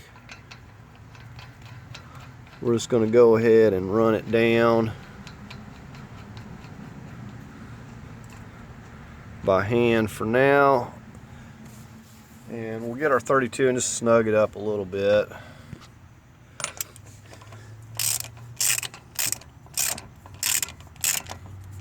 We're just finished drawing the CV in basically.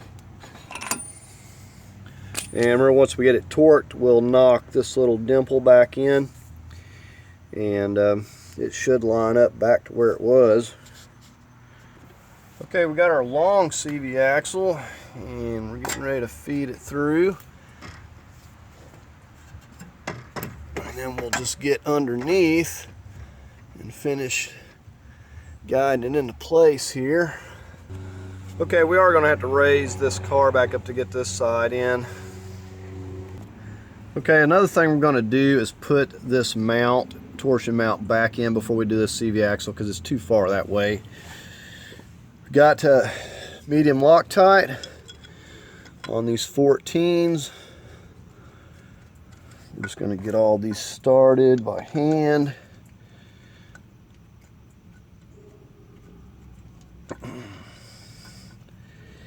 And I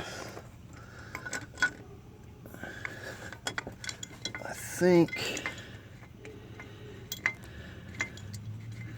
we may have to check the alignment even before. Well, worst case, if it doesn't line up the way I need it to, I will pop these back loose slightly and we'll adjust it as needed.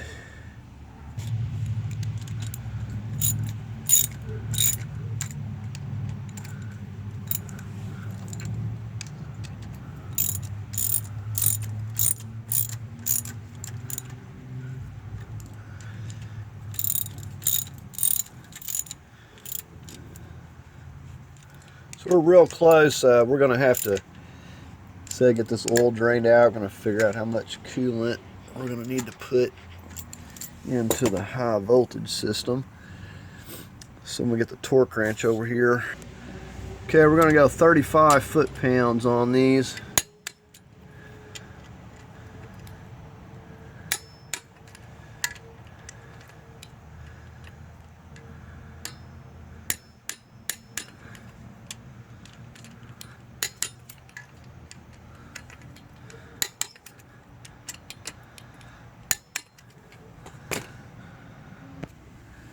Okay, so let's get this piece in here.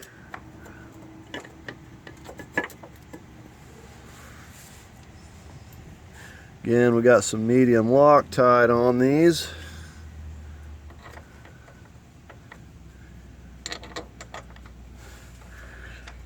Go ahead and snug these up.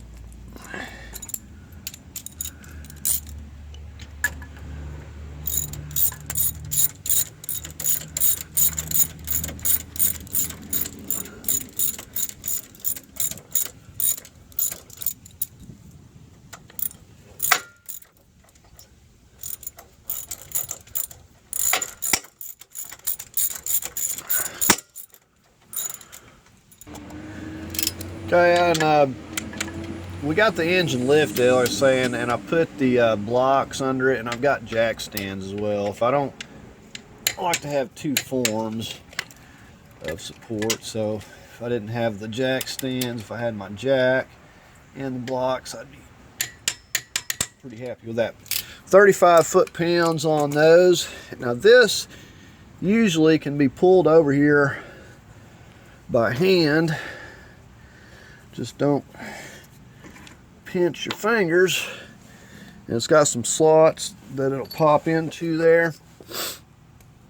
And you may have to align it slightly. It's got this little smaller end to allow for that. So we'll just feed that in, and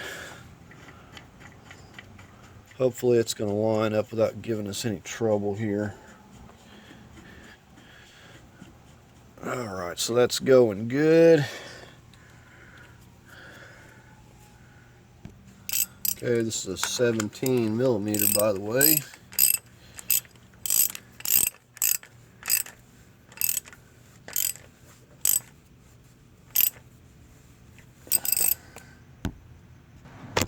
Alright, we're going to torque this to 45 foot-pounds here. Okay, so all that went well. We can work on that CV axle for the passenger side now.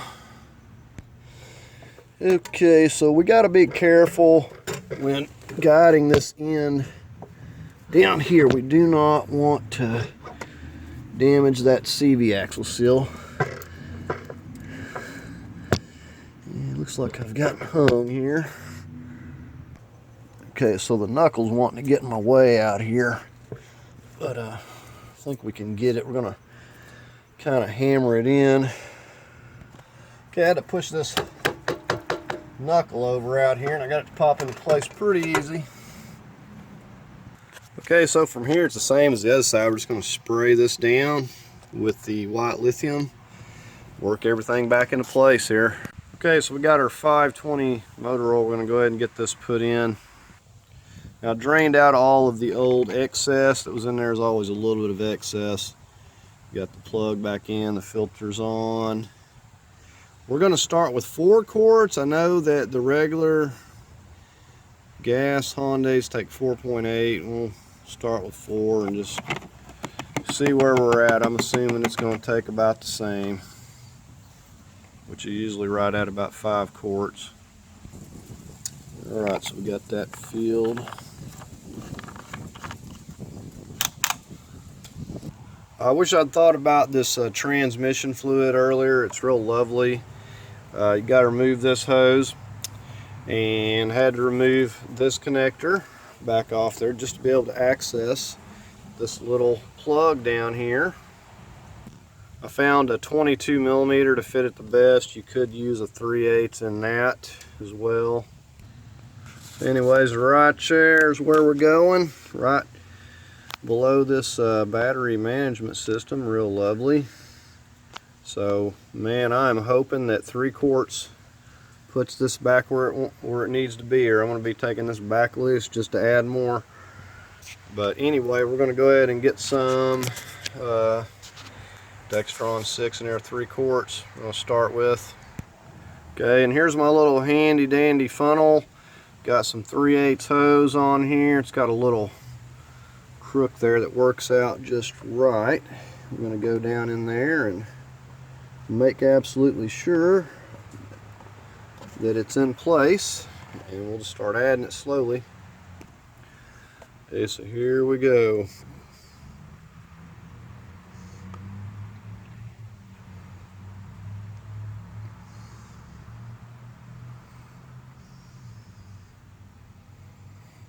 So we're just going to get 3 quarts of this in here now.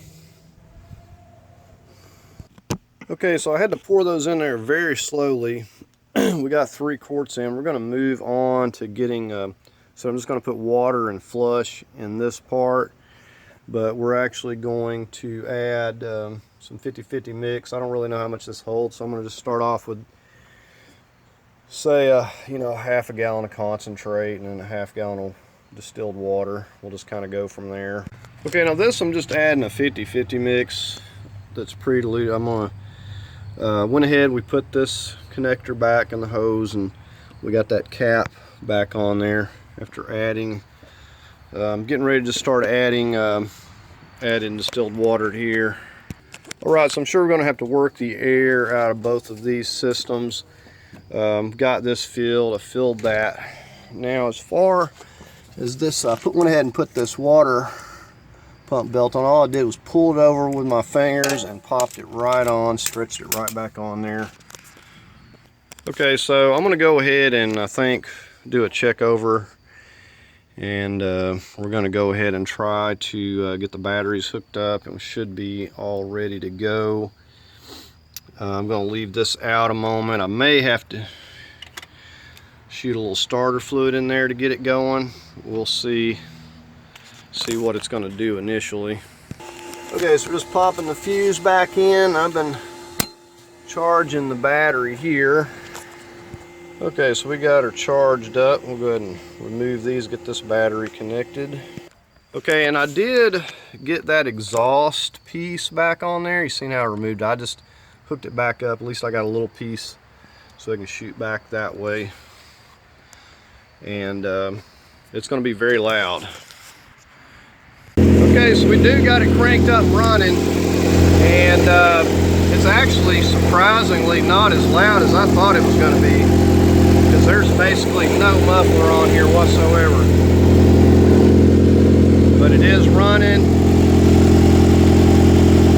and I'm just going to top off this coolant here as needed. Just going to be checking everything out, checking for any leaks.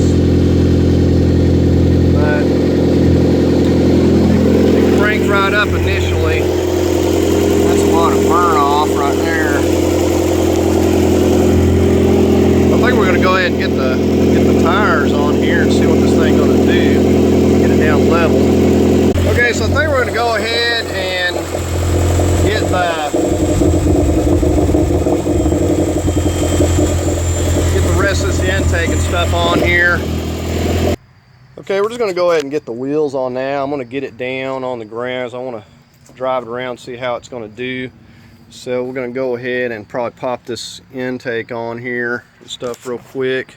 Okay, so I went ahead and I got the bumper back on, and I put the air box and the intake back into place here. Okay, I'm going to tighten these lugs to 100 foot-pounds.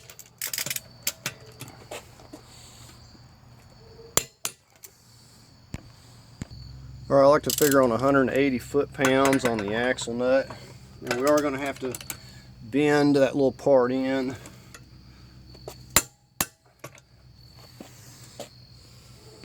Okay, so we're getting ready to drive this down the road. Before I forget, I put 2 gallons of water in the engine coolant system, and probably not even half a gallon, because I had a partial jug. It wasn't even probably half a gallon in the high voltage coolant system there. But fair warning, it's going to be pretty noisy. This thing is charging up the battery. I didn't even have that much initially. So we're going to go ahead and take it for a spin here. Okay, so you may be able to hear me talking, but it's pretty loud. The only exhaust it has is the main cat up there. It's pretty much wide open.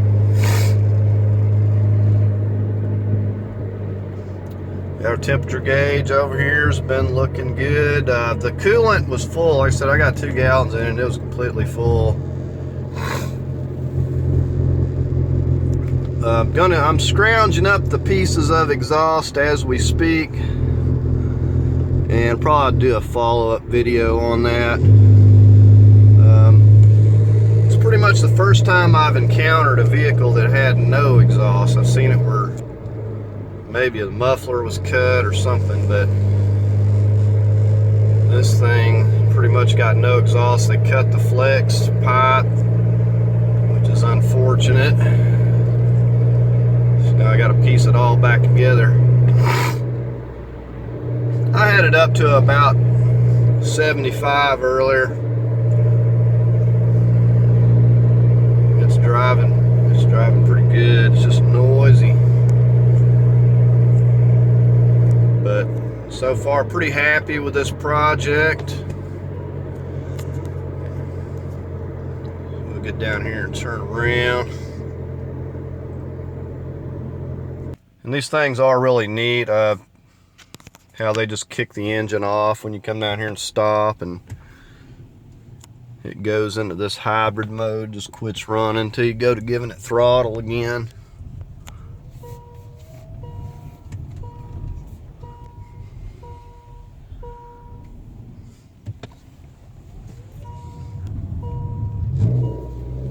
You can definitely tell when this one kicks back on though.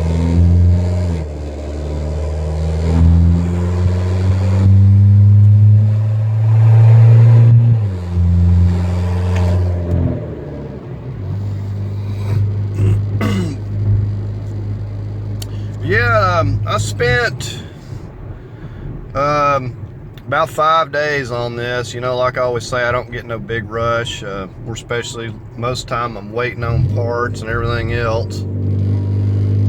But we spent 5 days. You know, it's like partial days, not no 8-hour day or anything, maybe 3 or 4 hours a lot of times. It takes a lot longer swapping over stuff than anything. You're swapping over the wire harness and all that stuff. It's very time consuming.